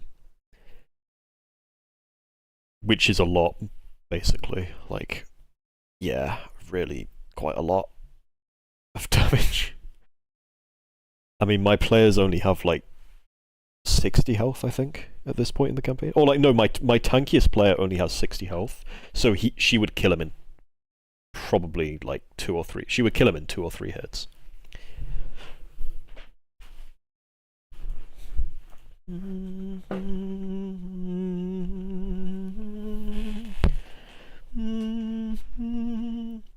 Oh wait, she gets bonus action unarmed strike. Okay, yeah, so she would kill him. She would actually kill him in 2 turns. Or maybe even 1 turn, low key. Yeah. Well, she's an ally, right? She's not meant to be an enemy. She's not meant. You're not meant to fight her. She's like your friend. Because she is based, like primarily on, like sure she has a lot of damage, but she's also like a support as well. A lot of her spells are support spells, and she can heal people and all that stuff.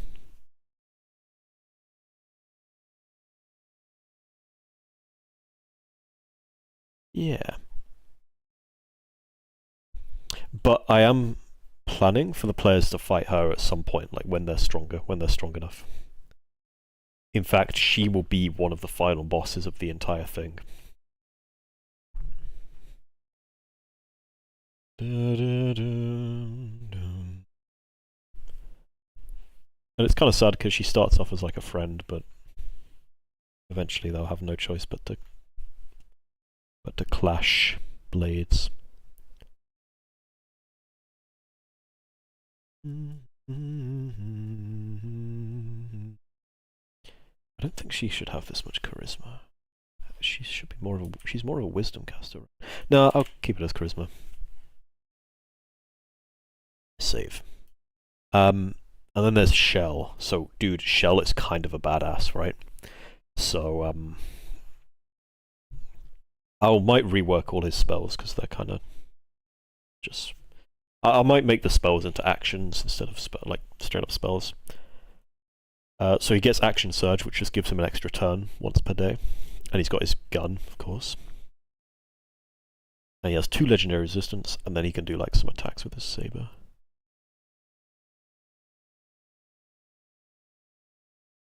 I'll definitely up these hit bonuses. But yeah, like his coolest thing is like his counters, so if you try and hit him with a melee, he can attempt to counter it, and if he succeeds, he knocks you off balance, and he can like hit you easier. Oh no, you have disadvantage, okay. He can also like deflect stuff with his sword, which is so cool. Like he can deflect like bullets and arrows and that kind of thing. Kind of like monks can do. They can like catch arrows midair, which is really cool. And he can also deflect magic if his sword has a certain spell active on it. So if his sword's on fire, he can deflect magic with it. Yeah, I'm excited to run this boss. It still needs a bit of work, because it might be too weak or too overpowered or something or other. But, yeah. And then there's the final boss, of course, which is the dragon. And this is incomplete, like...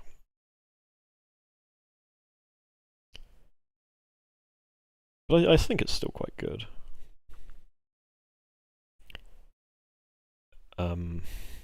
Yeah, he's cool. He can like bite you and toss you around in his mouth, and that's all that stuff. He can summon like he can summon a tornado to like fling you into the air. He can like summon a cloud above your head, which like zaps you with lightning. And he's got his lightning breath attack, of course, which all dragons have. This is actually not very deadly. Like 10d6 is a lot of damage, but for a dragon breath attack, it's kind of low, so I might increase it.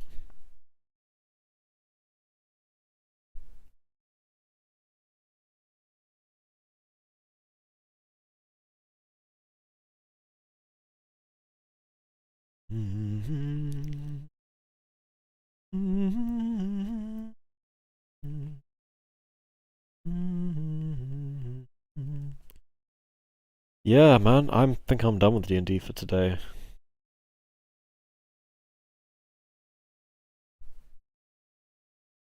Actually, no, I'm not. I might talk a bit about Bard, because I'm super excited to play my Chakona Bard.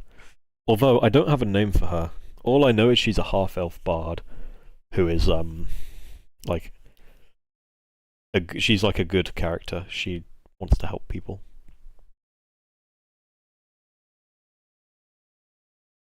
And she's like mainly a singer.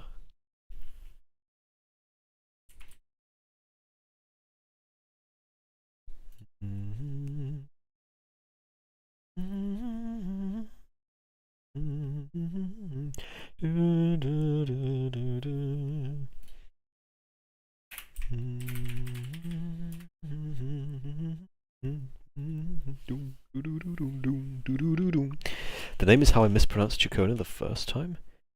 Chiaconia. Oh, like that. Chiconia? Chikiona? Chikiona. Chiacona. Nah, it's too similar. I don't know. I'll use like a name generator. I don't know.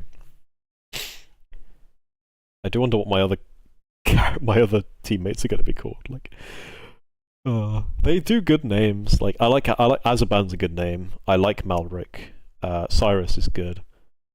Grizzos Grendel has to be the best name though. That was our previous warlock. Grizzos Grendel was great. I love that name.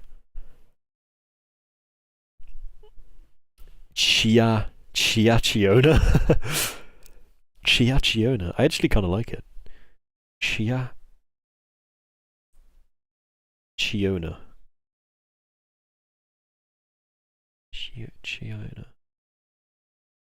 Chiona. I don't know. I quite like it actually. Chiona. Or maybe just like Chiona. Chiona? I quite like Chiona. Yeah, as a bard, your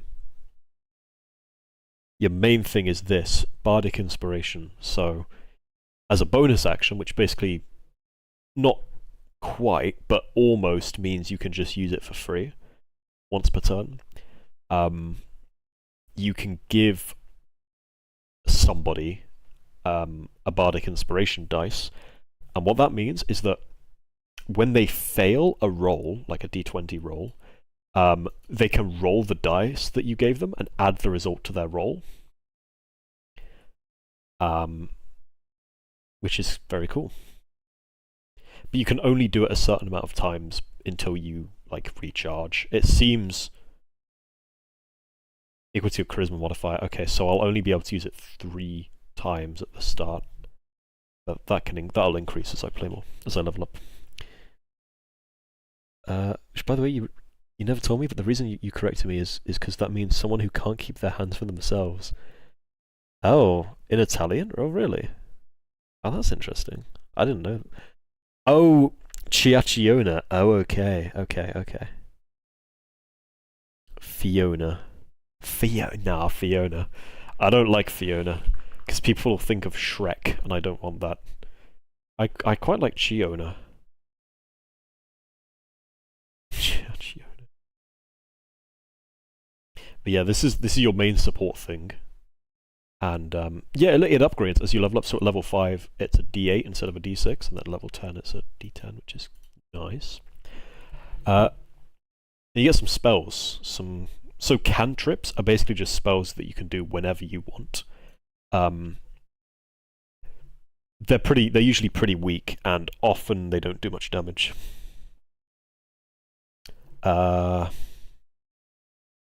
And then leveled spells are the ones that are limited, and they recharge whenever you do a long rest, which is basically whenever you sleep. But these are like the powerful spells. Do I want something Italian sounding? I mean, I wouldn't say no. I'd be happy with it, with an Italian sounding one. I do quite like the Italian names,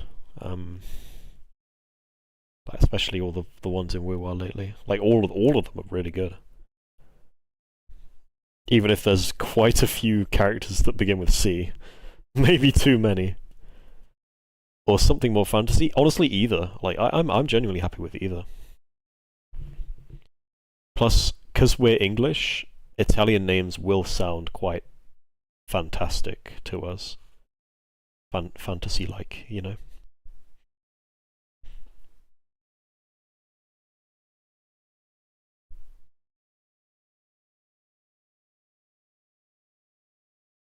Excuse me.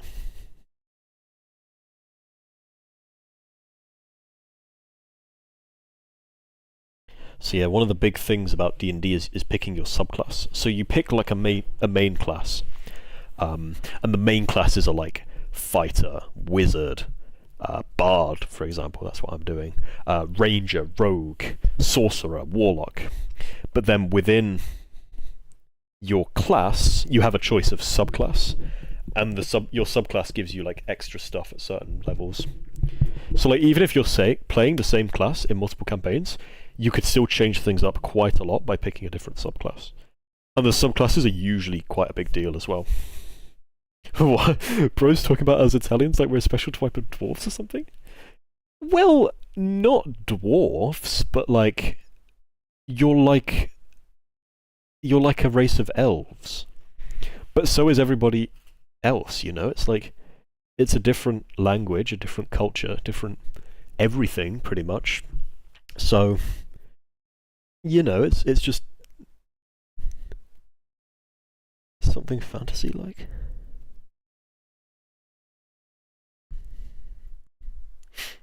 I don't know what you mean, but yeah, I mean, you guys are kind of fantasy. Like you know, you've got a really cool. You've got like cool cities, and you've got like pizza and stuff, and like wine. And Rome is in Italy, and Rome is like pretty cool, like ancient Rome and all that stuff. Can I describe my character? Yeah, so she's a. Visually, she looks very much like Chacona. She's like a. She's got very bright green. I'm not sure about red hair. Maybe like ginger hair instead of red hair. So ginger hair. She's got really big, bright green eyes. She's a half elf, so she has the ears. And she's like a traveling singer who wants to spread joy and hope, basically, wherever she goes. She's also like very in tune with nature because she has like wood elf heritage. So like she enjoys like hanging out with animals and all that stuff, and like she likes forests and that kind of thing. And the campaign we're playing, like it's called Curse of Strahd, and it takes place in like the domain of a vampire, basically, of like an evil vampire. So she's going there to try and like bring hope to the people of that land with her songs and music. And yeah, she's like very upbeat and like happy, but she also has a bit of an ego. And she thinks herself above, not like everybody, but she definitely will think she's better than the adventurers, like the other adventurers in the party. Yeah.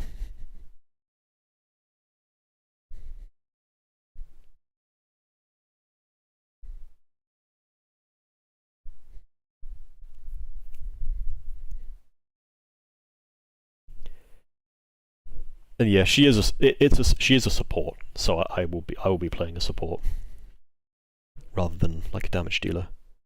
But I will also probably be the face of the party, which means I will most of the time I'll be the one like interacting with people, like NPCs and stuff like that. And that's part of like what bards do. Like if you've got a bard, usually the bard is the face of the party because bards have like insane charisma. Like that's the whole thing of a bard. It's like, you know, you can smooth talk your way into positive situations and out of negative ones with like your charm and your charm, really.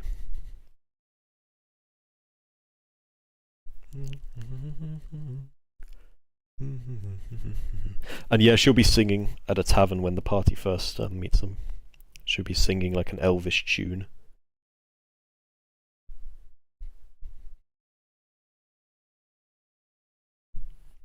This is interesting. I actually didn't read this, but you've learned secrets from various magical traditions. Whenever you reach a bard level, including this level, and the prepared spells number in the bard features table increases, you can choose any of your new prepared spells from the bard, cleric, druid, or wizard spell lists. The reason that's so good is because wizards have like insane spells, so like I could just choose wizard spells. Unfortunately, I probably won't get to use this because the campaign ends at level 10, but oh well.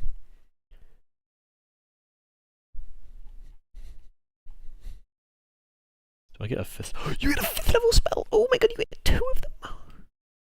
Wait, hang on.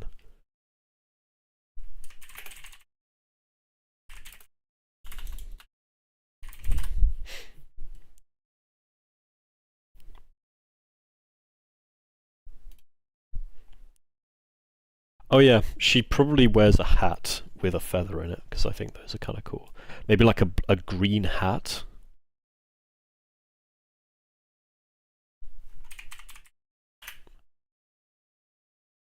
Luminary hat. Like fantasy? I'm thinking of Dragon Quest, like there's a class in Dragon Quest called Luminary, and like they have a really cool hat.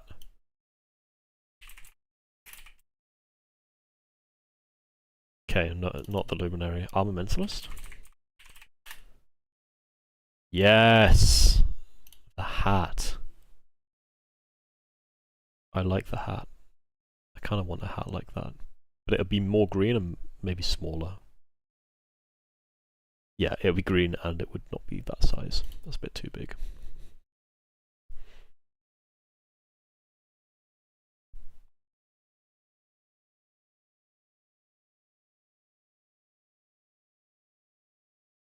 Cloud kill. That sounds scary.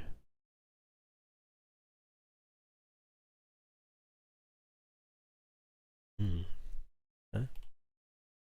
Commune with city?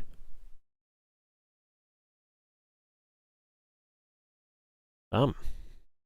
That's insane.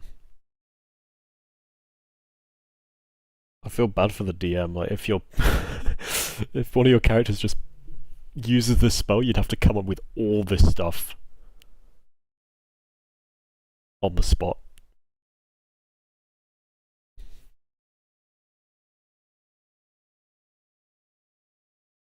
Dominate person. What does this do? Be a bit tricksy with someone.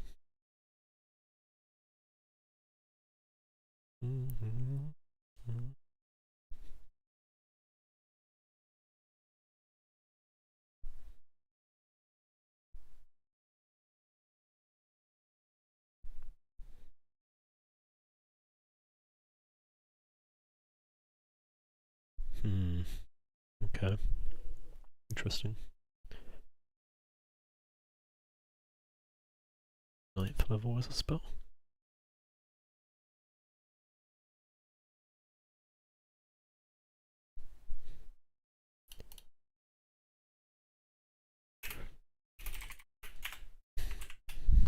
Best 5th level spell.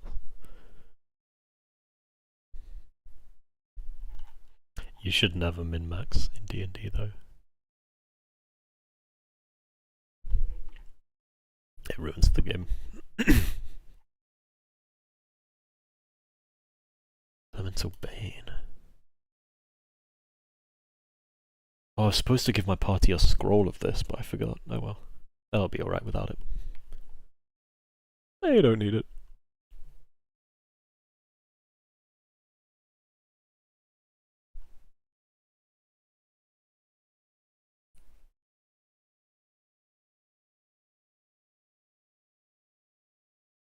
This is all saved? Yeah.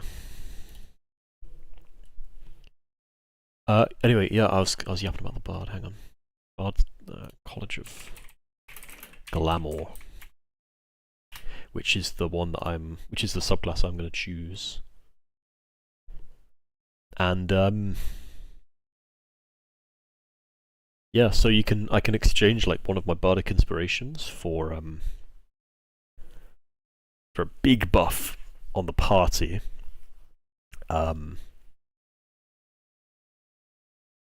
Yeah, so it gives them temporary hit points, and they can use their reaction to move up to its speed without provoking opportunity attacks, which is really fat. So basically, on my turn, I can give the whole party like a shield, and they can move if they so choose, which is really powerful because that means I can basically move them whenever I want, even when it's not their turn. Or I can allow them to move even when it's not their turn.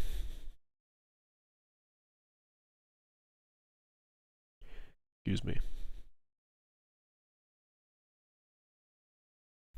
There is another college though that I am thinking of. College of Eloquence, which is also really powerful. And this one's for like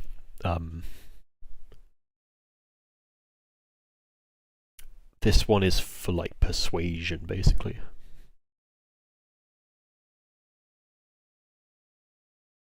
Also, it's got this really powerful one here, where like if your bardic inspiration isn't enough to make them pass a check, you get it refunded. Which, god damn, that's so good. I might try and make a deal with DM to get this feature on my other subclass, because I really want that feature. It's so broken.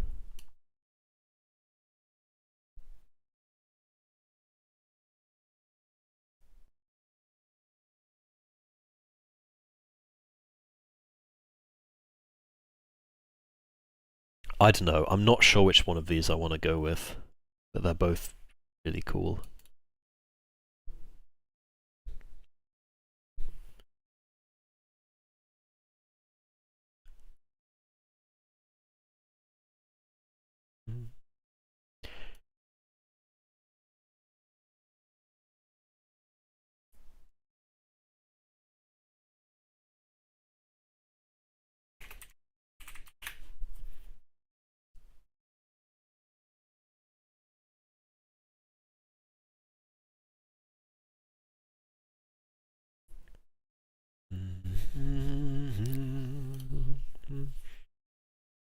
Check Discord.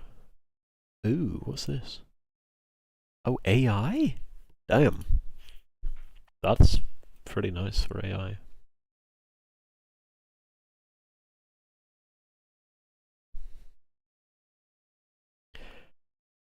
Bro, low-key, like S2 Shorekeeper might be a need. I'm not gonna lie.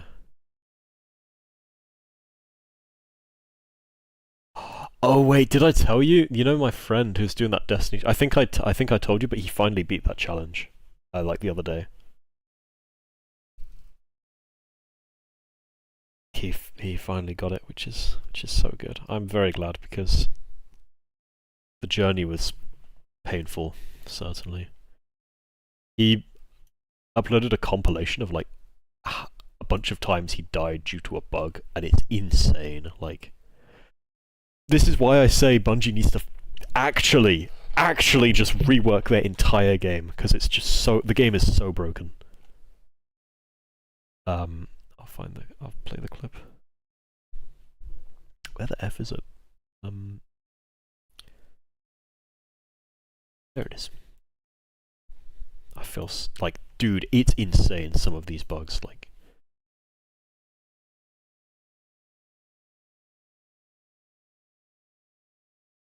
Loading back in. Okay, that's good damage. That's really good damage. Yeah. So here, the boss just freezes, so he soft locks. Down here, are you? Hopefully it goes back upstairs. It's not come up here, has it? This is soft locked, isn't it? Yeah. And it does this one bug like 8 times as well. It's insane. Yeah, it's not breaking up. The same bug happens just over and over. Right, I'm going to do a test here. Got blistering dominance. Okay, look at this. This is insane, alright? Just look at the enemy's health. Which one hit the brick? Okay, look. His health's up there, right? It's the yellow bar. He shoots him. Okay. It's dead. Yes. And it just heals. Like out of nowhere. Somehow. No. Wait, what? You all saw the health bar disappear in one go and then come back, right? Okay, that's potentially recoverable. Same thing if it again. soft-locked. And It it's has soft locked. soft-locked. Oh my god! Nothing I can do. That's insane as well. Like, oh my god, that's so stupid. So basically, like, you kill this guy, he's got the blue thing on him, you kill him, and then the blue thing drops onto the ground, and you pick it up, right? But look what happens, the blue thing's there, it just vanishes! And he dies because of that. He needed the blue thing. Oh, we got some ideas, nice, okay. Some ideas. Farla or Faria, Deleone / Merlia, Amalfi, is okay? Lariel and Aliante. Okay, yeah, I do quite like them. They all sound really nice. I like Merlia a lot.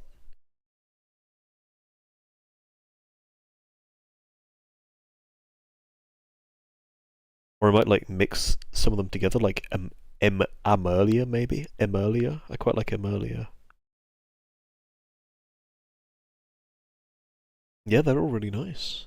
I do like Emerlia. Lariel. Ala. Deleone.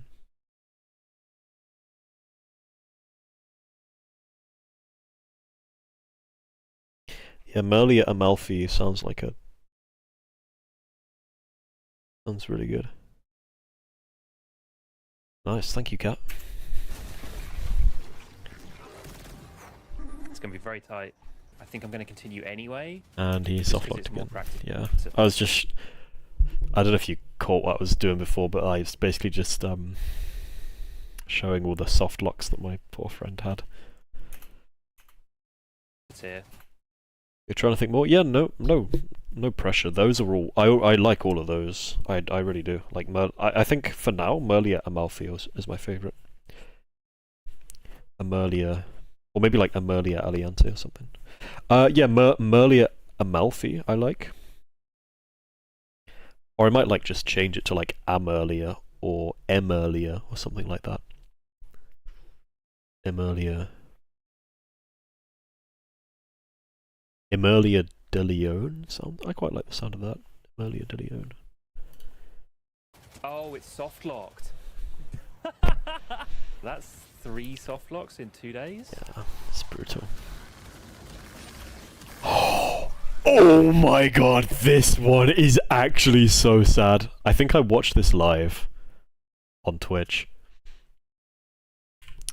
Oh my god, this is so sad, this one.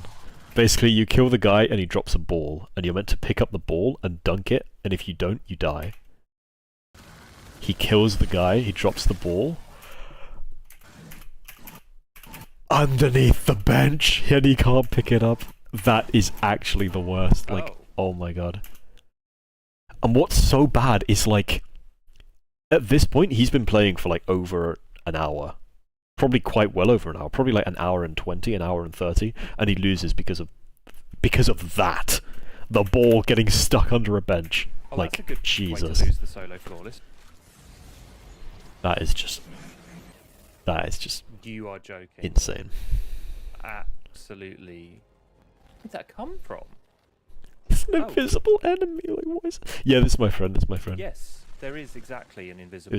This is like a compilation of all the soft locks that he had in his when he's doing that challenge I was mentioning.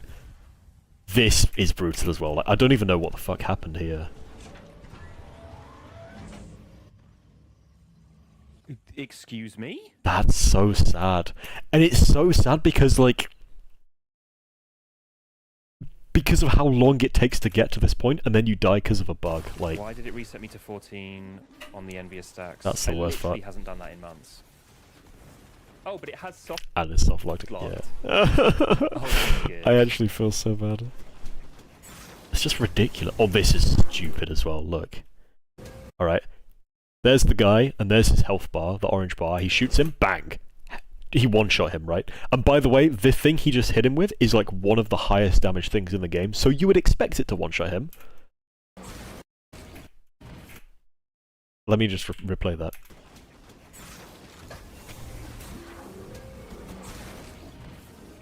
Bro. He just said no. He literally just said no to being one-shot. Like, yeah.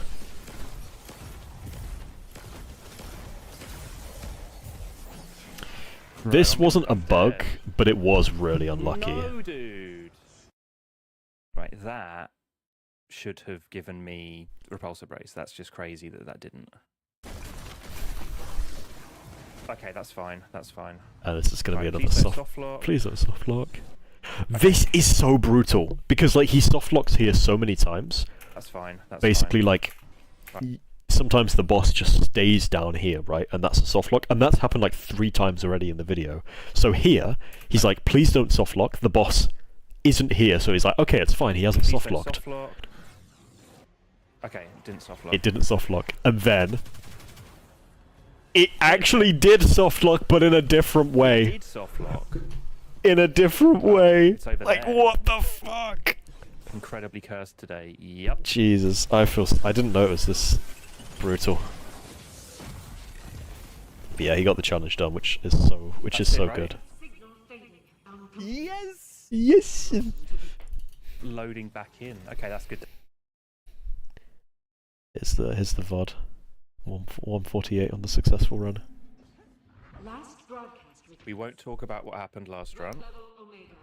Uh-oh.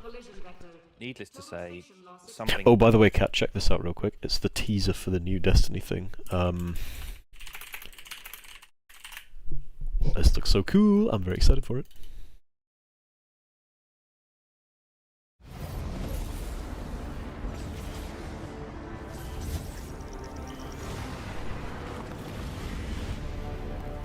Whoa! Yeah, bro, this could be sick. Obviously, there's already YouTubers making like 50-minute videos dissecting this 15-second video. Probably not, but it does look very interesting. Like, I do wonder what exactly is going on here. It looks like we're traveling at super speed. And then there's this planet, which is like collapsing, which looks kind of cool. And then we get a look at the new armor. This looks like Warlock. I like the look of this, definitely. I love the helmet.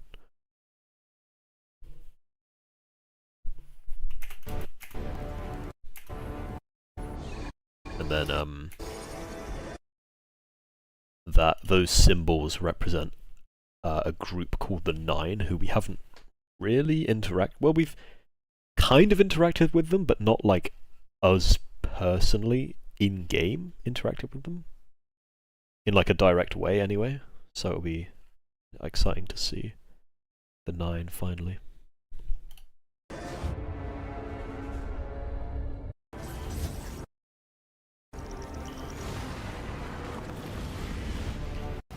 Yeah, I'm super excited for this. Alright, new names, okay. Delia, Valia, Nerina, Serena, Sala, Shirley, Xenia, and Amalfi. Okay, yeah.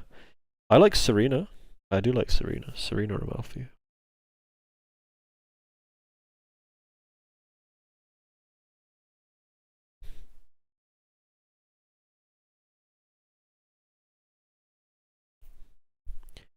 Yeah, I think I'll do. Yeah, I like Merlia and Serena. So I think for now, probably Serena.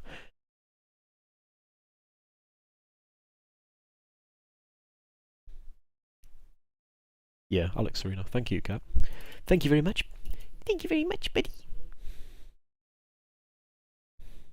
No, to be honest, I'm very happy with Serena.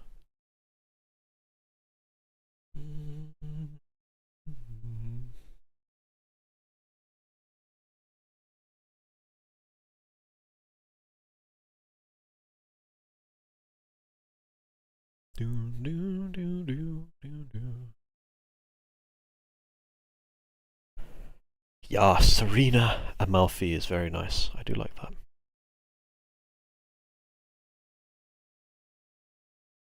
I can Google Amalfi. Oh, is that the city?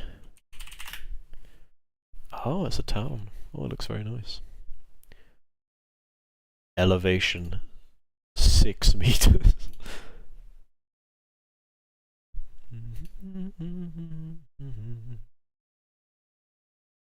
Whoa, it's so beautiful. You want to see how it looks? Hell yeah. How? Yeah, it's very nice. It reminds me of Croatia, actually.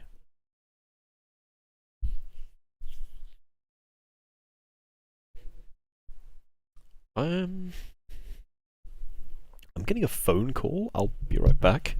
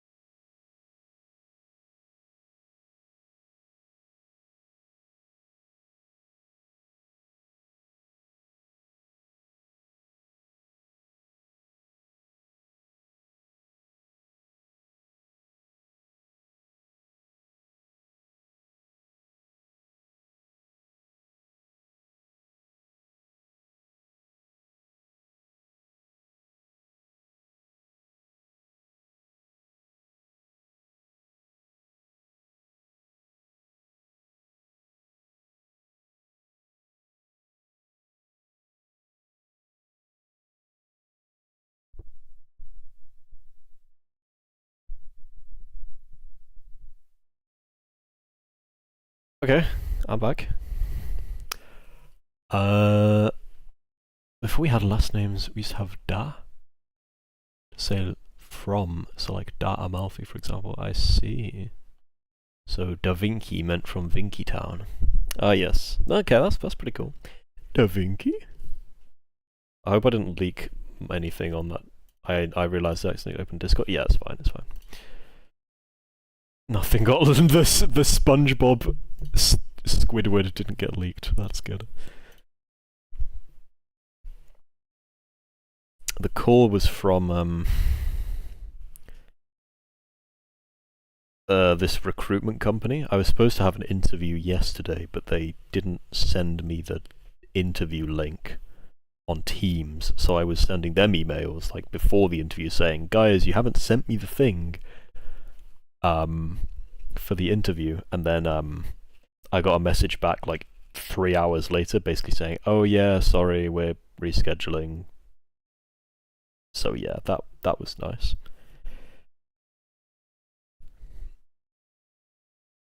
Let me just get my effing stuff back up on my phone. There we go. Beautiful. It's Da Vinci. Nah, that's cap. They didn't womp me. Nah, they're just silly goobers. Da Vinci? Da Vinci? We all want a teenage mutant ninja turtle, but which one can turn you into Squirtle? Move your tongue into a circle. The right spot is universal. Don't know anymore. Sorry. We all want a teenage mutant ninja turtle, but which one could turn you into Squirtle? This is such a tune, though. We all want a teen. Wait. We all want a teenage mutant ninja turtle, but which one could turn you into Squirtle? Move your tongue into a circle, the right spot is universal. Don't bite or you'll get rather verbal, not to mention Donatello purple. Yes. Ninja turtle, but which one could turn you into Squirtle? We all want a teenage mutant ninja turtle, but which one could turn you into Squirtle? Yes, beautiful place. It's beautiful. Our K sound is only when it's ch. So if it was Da Vinci, I'd be right. I see. That's interesting. Wait, did I miss this one? Of course, yeah. Starts tweaking. Yeah, I'm never gonna get this god roll ever, am I? Ever. I'm never gonna get it. Da Vinci. Yeah, Da Vinci. I know it's Da Vinci, don't worry. I'm not a stoopy poopy. What? Ah.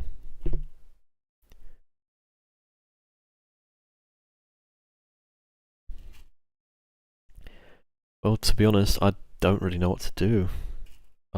I don't have any games to play either. Like, I swear I've played every game on the planet. I haven't, but yeah. So I think I'm gonna head off for a bit, because I also do need to get some food now, because I am quite hungry. But But yeah, thank you everyone for coming. Thank you, Kat, of course. Thank you. It's only 5 days until the WoW update, by the way. That's insane. Like, I swear these updates come so frequently. It's nice, actually. I like it. And yeah, even if anniversary rewards were bummy, the anniversary itself will probably be fire, so I can't be that upset. Time to start near. Yeah. Yeah. Maybe. Yeah. I hate typing from phone. Bro, same. Honestly, it sucks. Keyboards are way better. KMS. No, don't kill yourself. You're so sexy. Ha ha ha ha. Ha ha. No, don't kill yourself. You're so sexy. Ha. Alright, well, yeah, I'm ahead off, but thank you, Kat, especially, and thank you everybody for accompanying me in the journey through making the big red map. Blushing Pepe, hell yeah. Alright, well, thank you for stream. You are very welcome, my brother. You know what? I might reinstall Black Ops 3 and play more zombies because that shit's kind of fire. The problem is, though, the only problem is, it's 130 gigabytes. What? Why is it 130 gigabytes? This game was made in 2015, by the way. And it's not even that big. Like, why is it? Oh, anyway, I'm crashing out over Black Ops 3 being 130 gigabytes. Destiny is only like 70, by the way. Okay, it's more. It's like 90, but still. WoW's like 40, isn't it? It's tiny. Anyway, Genshin. Okay, that's cap, dog. That's too far. Nothing is better than Genshin. I'd rather play, I don't even know, like some shitty mobile-only gacha game than Genshin. I'd rather play Azure Lane, Blue Archive. Maybe not. Anyway, yes. Goodbye, my friendings.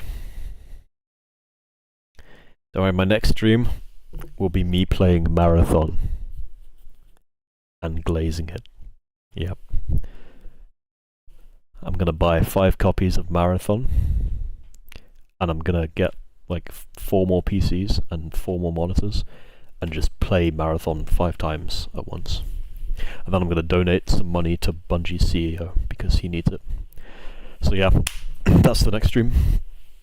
But yeah, thank you for hanging out and goodbye.